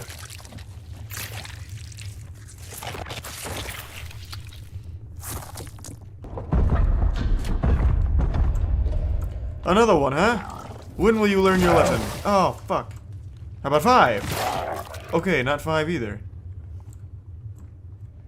Hiya! Oh. Maybe backtrack. Another one, huh? When will you learn your lesson? Oh, it's like a baby one. Oh, you son of a bitch. A little chicken. Beat the shit out of you. Oh, another one. How about another? One more for your sister. Oh, I'm out of ammo. You know what? With gameplay like that, let's just stick with the puzzles, honestly. That is fucking tedious. This game needs, like, some kind of dodging mechanic or something. Otherwise, it's just a waste to fight. Like, in a tight corridor, you won't be able to dodge. Just run by them. Fuck, don't do it, don't do it, don't do it. God damn it. Really? Oh, no, no, no. Okay, let's see where the autosave is. If it's far back, I'm gonna have a freak out. I'm gonna melt down.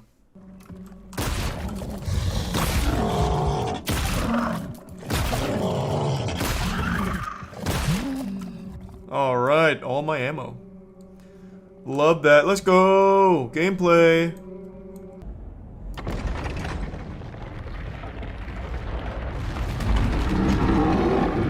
Yeah! Get pranked!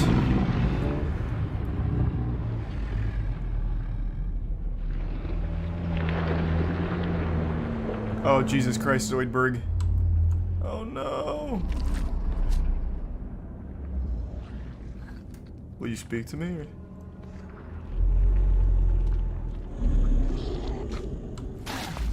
Why? What even hit me? Was that you? What is hitting me? Oh my god, it's the little chicken. No, no, no, no, god, not like this. You son of a bitch. Why? Oh my god, out of ammo.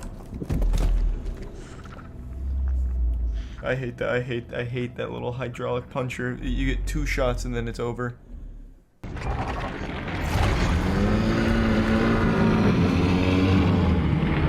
I don't even know why I'm killing this guy. He's not doing anything wrong. He's actually just existing.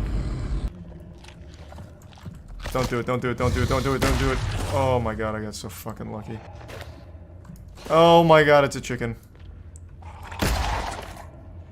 Get fucked, big goofy guy. Here it comes. Woo!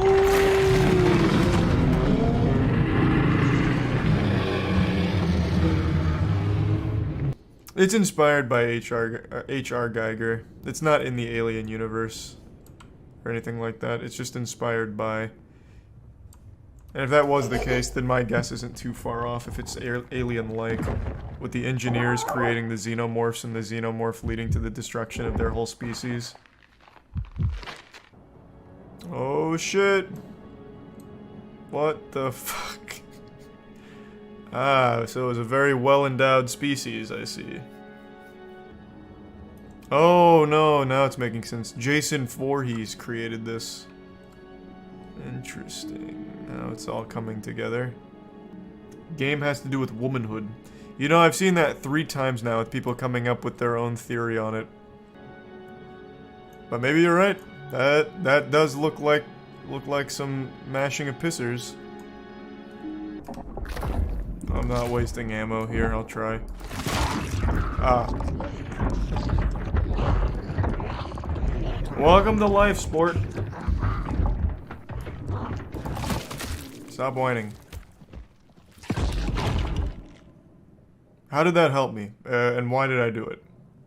Oh, is this an upgrade?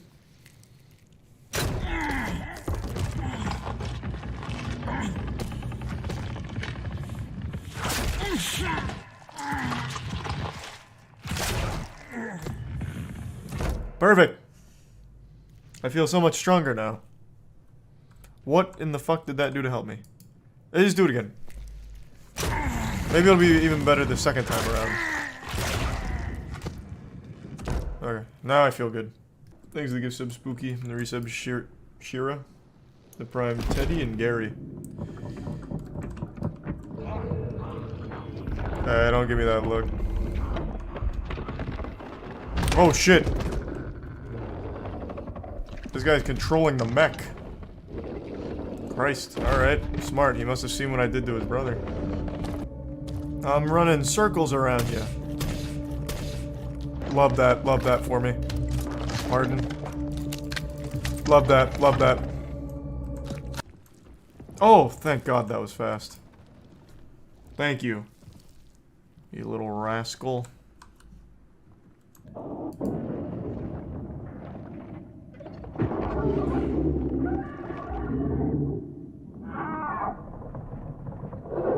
Does this look right?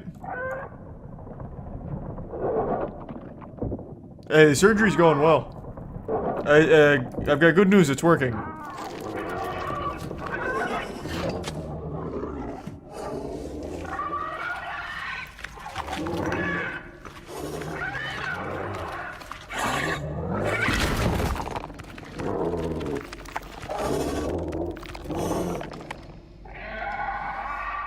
Alright. Okay, looking good. Okay, thank you, yes. When does this feel better? It's the metaverse? Oh, I've been impregnated.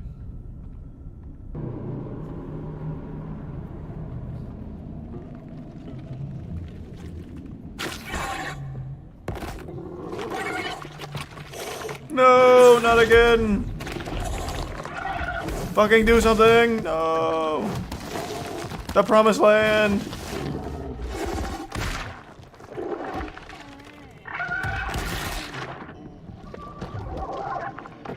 You're just gonna let this happen?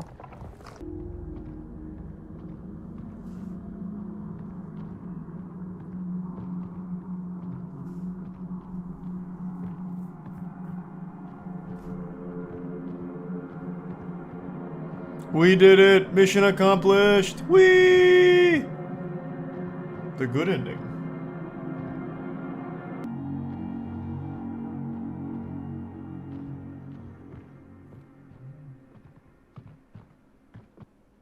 Well, that was interesting.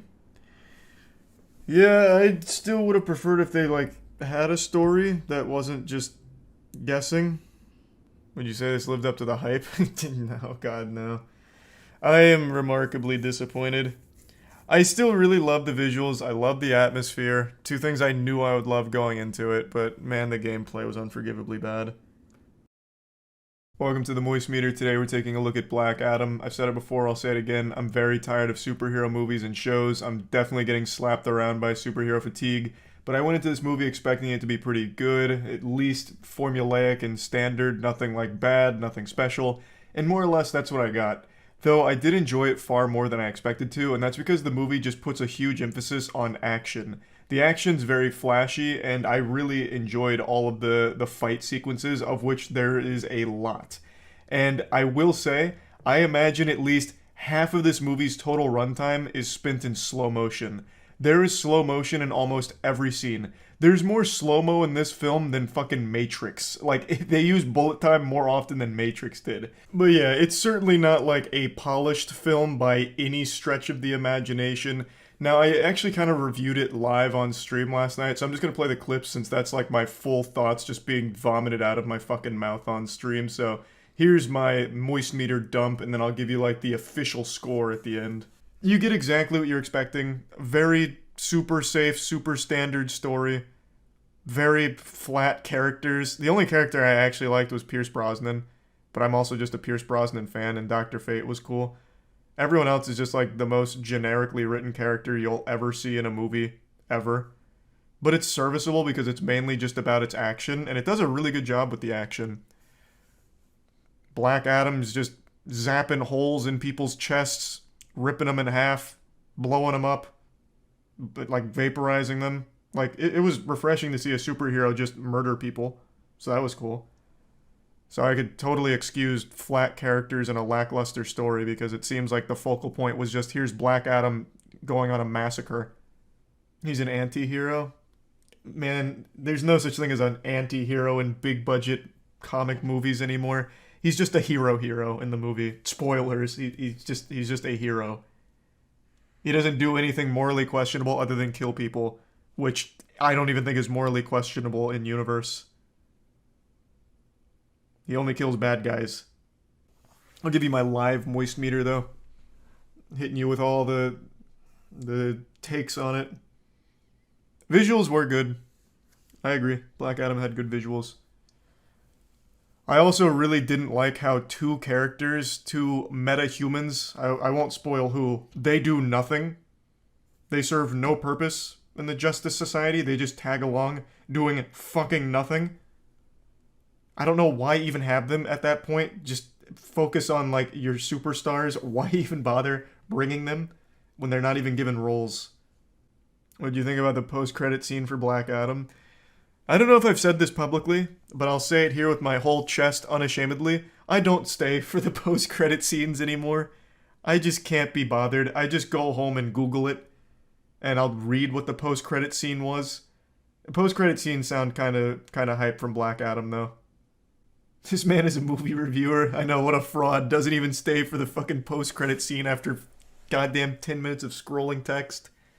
I just look it up. Like, it's so much easier. I leave the theater, go in the car, I look it up, I read what it was because it's only like a 2-minute blurb in the post-credit scenes ever. So I just get the 4 sentences of what the post-credit scene was and I'm like, yep, let's go. Oh, one other thing I want to point out about Black Adam that I think is rough, but it's not important because, again, the story and the characters aren't important. The main lead actress, I got the impression she didn't give a fuck about her son at all. Like, throughout the whole film, like, she says, like, oh, we have to save my son. But I never felt it. It always just felt like they couldn't give a fuck less. She's like, but my son's got I don't know about spoilers. My son's got an important item. We have to save him. They're like, we'll save him. Okay, good. Just whenever it's convenient, honestly. Just really, don't worry about it. But sooner would be better. But again, it's fine. I'm sure it'll be fine.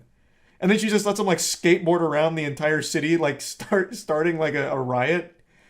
I don't know, it just felt like there was never any real stakes. Obviously, well, again, I guess this is spoilers. It's so fucking hard to talk about movies like this without spoilers. Because most of my complaints are about some of the dumb shit. But it is spoiler territories. It doesn't matter, though, because, again, the focal point is on Black Adam just killing people, which is, it's well done. It's cool. This isn't a spoiler.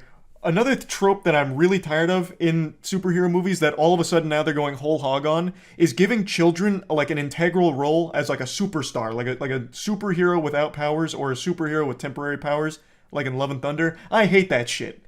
Like, I get that the main demographic is kids, but god damn it, I'm 28 years old. The last thing I want to see is some snot-nosed, milk-drinking little nerd going around defeating demons. Like, I don't like that. It makes me, it just irks me. Just show me the cool stuff. The grisly characters getting after it. I want to see, like, the daycare get out and go blast skeletons. You're just jealous? I would have loved it as a kid, 100%. Now, like, I get it. Again, the main demographic I know is kids. And I know if I was a kid, I would be eating that shit up. But as an adult who's mad about everything, that is just one of my big pet peeves. I don't mind if the kid has, like, a big role or something important to the story, but stop giving him, like, the power of friendship to beat demons out of nowhere. Not that I'm saying it happens in Black Adam, but there may or may not be some ordinary people with no powers that start killing some demons with pipes and golf clubs. Maybe it's in there. Overall, I really did enjoy the movie. It's nothing special, but it is just a really fun action film. So, plugging Black Adam into the moist meter, I'm going to give it a 70%. I think the character could also be really cool in the universe. This is definitely one of DC's better movies, I would say. So, I'm excited to see where Black Adam goes from here. Hopefully, he'll continue to murder people. Hopefully, that whole, no killing rule doesn't apply to Black Adam anytime soon. Because right now, he's pretty badass. So yeah, that's about it. See ya. I love goofy, outrageous commercials more than Garfield loves lasagna. I always just get a huge smile on my face when I watch a terrible marketing campaign be put on display, only for it to fall flat on its face and everyone laughs at it. And we're lucky today because we've got one of the silliest I've seen in a while, and it's for the luxury car brand Lamborghini. You'd have to travel to another solar system to find someone that hasn't heard of a Lamborghini before. It's a car brand with a ton of prestige behind it, and they recently released a new ad campaign, and my god, it is some S-tier dog shit. They went plus ultra on the cringe.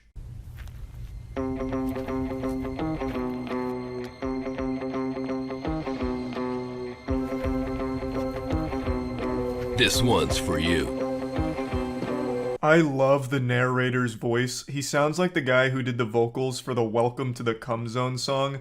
Now, one thing that always leaves me scratching my head with these very expensive brands running commercials is who are they targeting? Like, they say this one's for you, but who the fuck is you here? Just a normal person? Do they run this ad during, like, primetime soap opera hours? So you just have some dude watching it sitting there in his shit-stained underwear with Cheeto dust all over his face, trying to convince him to go out and buy a Lambo somehow? Concrete uriner, tamer of curves, master of speed. Wear your finest suit, dirt is made for it. It feels like an AI-generated script here. Master of speed. That's some shit a child says. That's some goofy shit I would say when I'm playing a Yu-Gi-Oh! Duel and I want to get into character. I summon Speedroid Bicycle in attack position, and he gets an attack power boost when the speed gauge reaches 20 miles per hour. He's the master of speed. But this entire segment is filled with absolute garbage that is nonsensical.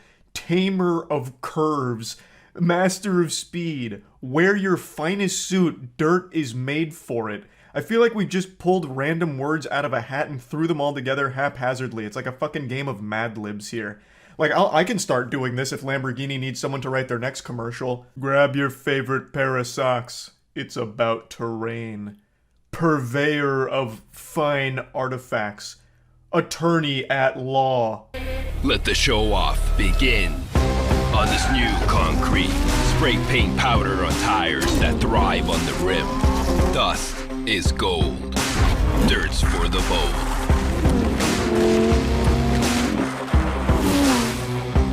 Black out the sun, raising red clouds on that dry ground. So the whole purpose of this commercial is driving the Lamborghini on some dirt. Dust is gold, dirt's for the bold. And they really get hung up on that slogan, so I hope you will like it, because you're going to hear it a lot of times, and I, for one, can appreciate it. Dust is gold, dirt's for the bold. And then fucking chrome out your face and get ready to go right to Valhalla like some shit out of Mad Max. Make gravel rain down. Let adrenaline and fun collide. Spraying grains of dust aside. It's no filth. This is design. Any amount of grime is fine. This is my favorite part. It gets into the world's worst slam poetry. Or just the actual worst freestyle rap bars ever delivered.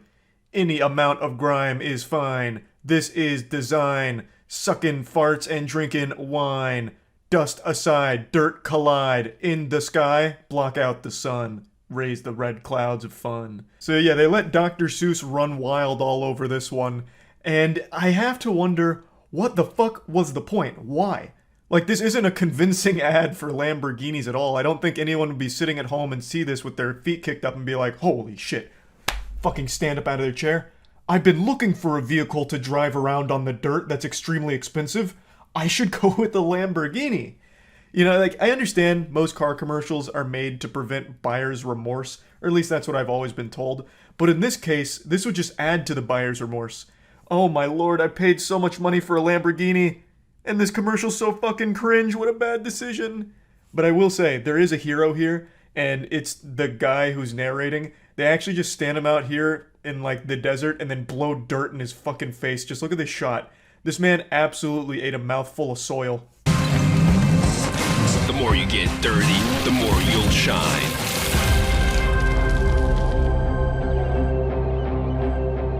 Dust is gold, dirt's for the bold. Dust is gold, dirt's for the bold. Bust this load, shirt 'cause I'm cold.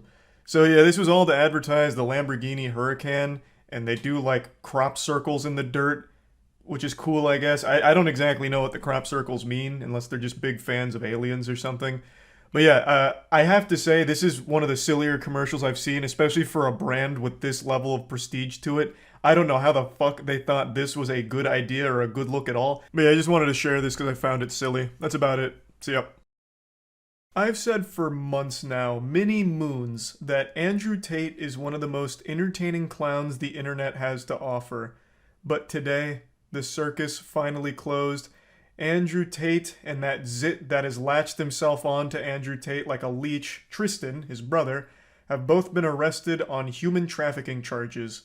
The clip of Tate being escorted to the police vehicle instantly went viral, and I really love how the officers are dressed in this video because it looks like they're ready to fight the Teenage Mutant Ninja Turtles, but then it's just this goofy goober Andrew Tate. Now, this isn't Tate's first rodeo with human trafficking charges, but last time he just blamed it on swatting, calling it all just fake and a hoax, and all the meat riders that attached themselves to Andrew Tate's butthole like a hemorrhoid of course wrote this off as corruption and a bunch of baloney, but now it's happening again, and this one seems a lot harder to just dismiss. But you know what they say, fool me once, shame on me. Fool me twice, well then you're just breaking out of the matrix, am I right, hustlers? The Hustlers University is what Andrew Tate is most famous for. You pay $50 a month for a Discord server, which is the most pathetic thing on the planet, and I think adds to the comedy of Andrew Tate and all of his fans. And in that godforsaken Discord server, it acts as like Alcoholics Anonymous, where people just hype each other up and tell each other their problems with not getting laid or not being financially stable, while getting lectures from people that aren't even Andrew Tate on the most basic stuff imaginable. They hype themselves up as top G alpha males, but they're pissing away $50 a month to learn basic drop shipping techniques and how to do push-ups. I'm gonna let all of you in on a secret. Even the people that are very successful that like Andrew Tate are not stupid enough to be paying $50 a month for advice you can find on WikiHow. It is so embarrassing. It's a scam, and you're not in on it. You're the victim, and yet you're so brainwashed you continue to swallow his whole meat for it with a smile on your face. He is preying on insecure men, and he is doing everything he can to keep you a virgin. When you're a virgin, you're a Hustlers University student. When you're a virgin, you're an Andrew Tate supporter because he's feeding you things you want to hear, and you're taking it as, you know, telling it like it is. Meanwhile, you're unhappy and still not getting laid. And he's also giving you bad financial advice because when you're making money, you'll learn that everything he's saying is fucking worthless. So he needs to keep you just broke enough to afford the $50 a month that you're wasting on his awful, awful techniques and awful advice. Andrew Tate's entire business and career relies on you being insecure and financially unstable. So obviously he doesn't actually want you to succeed. You're just paying money for hopium. Snap out of it. You leaving Hustlers University is you leaving the Matrix, goddammit. Just think about all the money you'll save not paying for that shit. You could afford a gym membership. Then you could access free information for workouts online that'll actually give you results. You can get big and strong like me. This is very long-winded. I'm sorry. I got sidetracked because we're talking about Andrew Tate and it's such a wacky situation. I couldn't help but throw all this in here. But yeah, Andrew Tate, Tristan Tate, they've been arrested on human trafficking charges following an investigation that's been ongoing for quite some time. And the way that they actually apprehended him is extremely silly. It all ties back to a Twitter argument he had with a teenage girl. I'm sure you've all seen it. It was very public. He made this statement to Greta Thunberg about the emissions and his supercars and all that, and then she responded with a dunk on him that went viral. It's one of the top 25 most liked posts on all of Twitter right now. It's got about 3 million likes and counting, basically just saying he has small dick energy in response to what he said to her. And this sent him into meltdown mode. He very clearly got a bit hurt by this response, and one of his immediate tweets after this was talking about having sex with her, where some fucking lunatic on there is like, Andrew Tate and Greta need to fuck already. And he just responded saying she isn't ready, which is super creepy and weird, just actual degenerate shit here. And when I first read this, I thought this was just full mask-off pedophilia.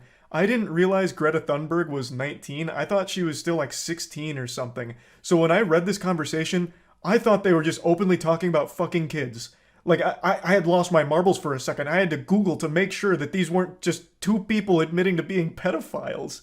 But yeah, it turns out that she is 19, but that doesn't make it any less awful to say shit like this. But all of this stress of being dunked on in such a big way was clearly very taxing on the smooth brain of Tate. So he then made a response video.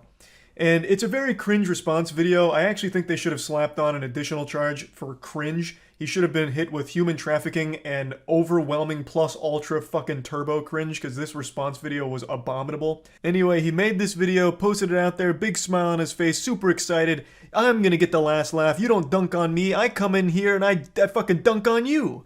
But then, a new slam and jammer entered into the equation. The Romanian authorities. You see, in this video, he made a mistake. He included a pizza box from a Romanian pizza place, which let the authorities know that he was still in the country. So, after realizing that, they tracked him down and arrested him today. The authorities gathered all the evidence they needed, and because Andrew Tate couldn't fight the urge to publicly argue with a teenage girl on Twitter, they got him and his brother. It's almost poetic in a sense. He got finally taken down because he just absolutely couldn't fight his own ego. It's a guy who gets a lot of credit for being smart despite being an absolute fucking buffoon. Like a legitimate goddamn troglodyte. He made this emotionally charged, absolutely pathetic response video to try and look cool once again for his audience, and in doing so, he led the authorities right to him and his brother, who had been, I guess, evading them for quite some time. Pretty wild situation, honestly. He begged, he whined, cried, threw a tantrum, demanding he get his Twitter account back, and that ended up being the thing that put the final nail in his coffin here, it seems. Now, of course, we'll have to wait and see what happens with the charges and where this goes from here, but I think it's a little hard to explain away 2 instances of human trafficking with Andrew Tate here and raids on his property. That's not just a common occurrence. That's not something that just happens like a whoops-a-daisy. I guess it wasn't human trafficking. We made a mistake here. We got wires crossed. He's actually completely innocent. That's not something super normal. Of course, mistakes do happen when it comes to law enforcement, but human trafficking is one that doesn't pop up all that often. And I know a lot of people like to say it's just because Andrew Tate was so powerful and telling it like it is. He was revealing the truth and breaking out of the matrix. What the fuck are you talking about, you goddamn idiot? All he was saying is like, oh, you need to treat women this way, and they're gonna treat you this way, and you'll get pussy this way. And you need to do this kind of drop shipping in order to make this kind of money. Like, that's not exactly something that the government's gonna have a huge issue with. Him feeding you bad information on getting pussy, and bad information on making money. Like, he's not revealing any kind of crazy secrets that the government would try and come after him for. He's just an internet asshole. He's just a troll who found a way to milk money out of insecure dudes. That's not something that the big eye in the sky, you know, the man behind the curtain's gonna come after him for to silence him with false charges. This isn't some giant espionage movie. It's all pretty simple to follow stuff. Like, if you stop to think about it for a couple of seconds, it just doesn't make any sense why they would come after him if there's no real charges or any, like, real stuff, shady stuff going on. But yeah, the human trafficking charges are extremely concerning now. It's some very serious shit, and I've already seen some extremely hard cope from Andrew Tate's fans saying that human trafficking's not even a big deal anyway. Like, it's blown way out of proportion, or, you know, it's not a real issue, which is super alarming to read. Like, goddamn, to think human trafficking's not a big deal is mind-blowing. Very brain-dead stuff. But again, we'll have to wait and see what happens now going forward since he's been arrested. We'll see what comes from it. But I still find it to be a wacky situation, and, you know, it's a little odd that it's happened twice now. So, yeah, pretty crazy stuff that I thought was important to talk about, and that's about it. So, yeah. Charlie, Vital Pharmaceuticals went bankrupt, Bang Energy going broke. Oh, no! Oh, goodness! Not Jack Owak! Oh, God. Bang Energy parent company files for bankruptcy! Why? You telling me an absolutely unhinged CEO going rabid and making absolute... I don't even know the right word to describe his claims. Outrageous, I guess? About super creatine and shit? You're telling me that wasn't the recipe for success? And having women dance around and rub themselves over Bang Energy to sell it wasn't enough? You think this is it for Bang? Oh, I have no idea. Vital Pharmaceuticals, though, being the parent company of Bang, does bode poorly, and Bang themselves is locked into a big lawsuit right now with Monster over their super creatine claims, which were just wrong. We need Elon to save the day. That's what Jack Owak needs to do. If he just makes a post on Twitter asking Elon to buy his company out, Elon would probably do it. Jack Owak put out a new video about bankruptcy on YouTube. No way. Oh my god. Is he addressing it head on, or is this him trying to prove the super creatine is real? Hello and welcome, friends. I'm the CEO of Bang Energy, and I hope this message finds you well and thriving. With all the recent news and everybody from Bloomberg to BevNet being obsessed with Bang Energy, there have been numerous questions regarding super creatine and whether it's real. I can assure you that super creatine is real. Just like creatine monohydrate or any other forms of creatine, super creatine increases free creatine in plasma and blood and muscle. Oh, yeah, if this is your first time seeing Jack Owak, you're in for a wonderful surprise. This man dresses like what every 12-year-old boy in 1994 thought was cool fashion. He has like these awful, awful chains, the worst suits imaginable. I wouldn't be surprised if in the next clip we see him in some parachute pants. For starters, even Monster's own bought and paid for study showed a rise of creatine levels in human muscles after test subjects consumed super creatine. CEO Man 3000. In the Monster Commission study. Furthermore, bro, just tell me about the fact lawsuit. that in my opinion, the Monster study was defectively designed to make super creatine look inferior.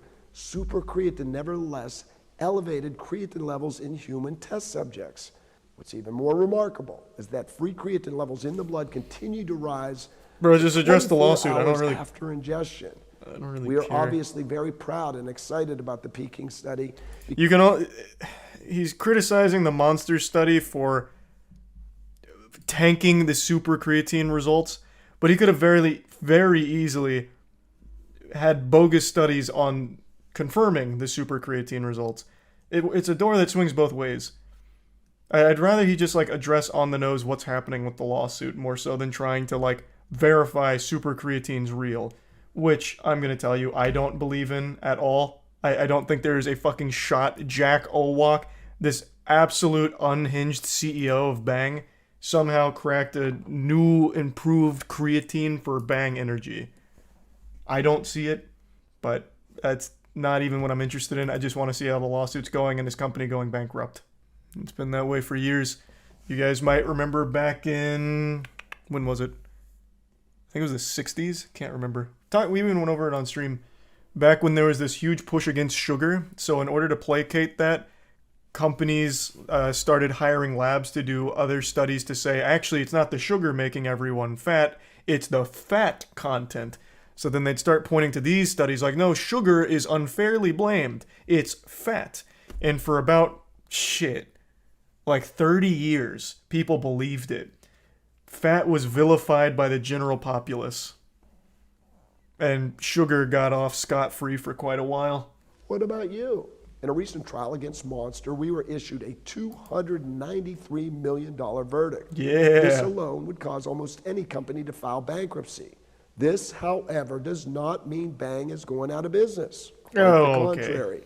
Chapter 11. We're doing better now than ever. Reorganization to keep our business alive and to pay our creditors over time. Jack, I'm going to be your business strategist here for a moment.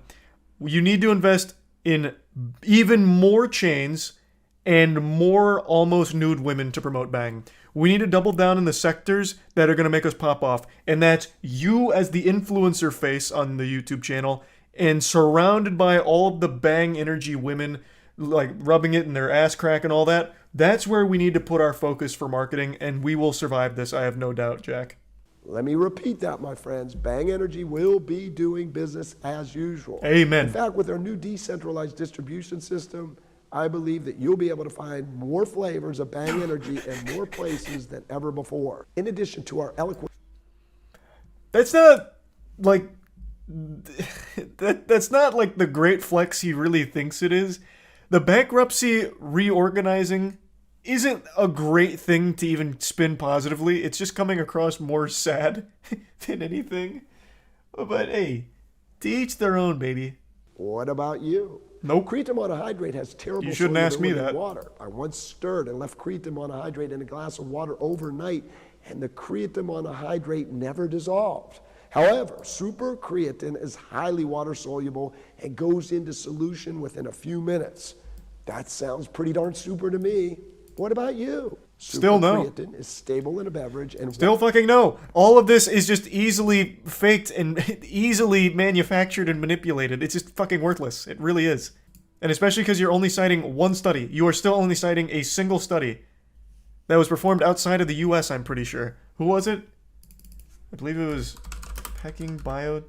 It's for international students taught in Chinese. So it is outside of the US, right? Is it in China? water stable at room temperature. Other forms of creatine are not stable in water and over time degrade to creatinine. That sounds pretty darn super to me. What about you? You gotta stop asking me, Jack. Just Still not. We have preliminary evidence that shows that supercreatine may have a half-life in human plasma for roughly 7 days. Furthermore, supercreatine is made up of roughly 50% L-leucine. Where was that? You're not gonna cite that one? This just in. I made something else up real quick. Who performed that study? Furthermore, supercreatine is made up of roughly 50% L-leucine, which is known as the most powerful contributor to muscle protein synthesis out of all essential branched-chain amino acids. You want to know a fun fact about that one? This claim's not even like super wrong. But you want to know what's interesting? Every fucking drink ever has this in it. It's not like Bang all of a sudden has this chemical X. This shit is found in every fucking drink. It is like one of the most common additives to a drink. Thanks, Resub Rose. He must really think people that drink Bang are stupid. In fact, no other creatine molecules contain the powerful amino acid L-leucine except for supercreatine. What are you talking about? What? I don't know what the claim he's making in regards to supercreatine, but literally every single drink, every single, even like not supplements, but the shake stuff, not Soylent, but you guys know what I'm talking about, like the flavor additives, like all of that shit has that. All of it. Fucking all of it. It's not unique to Bang or supercreatine, unless he's somehow using it differently, which I don't think he is. Hey, this sounds pretty darn super to me. What about you? No, it sounds standard. Stop asking me that. Us. You know where I stand. Supercreatine. Rodney Sachs That's not a good thing. Personally, and trying to destroy my family and children by taking away my house and other possessions. It is important to note that we recently filed a mega lawsuit against Monster Energy Drink and Rodney Sachs. This lawsuit refers to more than 120 reports of suspected links between consumption of Monster Energy Drink and serious adverse health events, including 10 heart attacks and roughly 20 deaths. Let's take a peek at Bang's list of fatalities. I'm sure you're not far behind.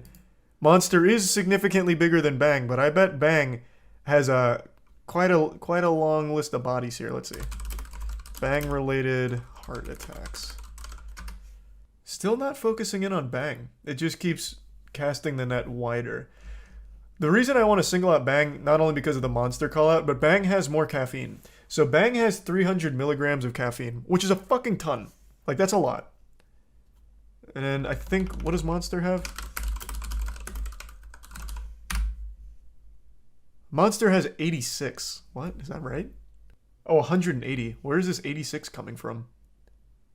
Oh, this isn't giving me a whole can. I see. Yeah, this wasn't the whole can. It was just giving me like a serving size of the can. So yeah, 160 according to this. So Bang is almost double the caffeine. Let's take this. So they're coming after Monster for heart attacks and adverse health effects. And that's going to be attributed to the caffeine because of like atrial fibrillation, I think is what it's called. From like too much caffeine. I'm going off memory here. And that's at 180, 160 milligrams of caffeine for Monster. Now double that. Bang's in a much worse spot. We know that Monster has been involved in well over 1,000 lawsuits. Many individuals and companies have been destroyed by Monster, who is now trying to destroy us. Remember, friends, what the great late Albert Einstein said, great spirit. Caffeine's not correlated with AFib? I thought it was. Again, I'm going off memory. It's something, though. Here, let me at least get it right. What is it, then? Caffeine is directly correlated with some kind of heart condition, like too much caffeine. Let me see. It is It's not often 94% of physicians agree something, even when its benefits have been demonstrated in randomized clinical trials, such as the use of beta blocker. Oh, wait. No, kind of. Focused on 3 types of specific arrhythmias, 1 atrial fibrillation. So it is listed there. But yeah, this is excessive caffeine. This isn't just like one energy drink kind of caffeine, which is what I was saying. Like too much caffeine. Primarily because of Monster's insistence upon waging war against super creatine and me personally. No one wants to go to war with you, Jack. You're too cool, As we are too of scary. super creatine, I don't know anybody who drinks a Bang energy drink because of super creatine. Do you? In fact, that's like your main selling point. What do you mean? Of course there's people that do. Bro, you hype super creatine up like it's like a panacea. There are absolutely people that drink Bang energy just because of the fucking super creatine claims. What are you talking about? Now you're just blatantly lying. What are you saying? That is your main talking point. Outside of the women shaking their ass and their tits next to a Bang energy can, the next thing that you try and market is the super creatine. It's like the crux of your strategy. Thank you for your loyalty. Thank you for your support. Make no mistake, my friends and like loyal supporters, Bang energy is coming like a freight train and cannot be stopped. Oh shit, he's ripping on it. That double bass going hard.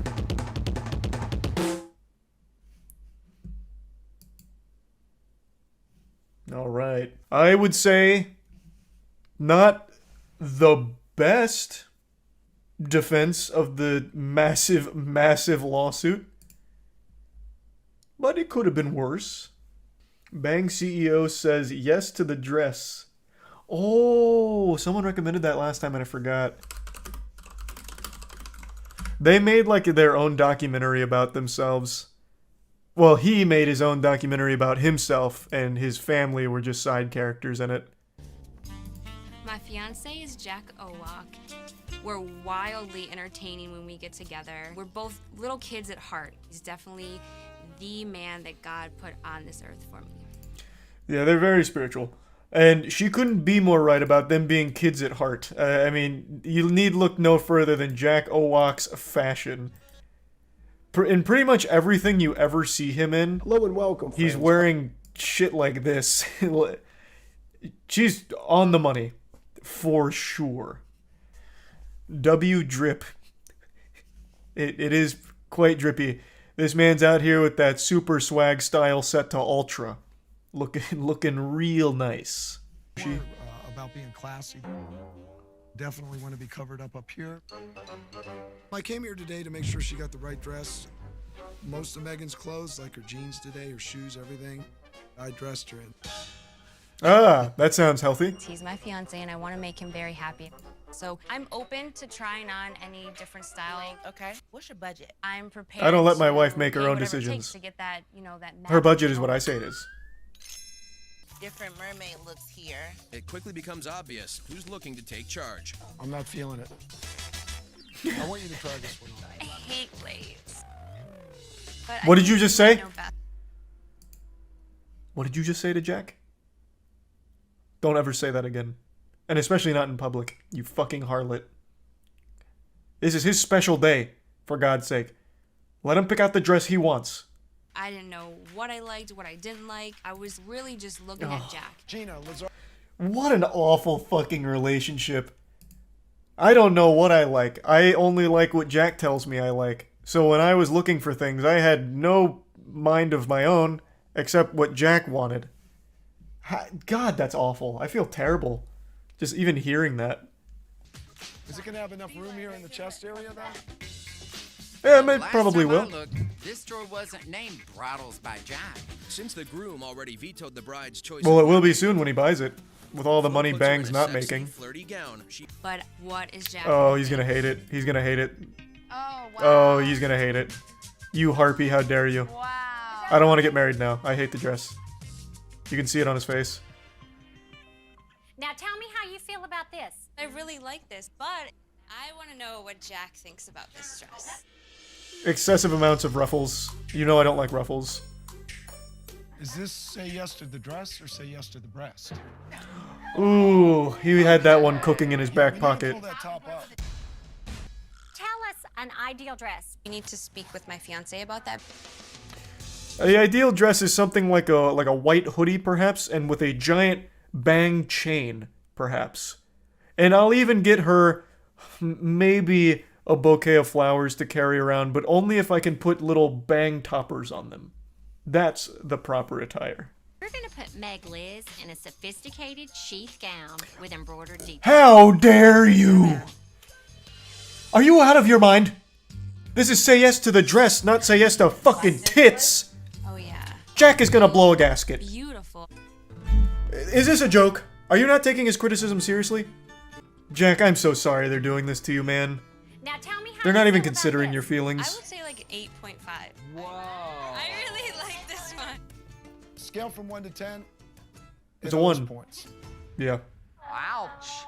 Yeah, it's bad. Wow, I thought I had some claws. Didn't even ask Jack. This fiance, he's making me look like a kitten. I am sure there are plenty of dresses that allow enough room to breathe and enough room in there for the Lord to come in. We can't be coming out here showing this much skin. As Jack says, it's not skin to win. We're getting married. It's a holy matrimony. There's nothing holy about this dress. Ridiculous. I'm on Team Jack. This is outrageous. Why is his wife making her own decisions again? Why is Jack not back there? Huh? What happened? Jesus Christ. They kick him out? Ugh. This show is very unprofessional. You gotta stand up for yourself and figure out what you want. What did you just say? You just said that in front of Jack Owak. Do you realize that? Well, I hope you like being blacklisted for Bang energy drinks. Never getting one of those again. Maybe we should start looking for the dress that I knew I wanted, the mermaid style. Finally, Pardon? the bride is shopping for herself. Okay, what do we got now? Mermaid style, blurmaid style, my ass. Gown with a sweetheart neckline. If this isn't coming out like a sweatshirt or like a Letterman jacket, it's a no. Nope. Nope, you fucked it. Oh my gosh. I love What are you this. not understanding? This is along the lines of what you want. Yes. Now I know exactly what I like. My figure looks amazing, and I absolutely love the mermaid style. Okay, we found a dress. Mermaids she are the work loves, of the devil. But now we need to keep the fiance from throwing a Tootsie Roll in the punch bowl. I don't know that expression, but that's not happening. There's a Tootsie Roll going right in there. Coming in. This one.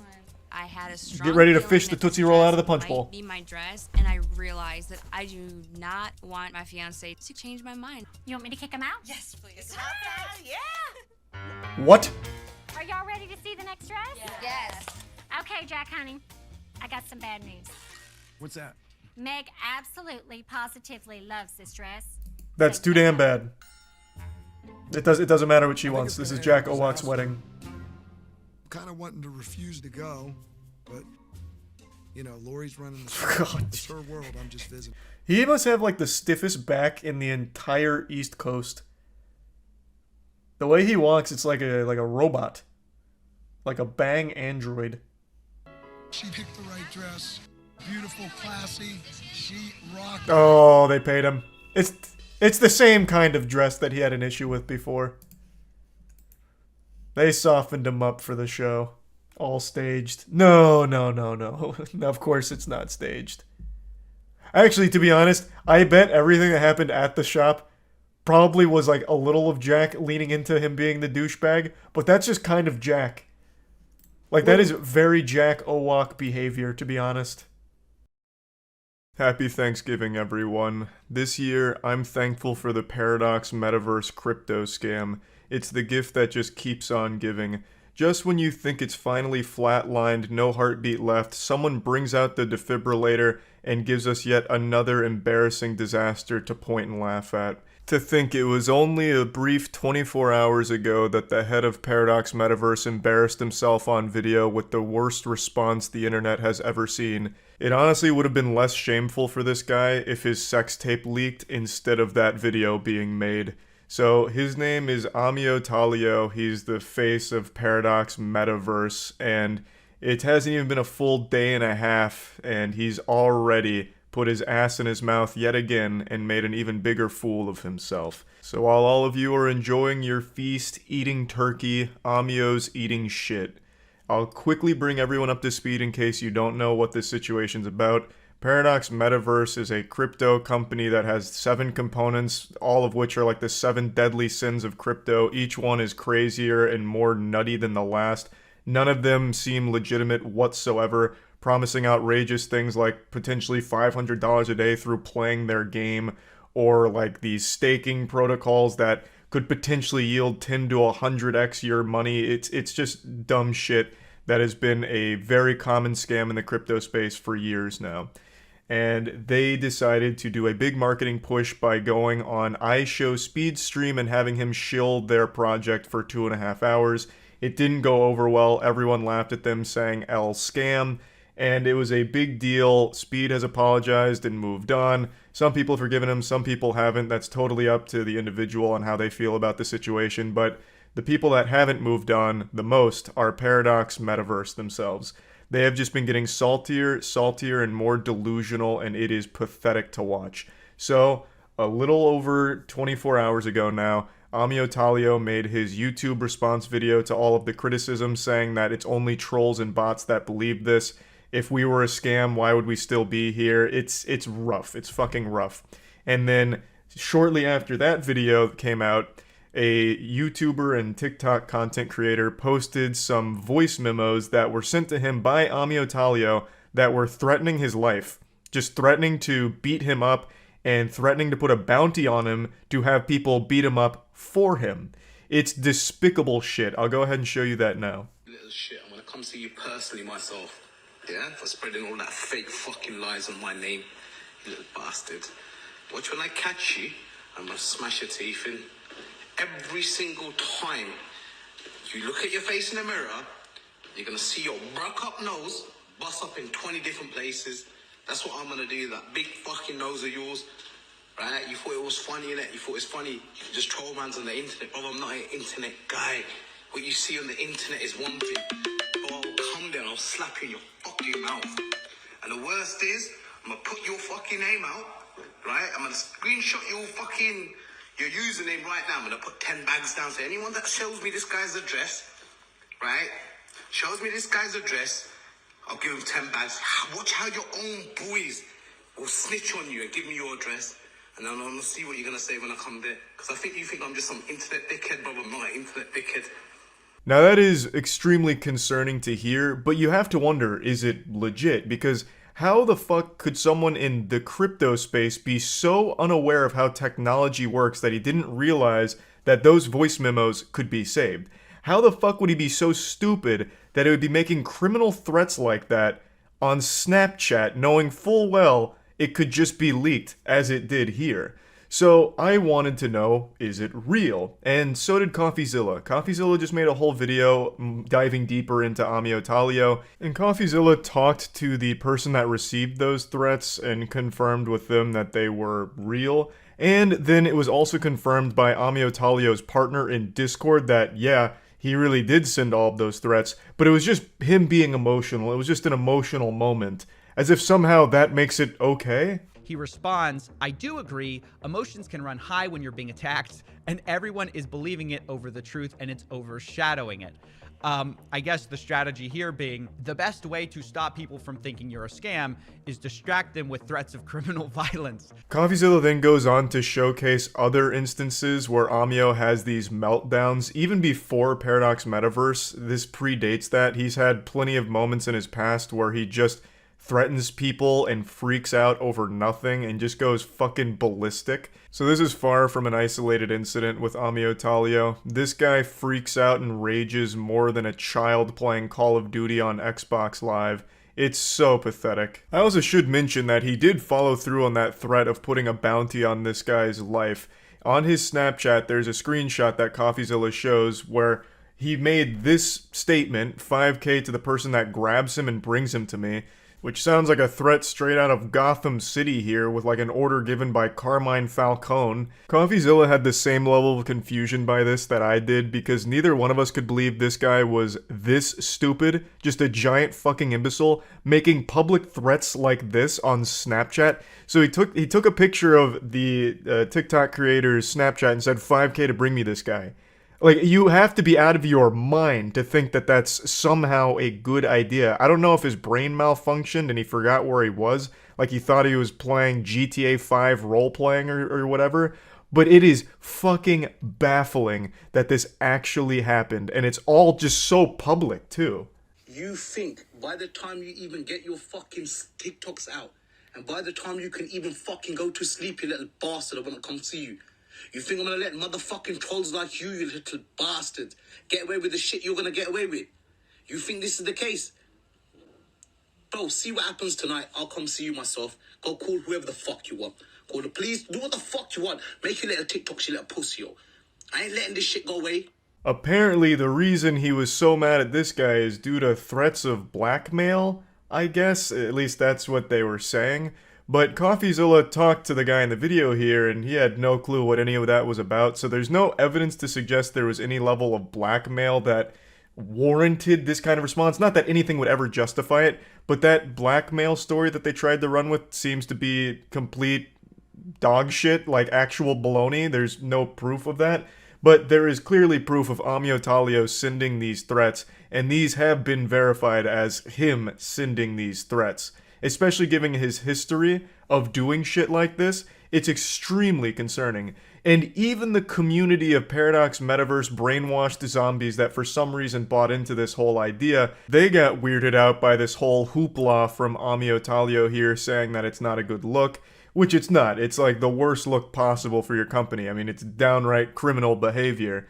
And this has happened before where someone whose image is, I don't give a fuck, I'm too cool to care, multi-millionaire, doesn't bother me, let the sheep say what they want, not gonna bother with it. The second that person shows a weakness like this, where they're clearly hurt and offended and now making these threats and puffing out their chest and embarrassing themselves, people turn on them. Like, no matter how loyal the following, when they see that you get offended and this insecure, they turn on you like fucking piranhas. So Amio coming in here and showcasing how hurt his feelings were and then making these ridiculous threats, even his own community starts scratching their head and getting a little worried about this whole project.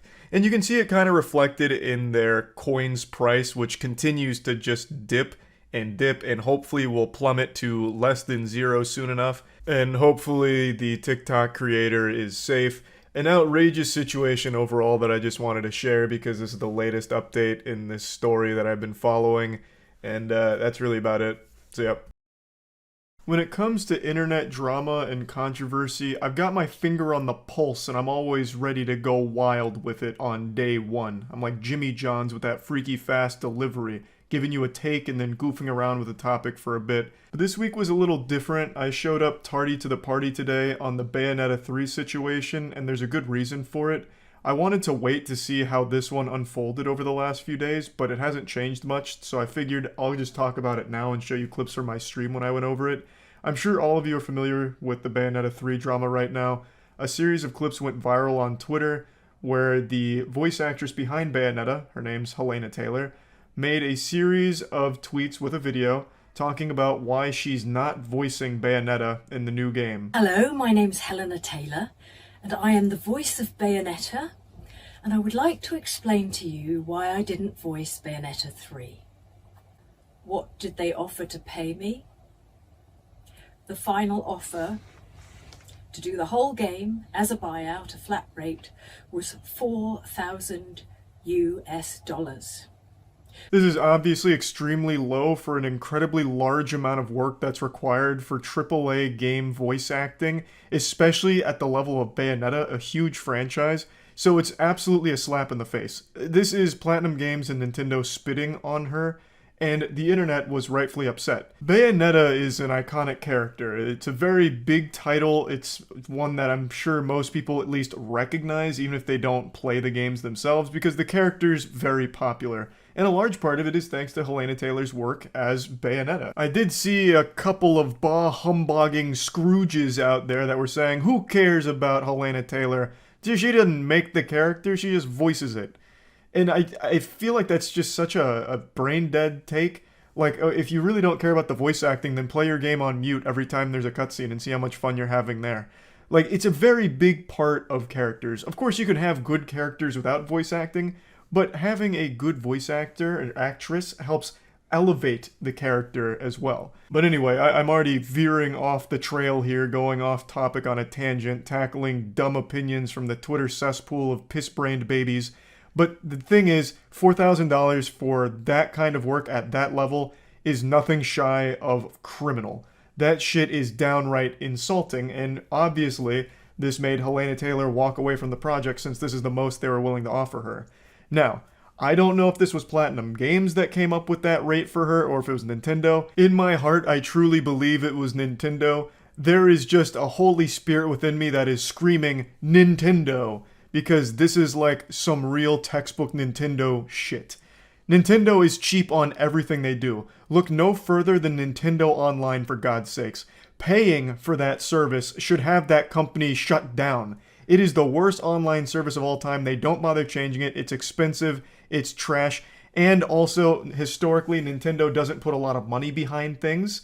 For example, let's just talk about like sanctioned tournaments from Nintendo where the grand prize isn't money, it's a controller. You know, shit like that. They have a history of being extremely cheap with their things and the things they put out, that I imagine they're also very cheap with their wages and trying to like cut corners on salaries or making offers like this. There is absolutely no reason at all why Helena Taylor, someone who helped build Bayonetta into the iconic character she is, should be getting an offer this low. They should be begging her to continue working on the character and building the character, because her voice is now synonymous with Bayonetta. Hearing any other voice is going to be jarring. Now, she's been replaced by Jennifer Hale, one of the largest voice actresses of all time. There is no shot she accepted a $4,000 offer. So I, as well as many others, believe that that $4,000 offer to Helena Taylor was their way of having her leave on her own terms by giving her a shitty offer they knew she wouldn't accept. So this tells me that they wanted a bigger name attached to the project in order to hopefully boost sales or come with a built-in audience. So they got rid of Helena Taylor, but instead of just firing her and like kicking her out saying like, hey bub, it's time to pack your things and go, they instead did this in an extremely scummy and shady way by just completely devaluing her talent to her face by making this terrible offer that they knew no one in their right mind would accept. That's the theory, at least. It's just a game theory, but I believe that's probably the case here, and it's absolutely tragic. Now, again, the reason why I didn't cover this, like, the day that it started coming out is because I wanted to see if Platinum Games or Nintendo or even Jennifer Hale would make a statement about this, where, you know, like Jennifer Hale, whom I don't think bears any blame in this situation. I'm sure she didn't know any of this. I was just wondering if she would come out and say something like, yeah, I definitely was offered more than $4,000 for this role. Something weird is here. But of course, that's a little unrealistic to expect considering NDAs and all of that shit. But I just wanted to see if something like that would happen. So far, it hasn't. Platinum Games hasn't put out a statement. Hideki Kamiya is just blocking everyone on Twitter like he normally does. He said that there's a lot of untruth out there, which I'm guessing is in reference to this, and then made this bold statement of beware of my rules. So he's already speaking like an actual villain here. And so far, that's the only statement. Helena Taylor also called on fans to boycott Bayonetta 3 and instead spend their money on charity instead, which I think is a sweet sentiment overall. I don't know how successful a boycott's going to be, but I can understand where she's coming from in trying to get some kind of action against Platinum Games Nintendo here for this situation. But anyway, let me show you some clips from the stream where I dive into it a bit more.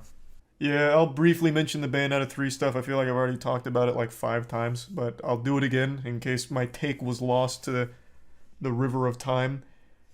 Absolutely terrible what Helena Taylor was offered. $4,000 to do that whole game on a character she helped build as an iconic character. Her voice, very recognizable as Bayonetta.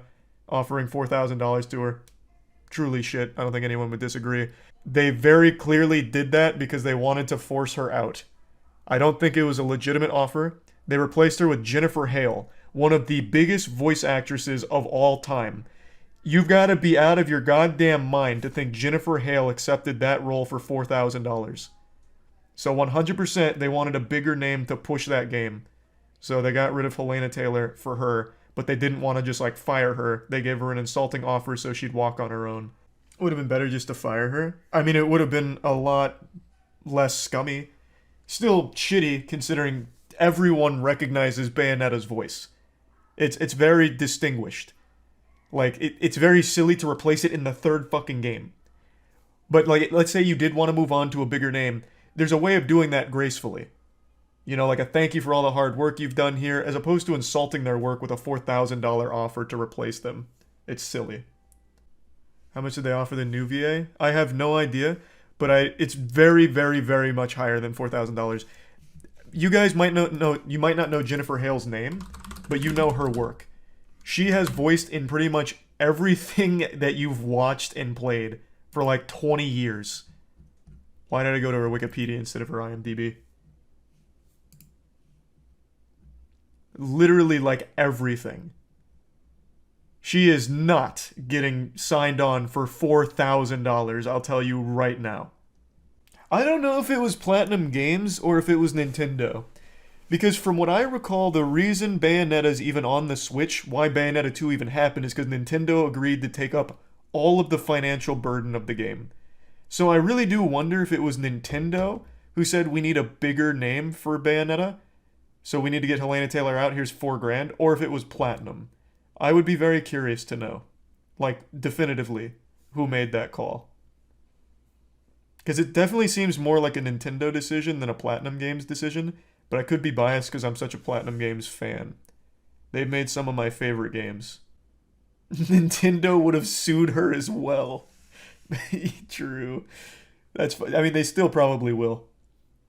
I'm pretty sure her telling her salary, like their offer, was against the NDA. And with Nintendo, they are going to enforce the fuck out of that, I bet. Yeah, like Babylon's Fall, right? You take that name out of your mouth. That wasn't Platinum Games. That was Platinum Games' evil twin. Platinum Games have made so many bangers, but they have been in a downward spiral, I will admit. Fucking Babylon's Fall. Is Hideki still on Twitter? I believe his account is restricted. So I think this is important to clear up confusion. Hideki Kamiya, the one on Twitter who everyone immediately flocked to start, like, bringing this to his attention, he blocks everyone. And he's blocked everyone for 10 years. One of his rules on his Twitter is if you speak English, I block you. Like, he blocks legitimately everybody. So everyone's saying, like, oh, he's blocking me, which means I got him where it hurts. You didn't. This guy is just a menace. He blocks everybody. The Wonderful 101 Kickstarter reward was getting unblocked by him. I didn't remember that. Jesus. Yeah, I'm surprised more people didn't know that. It became a big meme on Twitter, the check if you're blocked by Kamiya meme. Because almost everyone who speaks English is. If he sees you speaking English, he blocks you. Even if you don't reply to him, if he sees you speaking English, he blocks you. And has for years. Yeah, most people just wrote it off as him being quirky. But it is kind of cringe, especially when like a legitimate situation gets brought up. Man, he is wilding out on Twitter right now, though. He has made, Jesus Christ, about 20-something tweets in the last 15 hours. The man is a prolific shitposter. He's got 240,000 tweets. He spends more time on Twitter than he does at the studio. Sucks knowing the full story because from what we have heard, she's done a great job with Bayo. Jennifer Hale does a great job in everything she's in. I can't recall a single one of her 2 billion games I've played where I'm like, damn, this voice acting's shit. At least from her. Like, she's just good, which is why she's one of the biggest. Would you have taken the offer to voice Bayonetta for 4K? That's not a good question to ask me. I'm not in a position where, like, I need money for voice acting services. I do voice acting because it's fun and I know I'm bad at it, so it becomes like a self-aware kind of joke when I do it. But for an actual professional, that is beyond insulting. Especially for a title like Bayonetta. I don't like that she's throwing shade at the new actress. That was the only thing that kind of rubbed me the wrong way a little bit. How she was saying Jennifer Hale doesn't have the right to call herself Bayonetta or something to that effect. That was a little weird. Like, it's not Jennifer Hale's fault, right? I don't know why she would get mad at Jennifer Hale. She took the job. She took the job probably not knowing Helena Taylor was offered such dog shit to force her out of the game. I don't think they told her that, like, hey, Jennifer, we want you to voice Bayonetta 3 because the last voice actress we decided to offer a terrible salary to because we didn't want her here anymore. We want you instead. Like, I don't think she, like, fist bumped them after that. Like, good plan. I'm no stranger to spicy takes. However, this time I fear I may have flown too close to the sun. 3 days ago, I dropped some shit that was so hot it could melt my toilet, and I haven't heard the end of it since. I gave my opinion on who the worst game developer in the world is. Spoiler alert, it's 343 Industries. This was by far the bravest thing I've ever done, and quite possibly the bravest thing that anyone has ever done in the entire history of our species. This was more triumphant and stunning than the time Kendall Jenner brought world peace with a Pepsi. So now let's discuss the aftermath of this opinion apocalypse, because there were mangled corpses littering the streets of Twitter for the last 3 days, and the bodies are still piling up. The death toll's in the millions now, I suppose. This opinion was just a doomsday for some people. So let's go over it. I made a video giving my take on why 343 Industries is the worst developer in the business, and then I explained my rule set here because obviously I'm not a raving lunatic that truly believes 343 Industries makes the worst games the world has ever seen. That's outrageous. Just go on Steam right now, click new releases, and you'll find millions of games that are just shittily thrown together Unity asset flips that took 15 minutes for a 9-year-old to make, and they're selling it at $30.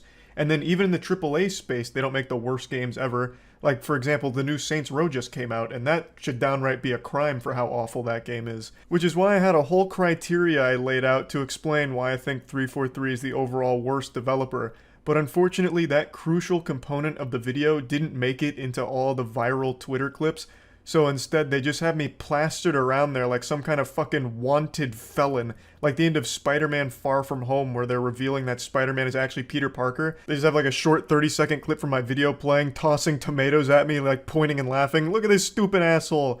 Thinks 343 is the worst developer when companies like Activision Blizzard sexually harass and assault their employees. What a stupid dummy. Just because Halo's not perfect anymore, I guess he just doesn't care about workplace environment.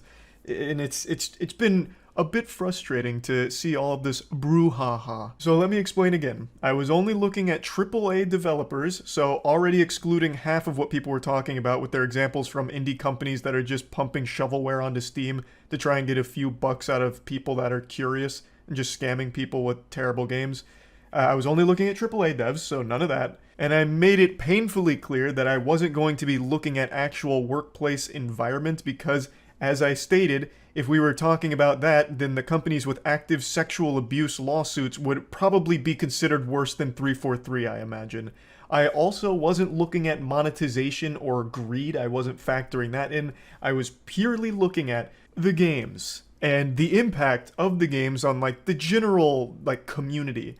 Because remember, Halo, before going into the stinky fingers of 343, was one of the biggest names in gaming. They were a juggernaut. But now in recent years, Halo is all but dead. Most kids don't even know what Halo is. They recognize Master Chief from Fortnite. So I think 343 has done what no other company has done. They took one of the biggest franchises and absolutely buried it. Halo is like the blockbuster of gaming. It dominated for so long, everyone thought it was too big to fail. The number one thing people used to say when an FPS game came out that even was remotely comparable to Halo was, is this the Halo killer? But then it turns out the only Halo killer was itself, 343. They took it behind the barn and executed it. That is something that no other studio can even come close to claiming. Look at every other massive game.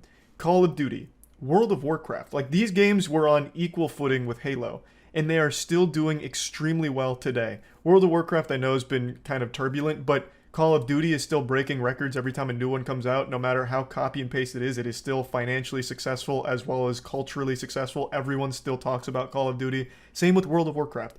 Halo is the only one that has actually fizzled out. Like, even Assassin's Creed, for God's sakes. Even Assassin's Creed is still popular today. And that was never to the level of Halo, but now it absolutely dwarfs it. Most people are more familiar with Assassin's Creed than modern Halo games. It's just fucking sad. There is absolutely, inarguably, no other developer that has done something as impactful as 343 has with Halo. Nothing even close to that level. Their inability to make a good game has completely tarnished that franchise. No one gives a fuck about Halo anymore for the most part. They just forget about it. It's always viewed as wasted potential because 343 still hasn't released a good game. They have good components, but still can't deliver the whole package. Halo 4 had a decent campaign. Halo 5 had a good multiplayer. Halo Infinite has great gameplay and a good campaign. But all of them are missing huge things. Halo Infinite's missing half of its content. That game released literally half finished. Like, there's not even half of what they promised in there yet, a year later. But the thing is, they just can't deliver an actual full good game. And let's not forget, which it seems a lot of people are, but let me just go ahead and, throw the cold water on you. Master Chief Collection from 343 Industries was broken for like 5 years. It took them 5 years to fix the Master Chief Collection. It was in a broken state, damn near unplayable for 5 years.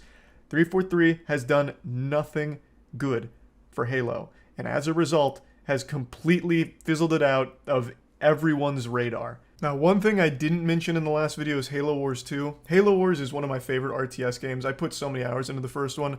I didn't really get into Halo Wars 2, but it wasn't bad. And I know a lot of people still look at it very fondly as a good RTS game. I can't really opine on it super strongly, but I do know this is the only positively received, like actually positively received Halo game under 343's blanket. And they didn't really have too much of a hand in developing it. Based on everything I've read, this was mainly Creative Assembly that put this together. But yes, this does technically count as a 343 Halo game, but I think that's even more embarrassing that their best game is one that was outsourced to a different studio. A different studio that's not even like a Halo-focused company did a better job than 343, and with significantly less budget. Let's not forget, Halo Infinite had a budget of nearly $500 million. And for pretty much everyone, Halo Infinite's the last straw. This was the last pile of shit they could feed us before the food poisoning was just too much. They promised a lot of huge things with Halo Infinite, and then released it without half of it in there. No Forge, still no co-op campaign, and still, a year later, none of it's there. So the game was content dry. And they didn't address it for the longest time. They've been unable to communicate until recently with their roadmap, which is less than satisfactory. It is just a massive miss across the entire board. I went into more detail on why the roadmap's just not good enough in the last video. I don't want to just keep repeating myself, but it just doesn't seem like they're able to steer this ship and save the franchise, and it continues to get worse. I think a lot of people don't realize how many people leave 343 Industries. Throughout the development of Halo Infinite, they went through like fucking 3 creative leads. They lost so many senior like members, like actual high-ranking employees of 343 kept leaving. And even today, 5 hours ago, the goddamn 343 lead, Bonnie Ross, just departed the studio. So it just, like, something has to be going on there that is bad even from the company's perspective. Not even just a player's perspective with the game being just so barren and empty on content. Something has to be so bad there with mismanagement that people just can't stand to work there because so many people leave. It's not far-fetched to think that the constant leaving and then bringing on of new talent to 343 makes it really difficult for employees to produce good work because they're constantly having to shift visions. Like, you'll have the creative lead leave and be replaced with an entirely new person who now has to be caught up to speed and might have like a different idea on where things should go. So then everything in the pipeline just comes to a screeching halt and maybe has to shift around. And it's a communication breakdown. It's a nightmare to constantly have all of these high-ranking members of the 343 team leaving and then being replaced. Like, I can't imagine that that's good for healthy development because now everyone's on different pages and different points here. So I'm getting a little sidetracked, but all of these are just reasons, contributing factors for why I think 343 is the worst game developer in the entire AAA space. Now, of course, what a lot of people clap back with, like, hey, Charlie, it looks like you're taking your stupid pills. It seems you forgot all about EA, the most evil company in the world. EA is so much worse than 343. And I get where you're coming from. EA makes a lot of bad games. They're definitely greedier than 343 with their monetization, but I'm not looking at that side. I'm just looking at the quality of the games. And yeah, EA's made some real bad games, but they also do have some hits. Like, their hits hit. Yes, their shit's shit, and they do have a lot of those, but they do have good games. Under the EA umbrella, there are still good games there. Like, even right off the top of my head, Apex is the best battle royale right now. So they have good games. 343 has none. Zero. 343 is the only AAA game developer that I can think of that has no good games in their catalog at all. Even Gearbox has 2 good games at the very least, Borderlands 1 and 2. We could sit here and split hairs on if Borderlands 3 or Tiny Tina's Wonderland is a good game. I don't really think so. I think they're big steps backwards, but regardless, even Gearbox, which has like Aliens, Colonial Marines, Duke Nukem Forever, all that garbage, they still at least have 2 good games. 343 doesn't have that. They don't have anything like that. They have incomplete games. Like, their best game is an incomplete game, Halo Infinite. It's not even a done game. It's missing half of the shit that it's supposed to have. And it's already been almost a year, and they have still not made any meaningful changes or improvements to the game. In fact, their only changes to the game have been largely negative. I still remember there was that point where they took out one of the most fun weapons in the campaign just because it was like a glitch. Even though, like, it wasn't harmful to anything, to the integrity of the game or whatever. It was just people having fun, you know, speedrunning with a goofy, strong weapon and enjoying the silliness of how strong the weapon was. And they decided to take it out in one of their patches for no reason. You know, it didn't improve the game, taking it out. It actually just hindered people's fun. Like, hey, no having fun. You're having fun in ways we didn't intend. Get rid of it. Like, they just seem so misguided. Luckily, they did put it back, as I recall, but still, that just goes to show that they're not really in touch with the fan base. They don't know what people want. They don't know what the game needs. If they follow their roadmap, it looks like Forge and the co-op campaign test are around the corner, which is great, but it's already been so long, most people have already written the game off, and it's probably not going to be enough to get them back into playing it. It's just so many L's from 343 Industry. It's crazy. So yeah, anyway, just wanted to re-explain all of this again, since a lot of people were really upset after seeing just the 30-second Twitter clips that left off the part where I was explaining, you know, what area of game development I was looking at and why I think 343 is the worst there. So yeah, that's about it. So yeah. I was gonna moist meter Overwatch 2, but then I thought that that's not fair considering the big bulk of what makes it a sequel isn't even out yet, which is the story mode or PvE. Right now it's exclusively the multiplayer, which is basically still just Overwatch 1 with some big patches to it. So instead of doing a moist meter, I'm just gonna come in here raw and give you my full, unfiltered thoughts. The brutally honest truth. So if you're allergic to facts, then I recommend you get your EpiPen out, because I'm not pulling any punches this time around. I'm going Insano style. I'm entering a flow state of opinions about Overwatch 2.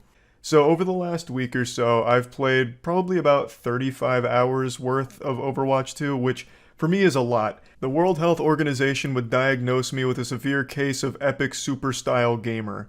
I'm somewhat of a power gamer, and I put a lot of time in Overwatch 2, and I feel like I've got a firm grasp on the game as of right now. Now, a lot of you know that I was a very outspoken critic of Overwatch 1. Unironically, I was one of the biggest hate watchers of that game. I would keep up with it just to make fun of it and be upset by it, go out of my way to be offended by its existence.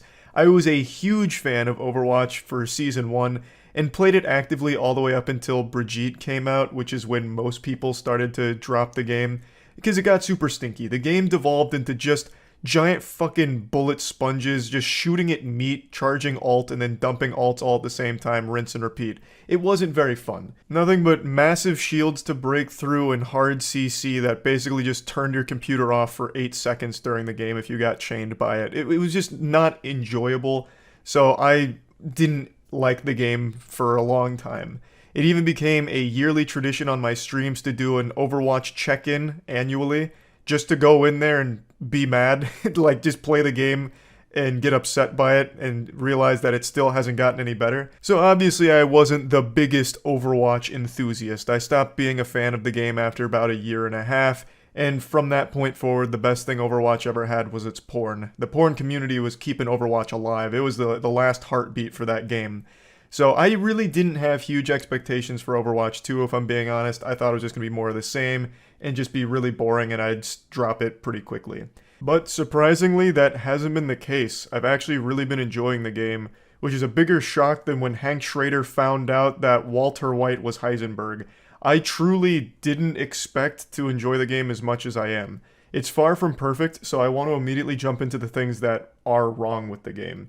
So first of all, everyone knows it had a laughably awful launch. Queue times that would go fucking hours and you'd never get in. You'd just be locked in this endless purgatory waiting to play the game on day 1. Even day 2, the servers weren't fixed. I believe it was due to being DDoSed. I think that's what Blizzard said was the main cause. Some people could play, some people couldn't, but it was an absolute mess, and it became a massive joke about how terrible day 1 and day 2 were for Overwatch 2. Another big problem with it is the needing a mobile number in order to play. That also was extremely messy because some providers wouldn't actually work. So even if you had a legitimate phone, legitimate number and everything, if it was like a prepaid phone, I think it was Cricket was the big one, you still couldn't access the game. Blizzard wouldn't allow it. But I believe all of that's been fixed. So these massive problems that arose immediately at least have been addressed and fixed to some level, as I understand it. But even still, a pretty inexcusable, catastrophically awful launch for Overwatch 2. Now let's dive into the actual game itself. As all of the astute observers have realized, the game looks exactly like Overwatch 1. Anyone with eyes and a brain will be able to immediately recognize that not much has changed visually or gameplay-wise from Overwatch 1 to Overwatch 2. As I mentioned, it's the same game. It's not really a sequel in terms of its multiplayer. It's basically Overwatch update. But they've now lumped it all together into Overwatch 2 because that's coming out with like the PvE and everything. So the name has changed from Overwatch to Overwatch 2, I guess mainly for marketing because it's a lot easier to generate hype around Overwatch 2 versus Overwatch 1.5, something like that. So yes, it is still the exact same Overwatch, but with some big changes to it. And you're delusional if you don't think these changes make an impact on the game. The biggest one by far is the switch from 6v6 to 5v5. It is an extraordinary breath of fresh air. The biggest problem with Overwatch 1, as I mentioned, was just everyone being a bullet sponge in the entire game, just being fucking meaningless until you get your ult, because everyone has massive shields, everyone has huge health, so you just shoot at a giant clump of fucking flesh and grease until you charge your ult, and then you just dump all your ults at the same time. It was so boring. And the biggest problem, the reason why that was there and such a big problem, is because of the 2 tank meta. In a 6v6, you always had 2 tank, 2 DPS, 2 healers. And those tanks always had shields and shit, so it was just really boring. Such a snooze fest. But 5v5 speeds up the pacing a ton. In role queue, you only have 1 tank. And yes, admittedly, that tank is like a fucking raid boss that somehow also spits and shits out so much DPS, it's wild. But it's still just 1 tank, which means you now as a DPS or even a healer, like Zenyatta can pop off, you have much more of an impact on the outcome of the game. You're able to actually get picks more, you're able to actually have fights. Like, it's no longer just shoot at the team shield till it breaks and you get your ult. Now you can actually fight each other as opposed to just waste time until ults come online. It's just so much better. I don't think there is a single person who's played Overwatch 2 right now that says they preferred 6v6. I haven't seen that take anywhere. Not on Twitter, not on Reddit, fucking nowhere. I would have expected some people to get like nostalgic, like put a finger up their ass and be like, damn, I miss the good old days when we could have 2 tanks and do nothing for fucking 45 minutes per match. I miss it. I hate that the game's faster now. It's such a welcome change. It is so much better. Another thing Overwatch 2 does that's just an absolute fat W is the removal of hard CC. There is still some, but not nearly as prevalent as it was in the first Overwatch. Like I mentioned, it was a huge problem there. If you got chain CC'd, it was miserable, absolutely insufferable. I would have rather cleaned a gas station bathroom with my face than play Overwatch 1 with all the stuns and all that shit. It was so bad. In Overwatch 2, a lot of those hard CC abilities have been replaced. For example, Cassidy, I keep forgetting they changed that character's name, the old western shooting cowboy man, gunmaster cowboy guy, he no longer has that flashbang anymore. Instead, he now has a sticky grenade. So he throws a grenade, it can stick to you, and it does a lot of damage when it blows up. So no longer a stun. And I just think that's overall better for the health of the game. Just these 2 changes alone immediately improve the experience, making it more enjoyable. At least for me personally. I prefer the more high-octane, full-throttle gameplay as opposed to just sitting behind your tank and doing nothing. Healers in this game, the support class, are actually super fun too. Because now that it's not just a ton of shields and frontline tanks that just clutter everything, now you, even as a healer, can do a ton of damage and contribute a lot, even just beyond healing. Like, I'll oftentimes see Zenyatta top frag, and even out DPS some of the DPS characters, because the healers are pretty well designed to be fun. Like, a lot of my friends are actual support mains because they just really love it. In particular, Anna. Anna's really like become a crowd favorite for at least my friend group. I know a lot of my friends play Anna now. And for good reason. She's super strong and she is fun to play. Like overall, just everything in the game has been improved by just these 2 changes alone. The new heroes they've introduced, I also enjoy. Haven't played much of Kiriko because she's not available in ranked mode yet, and all I play is ranked mode. I never do casual because I'm not a pussy. I don't waste my time. If I'm playing a game, I'm out there grinding to be number 1 on the leaderboard, baby. And she's not available there, so I haven't really played much of her. But I do like Sojourn and I do like Junker Queen, though I do think Junker Queen's a little underwhelming compared to some of the really strong tanks like Orisa right now. But I don't think there's any like dog shit characters at the moment. I think the weakest character in the game that I can think of off the top of my head is Doomfist. Doomfist is kind of useless right now and completely outclassed by legitimately every other tank in the game. But aside from him, almost every other character feels very strong right now. And you're just having a good time regardless. Now, again, this is Overwatch. It's not really like a huge departure from the Overwatch formula. The maps are the same, the game modes are the same, there are new maps and there is a new game mode, but overall you're going to just be playing mostly the normal Overwatch stuff and experiencing normal Overwatch shit. So if you didn't like that, this game is not winning you over. It's not even going to come close because you're playing the same thing, just a better version of it. So if you didn't like Overwatch, you're not going to like Overwatch 2. I'm not going to, sugarcoat that at all. It's just that simple. One other compliment I'd like to give to the game is there's a lot of really fun custom games, like some really goofy ones like Kill to Grow, where you start as like a little ant, but as you get more kills, you start getting bigger and bigger until it's like a giant kaiju fight. Like, there's really enjoyable custom games that just brought back that nostalgic feeling of old, like, Halo custom games, which I haven't really seen in many other titles recently. So I just wanted to shout out the custom games at the moment because those have actually been pretty fun to dick around in. And one more thing that I don't like, the ranking system at the moment. The competitive ladder doesn't make a whole lot of sense to me. They have this system in place that's very mysterious and doesn't compute with me or anyone in my friend group, where they don't allow you to queue with people that are even somewhat higher or lower ranked than you. So for example, we tried stacking and we were able to play whatever role we wanted for like the first 2 games, but then by the 3rd game, one of us wasn't allowed to be DPS anymore, one of us wasn't allowed to be tank anymore, one of us wasn't allowed to be support anymore, for no reason. Like, none of us had even gotten a new rank or anything. Just after winning 2 games, all of a sudden we got locked out of our favorite role for some reason. And they're doing this because they don't want like Smurfs to be, infesting the lower ranks or some shit, I guess. But it's super, super strict and really vague, like super obtuse. Nothing really makes sense about it because we all started at Bronze 5. I feel like there was some kind of bug with the game. This could be copium, but I've read a lot where like even Grandmasters started Bronze 5. After you finish your placements, like most people end up Bronze, so all of us were in like Bronze 5. But for some reason, after winning like 3 games together, some of us wouldn't be allowed to play our main role, even though we hadn't gotten a new rank or anything like that. So it just doesn't make sense. And I really don't think it's copium. I saw now 4 Grandmasters, Overwatch 1 Grandmasters, that got placed Bronze 5 after going 7-0. I personally went 7-1 in my placements and got Bronze 5. So I definitely think there was some kind of bug with the ranking right away. But regardless, I really don't like this super strict, very counterintuitive queue lock system they have, because it just doesn't make a ton of sense. You should be able to queue with your friends within reason, like unranked bronze and silver should all be able to play together until like one of them reaches like gold, then they can't play with bronze or something, or even like plat, like it just feels way too strict and nothing makes sense about it at the moment to me.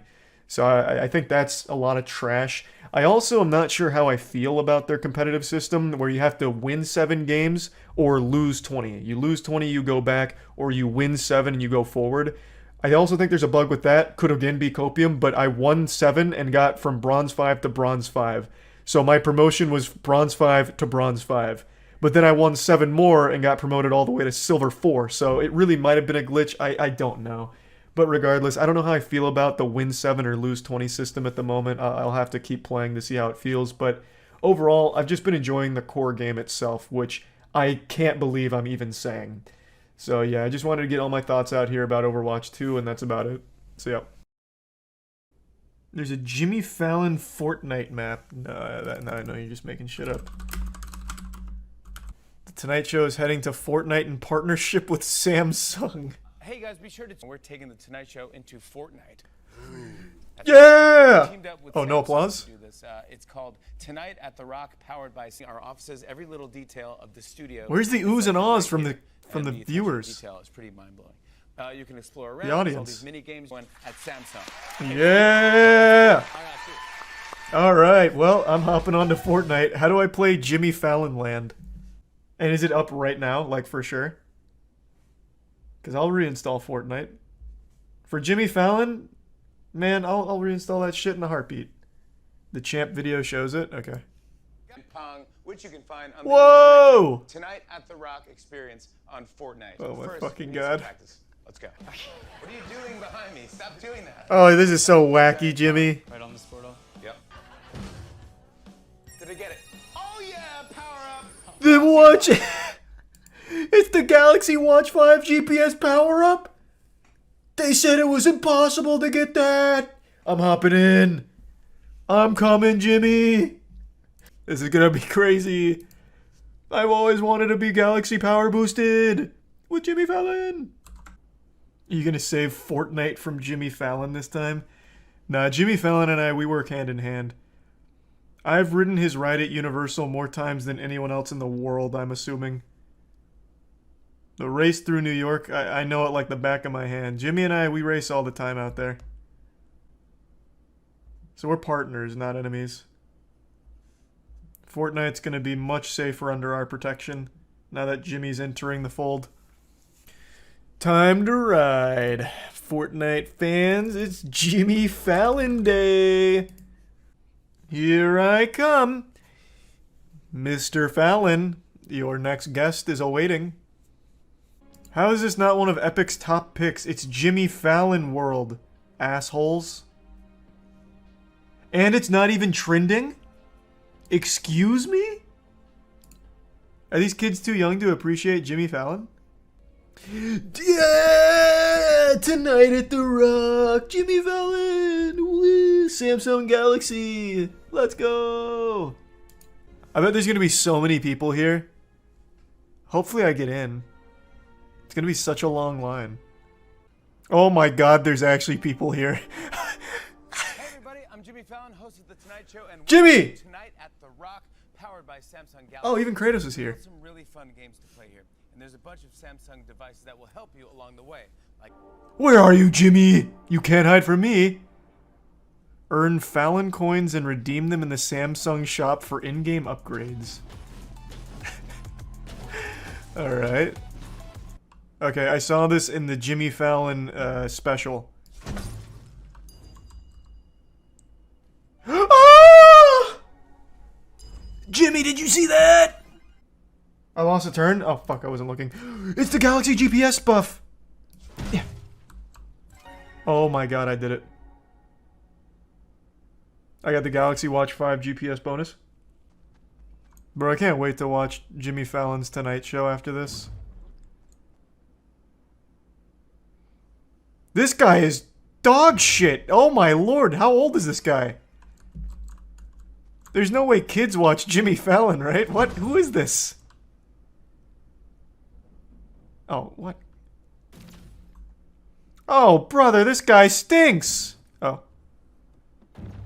That didn't even look like it was in the right area code there, honestly. Oh god, he's dialed in. Uh-oh. Uh-oh. He opened his eyes. Oh, too late though. Too late. Hey, bust it. Bust it on him. Pussy. Idiot. Trash. Garbage. Don't ever let me see you around Jimmy Fallon again. Hey, what's up, friends? Even Kratos? Let's go.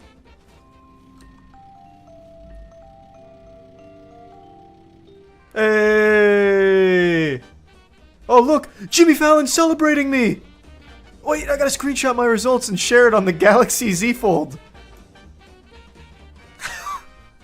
Oh my god! This is the happiest moment of my life. You think Jimmy Fallon will retweet this? What if he invites me on his show? Oh my, I'd be so shy. I'd be so nervous. Pinata Apocalypse is looking really slow. I might not wait. I'll come back. I'm in no rush. This is so fucking hype. I know, this is crazy. I can't believe this. The metaverse is unreal. Oh, it's the Samsung Galaxy headquarters? Hey, pardon me guys, I'm coming in. May I sit at a meeting? Oh, this is where I spend my Jimmy coins. My Jimmy doubloons. Damn. Too poor for the Galaxy. Alright, I'll come back after I get enough Jimothies. When do you think Joe Rogan's gonna release his own Fortnite world? The Alpha Brain universe? Strike a pose. Use your Galaxy Buds 2 Pro to mute the noisy sewer grates and unlock the dance floor. But I can't afford those yet. Is that the only way I get to go to the Galaxy Club? Have some respect, man. What the fuck? Does Jimmy have his own creator code so I can support him? Must be no spaces.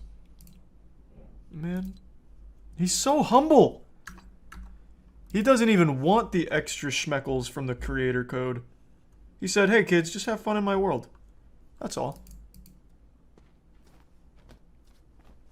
Does anything happen here, or is this it? This is purgatory. Glad you're here. You're not going to believe this, but the Jimmy! show's about to start, and tonight's band lost all their instruments. They're scattered all over Where'd they the go? city, Oh my and I god. need you to go find them and bring them back here before the show starts. I got you a cab. And don't forget to use your Samsung Galaxy Z Fold 4 within the game. They're supercharged boosters, fold pads. I can't afford them, Jimmy. Good luck. Bro, the exchange rate here is nuts. I literally can't afford your sponsored segment here. I don't have enough Jimmy coins. No, God, why? Oh. Why is this thing turning left on its own? Just stop. There we go. I'm here! I've got the French horn or something. I don't know. I couldn't quite tell. Oh, fuck! Oh, the Joker's planted explosives around Gotham. Once you get up here, okay? Ready, set, go! I'm coming! Oh god, be careful!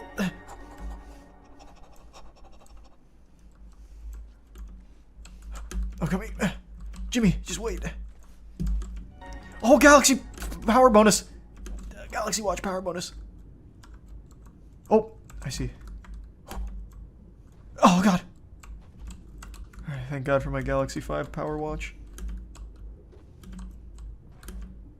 I did it. Alright, where to? Where to? I'm low on time. Oh!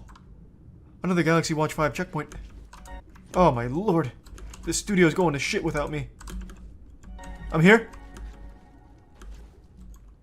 Speed boost! Speedrun.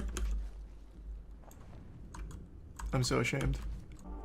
You made it! Congratulations! I did it? But don't relax just Oh. yet, because I need you on set, and I hope you're good at puzzles, because you're gonna need to solve a few to make it here. Here's the first one. I can never remember the password to the show's new Galaxy Tab S8 Ultra. Think you can unlock it? Have you tried cuckold? Let's go. I'm on it. Here I come. Just wait for me, Jimmy. I'll solve this lickety-split. There's no riddle I can't crack. I'm in the mainframe. Whoa, let's go. Luckily, I had my Galaxy Tab S8. The third digit is 1. Okay, I really don't feel like fucking finishing this. Oh my god. Jimmy, I'm so sorry.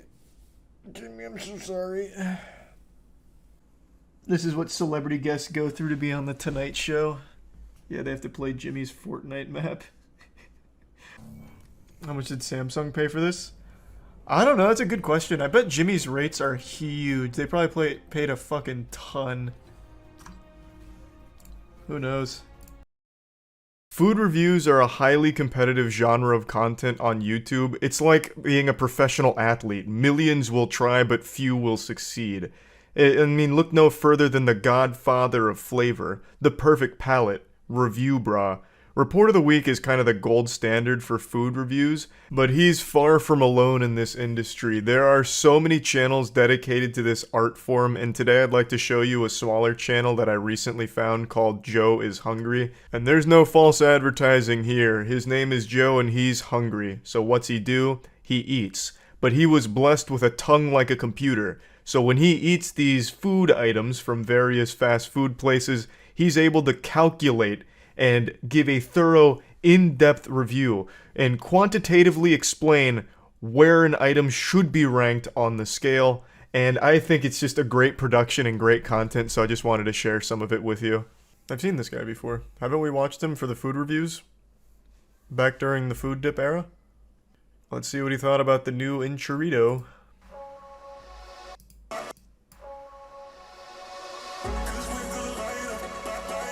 Yeah. I absolutely remember this.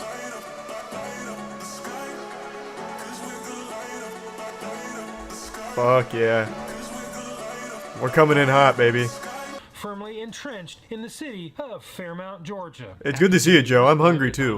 Enchilito consists of... He's playing one of his own videos in the monitor in the background. My man just kicks back and relaxes by watching some Joe is Hungry. Just hands behind his head, reminiscing on the good times. I remember when I was hungry in this video. Fuck me, that appetite got blasted.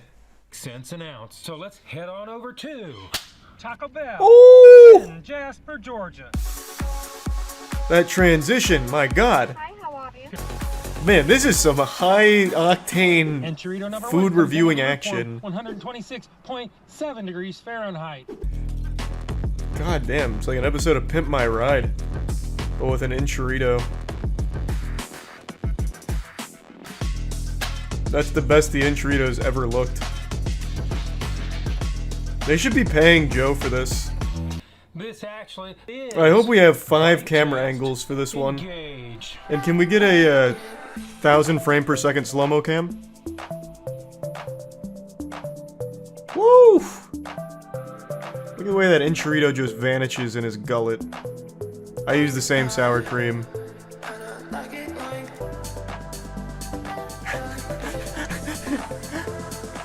Whoa! Coming in on the low angle.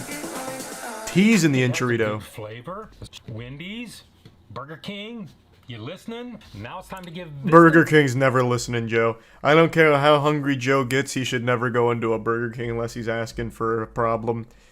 I hope I can go on this channel and not see a single Burger King video for his own safety. It 6. really deserves. Probably 6. I'll give it a 6.8.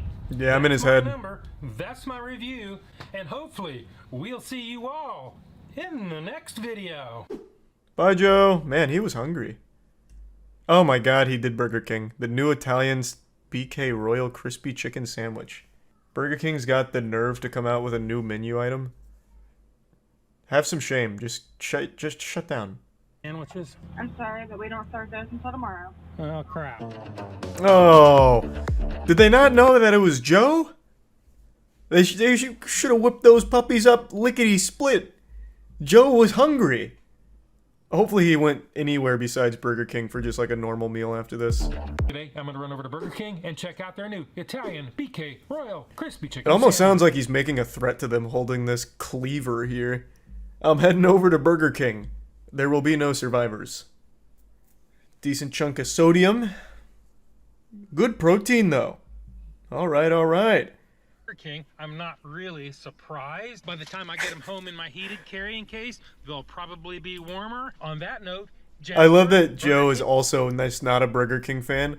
I just think it's impossible to be a Burger King fan. For any self-respecting person, I don't know how you eat Burger King and feel good about it. Like, it has... We recently went through the whole menu. It has a couple of items that were pretty good. Like, the chicken fries aren't bad. But no matter what, you still leave there feeling so unfulfilled, like anything else would have just been better. Like, the chicken fries will get you by, but why not just go anywhere else for a better meal? They need to perform better. Man, this goes so hard. This is like an album cover. Joe should really incorporate, like, viewer music into this section for the Joe's big reveal. I bet people would be honored. You could just have, like, some viewer tracks going in, like, real hard. Like, Shoddy Wanna Fuck or something. and then completely change like the editing style for it. Maybe pyrotechnics in the background or something too. Come out like a WWE wrestler with the BK Royal chicken sandwich. Let's do here. This is different chicken than they use for their normal chicken sandwich. So they're actually, it might not be. I can't quite tell. I'm pretty sure it is. I don't know. But then the chicken they use for their normal chicken sandwich is hardly chicken. I'm pretty sure it's just a different colored sponge. Like, I'm sure they just, like, spray paint that in the back and fabricate it, like 3D print it. Because it's not chicken. It is actually the worst chicken in the world. If you just get a normal Burger King chicken sandwich, they serve it on a hoagie, and it is downright inedible. Like, it shouldn't be allowed to be served. And this is what it's supposed to look like. This is the real deal. And this is what Burger King is trying to tell you it looks like. Pretty close. We saw. So it is.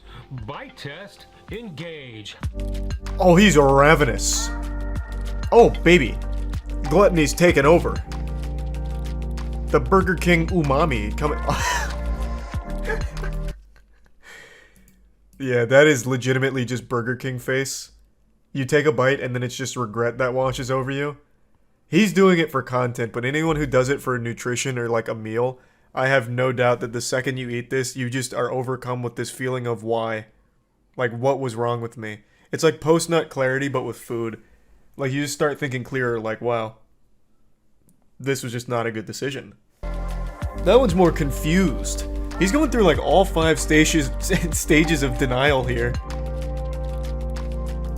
Hitting that grief stage. To sum it all up, put some marinara sauce on it. There is no way they cook this thing to order. But then again, we're talking about Burger King here. They True. invented not cooking to order. They invented not cooking in general. That's not fair. That's Arby's. I will legitimately never forgive Arby's for serving me a legitimately raw piece of chicken. We had an actual Arby's chef reach out to us once because we just assumed that it was like preheated chicken, like they just throw it in the microwave and serve it, so it was like cooked. But apparently that's not the case with Arby's. When we did this video, when they were doing like their hottest sandwich, the chicken here, the one that I got, was legitimately raw. It wasn't fully cooked. I didn't get food poisoning from it, thank God, but this entire side is actually raw. I don't know if you can see it on stream. You can see it in the video. I don't know if it's coming through on stream. And I've never forgiven Arby's for this. I thought it was just like a fat tendon or something, but an actual Arby's employee reached out to say like, no, we actually do cook it, and that is just raw. Yeah, I think Arby's is unforgivable. How fucking awful. I was so goddamn mad when I found that out because I'm already a hypochondriac and I know how bad raw chicken is. I was so fucking mad. If you don't know my scale is 1 to 10, 9 being the best. Anything above It's gonna be a 1 is 4. lifetime experience. 5 and down is the definite. I'm in your head, slippery Joe. slope It's gonna be a to 4. food hell. So let's go ahead and give this thing its score. It's a 4. 4.5. I'm so good at this.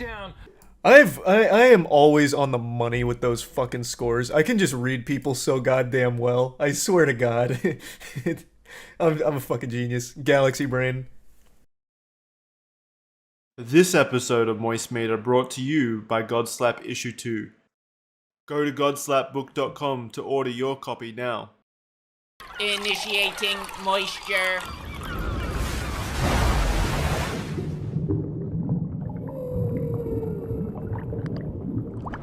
Welcome to the Moist Meter. Today we're taking a look at Chainsaw Man. This anime had more hype around it than if they announced a sequel to the Bible. Everything about anime this season was geared towards how great Chainsaw Man was going to be. I couldn't stop hearing about it. People keep recommending it. And it was being animated by MAPPA, so all of these things put together into a beautiful stew was a recipe for hype. So I went into this show with very high expectations, and I'm happy to say I wasn't disappointed at all. The show's just really good. Now, this plot isn't anything super unique or special. It's a very simple, very standard storyline. There's devils out there, and there's people that hunt them. So we follow the devil hunters. Our protagonist has fused with the chainsaw devil, so he's got a dangly little ripcord on his chest, and when he's ready to, beat and eat some ass, he yanks the ripcord and has chainsaws shoot out of his arm and out of his head, and then he just absolutely gores everything around him. The story isn't anything incredible, but the characters are really fun. It's just unapologetically goofy. For example, the main character, Dingy, is just this extremely horny kid whose main motivation is squeezing tits for a long time, and then he gets his first kiss, but the girl that kisses him pukes in his mouth. Like, it's not afraid to be over the top and silly, but also self-aware. And this show has spawned a hornier community on Twitter than Genshin Impact. I swear to God, this show must have changed people's entire lives, because there are so many accounts that are dedicated to just talking about who they want to fuck and why they're their favorite girl and this and that. Like, it's a full-time job for some of these people to thirst over the anime characters in this one. But of course, the main selling point of Chainsaw Man has always been, as I understand it, its action, which is brought to life beautifully by Mappa. Mappa has done so much work over the last couple years. They've said yes to like every anime project imaginable. Like, if there's been even whispers of a manga being adapted into an anime or a new season of an anime needing another studio, it's always Mappa that raises their hands to do the work. They're like the Dwayne "The Rock" Johnson. They can't turn down any roles, but unlike The Rock, every role Mappa takes is a fucking hit. Like, they only make bangers. They've done so many anime over the last couple years. I don't know how they haven't spread themselves out too thin and had the quality, suffer for it. But somehow they're able to keep up an incredibly high level of quality, the best in the industry oftentimes. And all that talent's put on full display with Chainsaw Man. The action is amazing. Every time there's a fight, it's over the top, it's gory, and it's so great. And it goes hard. It goes so fucking hard. I love that the main way of fighting for people that aren't the main character, Dingy, is through contracts with devils. So a lot of the devil hunters, well, all of them, have contracts where they can use other devils' powers. So one of the devil hunters has a contract with a ghost devil where she has a little ghost arm that she can use to strangle and blast people. There's a cursed devil that another main character uses. It's a really fun way of fighting that keeps it fresh, where everyone has very unique ways of approaching combat. And they spared no expense when it came to the animation. They didn't take any cheap ways out. This is very clearly a lot of work going into it to make it look the best that it can, and it really pays off. The show's just great. I don't have any major complaints about it. I have like a couple minor nitpicks, but none of it's like important or detrimental to the overall show. I think oftentimes it gets lost in its own horniness with its main character, so sometimes that gets a bit grating. But it's never to a point where I don't like the character or anyone around him. And it's one of the few anime where the humor sometimes lands for me. Oftentimes when anime tries humor, it doesn't really make me laugh. But I actually did have a couple giggles throughout Chainsaw Man, so that was a pleasant surprise and pretty refreshing. It just doesn't really fall into like anything I expected from a mainstream anime. Of course it has tons of cliches and tons of tropes, but it never like overuses it or has it overstay its welcome. Everything in this show is mainly geared as a vessel towards more over-the-top and fucking beautiful action, and I really just appreciated that. Now, there's only 12 episodes of this season, which is a little disappointing because shows like Jujutsu Kaisen and Demon Slayer, both of which had comparable levels of animation quality, as well as very similar levels of hype, both of those had 24 and 26 episode long seasons. Season 1 of Demon Slayer was 26 episodes, Season 1 of Jujutsu Kaisen was 24, and it was able to hold this intensity, like this full fucking nuts to butts action and jaw-dropping animation for a long time, whereas Chainsaw Man's very bite-sized, like it's giving you an appetizer. So I'm hoping that it can continue this level of quality. I hope it doesn't like fall off and, suck shit, because that'd be tragic. But yeah, it is just a little underwhelming that it's such a short season. I would have liked more episodes because it's just so good, and I would have really liked more time to get drawn into the entire universe and see more of it. But it's still extremely good. Plugging it in the moist meter, I'm going to be giving it a 90%. I do highly recommend it, especially if you like shows like Jujutsu Kaisen and Demon Slayer. So yeah, lived up to the hype, so I was satisfied. That's about it. See ya. Godslap is a comic book series we've been working on for a couple years now. It's a hyper-violent, over-the-top sci-fi story about the beauty and destruction that slaps can cause. Issue 2 is out right now. It'd make a wonderful Christmas gift, so make sure to check it out at godslapbook.com. Right now we also have 3 variant covers that are in stock, but the second those sell out, those variant covers will never be restocked, so definitely make sure to pick up a copy today. I really didn't think Twitter would ever have a stupider idea than super follows, that paid monthly subscription to your favorite Twitter account. I thought that was going to be like the magnum opus of incompetence for the site, but Elon Musk took over now, and his neurons are working overtime. He's rubbing the Dogecoins in his brain together and creating some absolute insanity when it comes to bad ideas for monetization. So let's talk about his new $8 a month subscription for check marks on Twitter. Elon Musk has only been the head of it for like less than a week and is already proving me wrong. I said he wouldn't make like any change whatsoever. It'd say exactly the same. But dude is fucking cleaning house at the company and implementing some absolute brain dead ideas. So I'm sure you guys all saw he's looking to charge like $20 a month for verification. After Stephen King's like, nah, I'm out, he started haggling with Stephen King in this public embarrassment, like a humiliation fetish from Elon Musk. He's like, oh, bro, but what about $8 a month? So now he's rolling with $8 a month. Here, actually, I'll just pull up the tweet so you can read it. He like starts groveling at Stephen King's feet. Like, no, what do you mean you're leaving? Yeah, we need to pay the bills somehow. Twitter cannot rely entirely on advertisers. How about $8? I don't know how he wasn't embarrassed posting that publicly. That's so shameless. But yeah, so that's the idea, charging $8 to keep the check mark, as well as opening it up to anyone who can pay $8 a month and have a check mark. Oh, here it is. Lords and peasant system, power to the people for $8 a month. So I think most people can sniff out some problems right away with the idea, and Elon Musk himself. So Rubius point this out. What happens when a random user pays $8, changes his display name to Elon Musk using your same profile pic, starts tweeting like you, verified checks exist so people know they follow the real person. He doesn't even address that, he just said it already happens, which he's just blatantly wrong about. There's currently, at least not from the last time I checked, which was 2 hours ago, there is no verified Elon Musk scamming accounts, but there are people like impersonating him without the checkmark. Whereas this can have verified scammers. But regardless, not even the biggest takeaway here. I think anyone who pays $8 for a checkmark is an absolute certified fucking loser. It should only be used by like companies, maybe. I could see that like companies or businesses wanting it. Individuals, I think that shit is trash. Like, you are basically just begging to be bullied. Like, that's like an elevated chat, but on Twitter. That's just a -8 in every reply. I would not take a checkmark from anyone seriously anymore. It would be too embarrassing. But yeah, his whole thing is like, it's going to... Actually, here, let me just pull it up instead of put words in his mouth. Here. You get priority in replies, mentions, and searches, which is essential to defeat spam and scams. Which I cannot believe he's that out of touch. This will only increase that because anyone can do it now.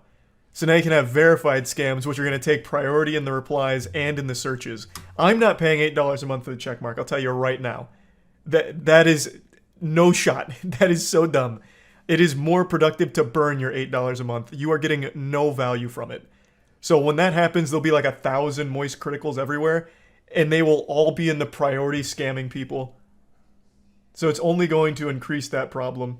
And you don't even get an ad-free experience, you just get half as many ads.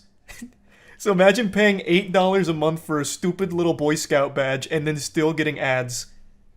How silly. This is like actual pay pig behavior where you just pay someone to get nothing in return except insults. $8 for a check mark. I see why he's doing it, because now he just paid $44 billion for this pile of shit, and there is no way it's making money, not even close, so he's just scrapping together every shitty idea to try and squeeze a little money into it. And he also has a problem right now where advertisers are pulling out. So not only is he losing all of his like members in the company, the employees that he's firing en masse, but the advertisers themselves are starting to pull out because they have no faith in Elon actually steering the ship. So he can't rely on them anymore, which he publicly admits to Stephen King. So he's just trying everything to make something back on this absolute massive shitpost that was so costly. Man made a $44 billion joke and is starting to regret it like a Darman video. This shit is super follows on crack. Oh, that is such a... I keep forgetting about super chats. Like, super chats is absolutely inviting wedgies into your life. If you are, super follows. Super follows invites like actual swirlies in the bathroom from the football team. If anyone sees that you are a super follower of someone on Twitch, you will never hear the end of it. You are going to be absolutely bullied on Twitter forever. So people don't do it. You never see super followers because you're paying for fucking nothing. And that is exactly what the checkmark's about to be with the $8 a month. It's so beautiful. I want to quickly explain super follows a bit more since I'm aware that most of you probably don't even know what it is. It's a system Twitter rolled out where you can do a monthly paid subscription to your favorite Twitter accounts, and you get like a little badge that highlights you that you're a super follower publicly, so you can stand out in conversation, and you get bonus tweets. You probably haven't seen any super followers because no one uses it because it's downright embarrassing. This is just like going out in public and asking to be spit on. If someone sees you're a super follower on Twitter, good luck having anything you're talking about be taken seriously. And this is what I feel the checkmark will become with this new system if it goes into place. Because you're paying for nothing, and it publicly shows that you are wasting your money. So of course you're just going to be insulted for it, and I think that's going to be a deterrent for people buying it. Like, I just don't see why anyone would when you don't get anything in return for it except for a public badge that lets people know you're wasting your money. Oh, to all complainers, please continue complaining, but it'll cost $8. Fucking epic. That's a fat own right there, noobs, from the mastermind of memes. Let that sink in. I mean, I wish he would have just shut it down.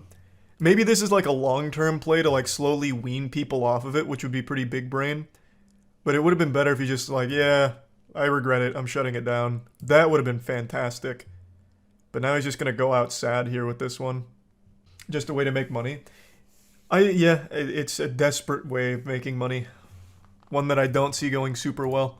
The only people that are gonna use it are people that do it to troll or scam. Why the fuck is a normal person gonna care about having a check mark on their name? Yeah, I'm Biff Cheeseburger from North Baptist University. I want to be verified on Twitter. I'll pay $8 a month for it. I saw, like, even the Elon meat writers that pretty much support everything are kind of scratching their heads here. Because for $8 a month, you're getting nothing. You get priority in replies, yeehaw, so you can say L+ ratio quicker than most people and have it at the top. Like, you don't get anything out of that subscription. They keep comparing it to things like Netflix or Hulu subs, but think of all the content you get from anything else with a subscription. Fucking RuneScape, you get an entire thousands hours worth of gameplay. World of Warcraft, and then any streaming service ever. You get fucking tons of content. On Twitter, you get a check mark, you get a badge. It's worthless. Like, if it was a one-time payment, I could see some people doing it. But a subscription, a monthly subscription to have that, nobody's doing that, except for businesses, maybe. No shot. And you don't even get an ad-free experience, so it's even worse than, like, anything else, like, alternative. O.J. Simpson finally getting his checkmark. True! O.J. Simpson made that post to Elon. Now that Elon's got Twitter under his control, maybe now I can get verified. And he can for only $8. So we finally got the real OJ with that check mark. You can be like OJ Simpson on Twitter. Let's go. Fucking huge. So I can make fake government accounts for only $8. We were talking about this on the podcast, and someone in the chat made like a really fun suggestion of just impersonating foreign policy like higher ups. Because you can do this infinitely, right? Even if you have to verify via photo ID and you get banned for impersonation, you can just do it again. You can just keep doing this over and over again and keep changing your handle to like anyone with a position of power and just going fucking hog wild. He said the $8 will help fund content creators. Is there any info on this? Oh yeah, he did say that. No, that just seems like buzzwords to get people more on his side because people love that kind of sentiment. I don't know how the fuck that's going to fund content creators on Twitter. Like, what the fuck is a Twitter content creator? Like, just anyone with a big following on Twitter? I think the payable verification at this point is meant to reduce bots and not meant to signify that an account belongs to a public figure. Yeah, but it's not going to stop anything with bots or scams or anything. because it's open to anyone. You can just pay $8 a month. It's just going to be a little costly to promote your scams, but you're going to get more out of it because it's going to fool more people because of the check mark. And since it floats to the top of the replies now, and since it's going to be the first things that come up when you search things, scams are going to be much more prevalent. Assuming it goes as he has it stated so far. Maybe he has fail-safes in mind, but he certainly hasn't said that yet. How will this stop bots? Bots already exist now, and when you implement buying verification, you'll have the same bots plus easily verified bots. I don't know, like, he's not very in touch. It doesn't, like, I don't see how this stops spam or bots. It seems to me to only increase spam and scams, but I guess we'll see. Like, it doesn't seem to stop bots. The bots are still there, and now some of them can be verified. Today I learned about an inspiring story of one man's unwavering determination in order to accomplish his dreams and then finally succeeding. It's a heartwarming, wholesome story that I'm excited to share with you, but it got me thinking about a deeper message: the value of hard work. As a YouTuber, I of course know a thing or two about back-breaking labor. Being an internet content creator is often considered one of the most physically demanding things a human being can subject themselves to on the planet.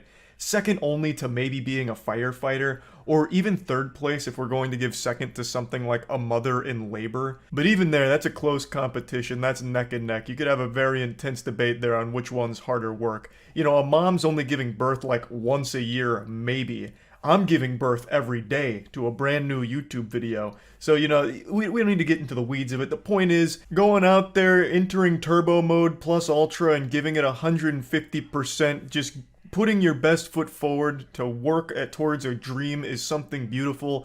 And for some reason, a lot of people these days are very defeatist, like, you know, kicking sand and saying, it doesn't matter how hard I work, I won't accomplish, you know, what I want to, my goals in life. And to that I say, bah humbug. I spit on that. It's like you've never watched anime and the power of never giving up. So I want to make you believe in dreams again. I want to show you the story of Josh Nally. I don't know how many of you have heard of his story, but it's pretty inspiring. Josh is a TikTok content creator who hatched an absurd idea a year ago. An idea so extreme people called him crazy. Said, this man's lost his marbles. He doesn't know his ass from his elbow. This is such a dumb idea. But you know what Josh said in response to that? Nothing. He put his head down and went on that Sigma male grind set and committed to the dream, the goal that he set for himself. You see, Josh Nally wanted to be a professional corpse. He came up with the idea of pretending to be dead every day for a year in the hopes that it would eventually land him a spot on a television show or movie as a dead body. And by golly, I'm happy to say Josh has done it. As God is my witness, Josh has pulled it off and has landed a role in a new CSI episode as a corpse. But let me walk you through the humble beginnings. It all started with a dream and a man who was brave enough to follow it. He lied face down in a small body of water as his dogs looked on concerned, and he was the most convincing dead body I'd ever seen. His acting is second to none. He looks more dead than actual mangled corpses. He somehow looks even more deceased than the legitimately dead. Josh was born with a gift, nay, a curse, that when he lie in the prone position, he is easily mistaken as dead. And he wasn't afraid to use this ability to get ahead in life. I'd like to show you a bit of a story Inside Edition just made on Josh, because I find it very touching. This guy has been playing dead for an entire year. Day 19. Every day on TikTok, there's Josh Nally, yup, lifeless. Lifeless, maybe. Dreamless, no. His faith never wavered. Anyone can act alive, but it takes a special talent to act dead, and especially to the caliber that Josh is able to perform. Day 50, playing unalive. Let's see if I can't maybe get into a movie or television show. Did he say TV show? Well, guess what? It worked. All of the hard work, the year-long commitment that Josh put into this art form paid off. He was contacted by CSI Vegas, and they recognized the skill. They needed him, so they begged him, groveled at his feet, praying that he would accept their offer to be a corpse on their show. And Josh, he said yes. So he flew out to Hollywood, and he got his role in the show. They got him in makeup. He's in like a body bag that's opened, and he was very happy with it. His big moment airs tonight, but we've got a sneak peek behind the scenes. Couldn't resist asking Josh to play dead one more time. This is how I play dead. I'm never too big of a fan of people asking someone to do like their signature move or whatever, because it just feels like that whole dance monkey dance thing, do the thing. Like, yeah, I just never really appreciate when someone does that. But when you have what Josh has, it's hard to fight that urge to ask him to play dead just one quick time. Just for the one time. And you could even see in the background, the person behind him couldn't help but peek over and take a look at Josh as he was performing his play dead stunt. I have no doubt when he does the TikToks, he draws a giant crowd, all of them scratching their chin wondering, is this man dead? And that's the whole idea of it. And honestly, I just think it's commendable. He committed to a year long of this little fun shtick. It's outrageous idea, something I've never seen done before, and he accomplished exactly what he set out to accomplish, and I think that's just overall great. But this is not the only example of hard work paying off that I'd like to highlight today. If you were on Twitch yesterday, you may have noticed a new kind of stream pop off, a particular genre that really went hard yesterday. A brand new streamer hit the scene in a big way. Her name is Eileen. Now, Eileen had a pretty interesting idea as well, to try and carve out her own niche on the platform as well as gain a lot of followers quickly. She must have been taking notes on a previous streamer I've talked about and pulled a page out of her playbook. I'm talking about the streamer who had sex on stream, got a 7-day ban, and came back bigger than ever. Well, at least bigger than she was previously. Eileen, however, didn't have sex on stream. She instead went fully nude and masturbated on stream, in front of 5,000 viewers, all looking on with a smile on their face and confusion in their hearts, wondering, how is this happening right now on Twitch? Or at least, that's what you were led to believe. The truth is, this channel never actually had 5,000 viewers during her masturbation. That was a claim that was falsely made on Livestream Fail. That is not the actual number. According to the Twitch tracking sites, the peak was around like 300, so that claim's wrong. But she really did spread her full asshole on stream and masturbate fully nude for the camera. And it was live for about 30 to 45 minutes based on all of the Twitch tracking sites that I've seen. That's about the average that I'm seeing. The question on everyone's mind, as they looked into Eileen's butthole, they couldn't help but wonder, how long is her ban length going to be? Because the streamer that fucked on stream got 7 days. What Eileen did wasn't super different. Is she also going to receive 7 days, or will this be a permanent ban? And I'd like to weigh in on this because I think this is a pretty open and shut case of a permaban. The account was created on November 3rd with the sole purpose of having this viral stunt. I'm pretty sure this was all manufactured from the get-go, and I'm also fairly confident that Eileen, the person in the video, was never actually like the one behind this. I would imagine this was taken from another cam site. They just took that cam girl's video and broadcast it on Twitch for this account, and then the post went viral because it's been such a talking point recently. Since there was a streamer that did fuck on stream, that was an actual streamer that did that, and it was a great publicity boost for her, and she benefited from it. So I imagine the idea here was to try and make that happen again on this account, and it's somewhat worked, at least in terms of a conversation regarding Twitch's policy on sexual content.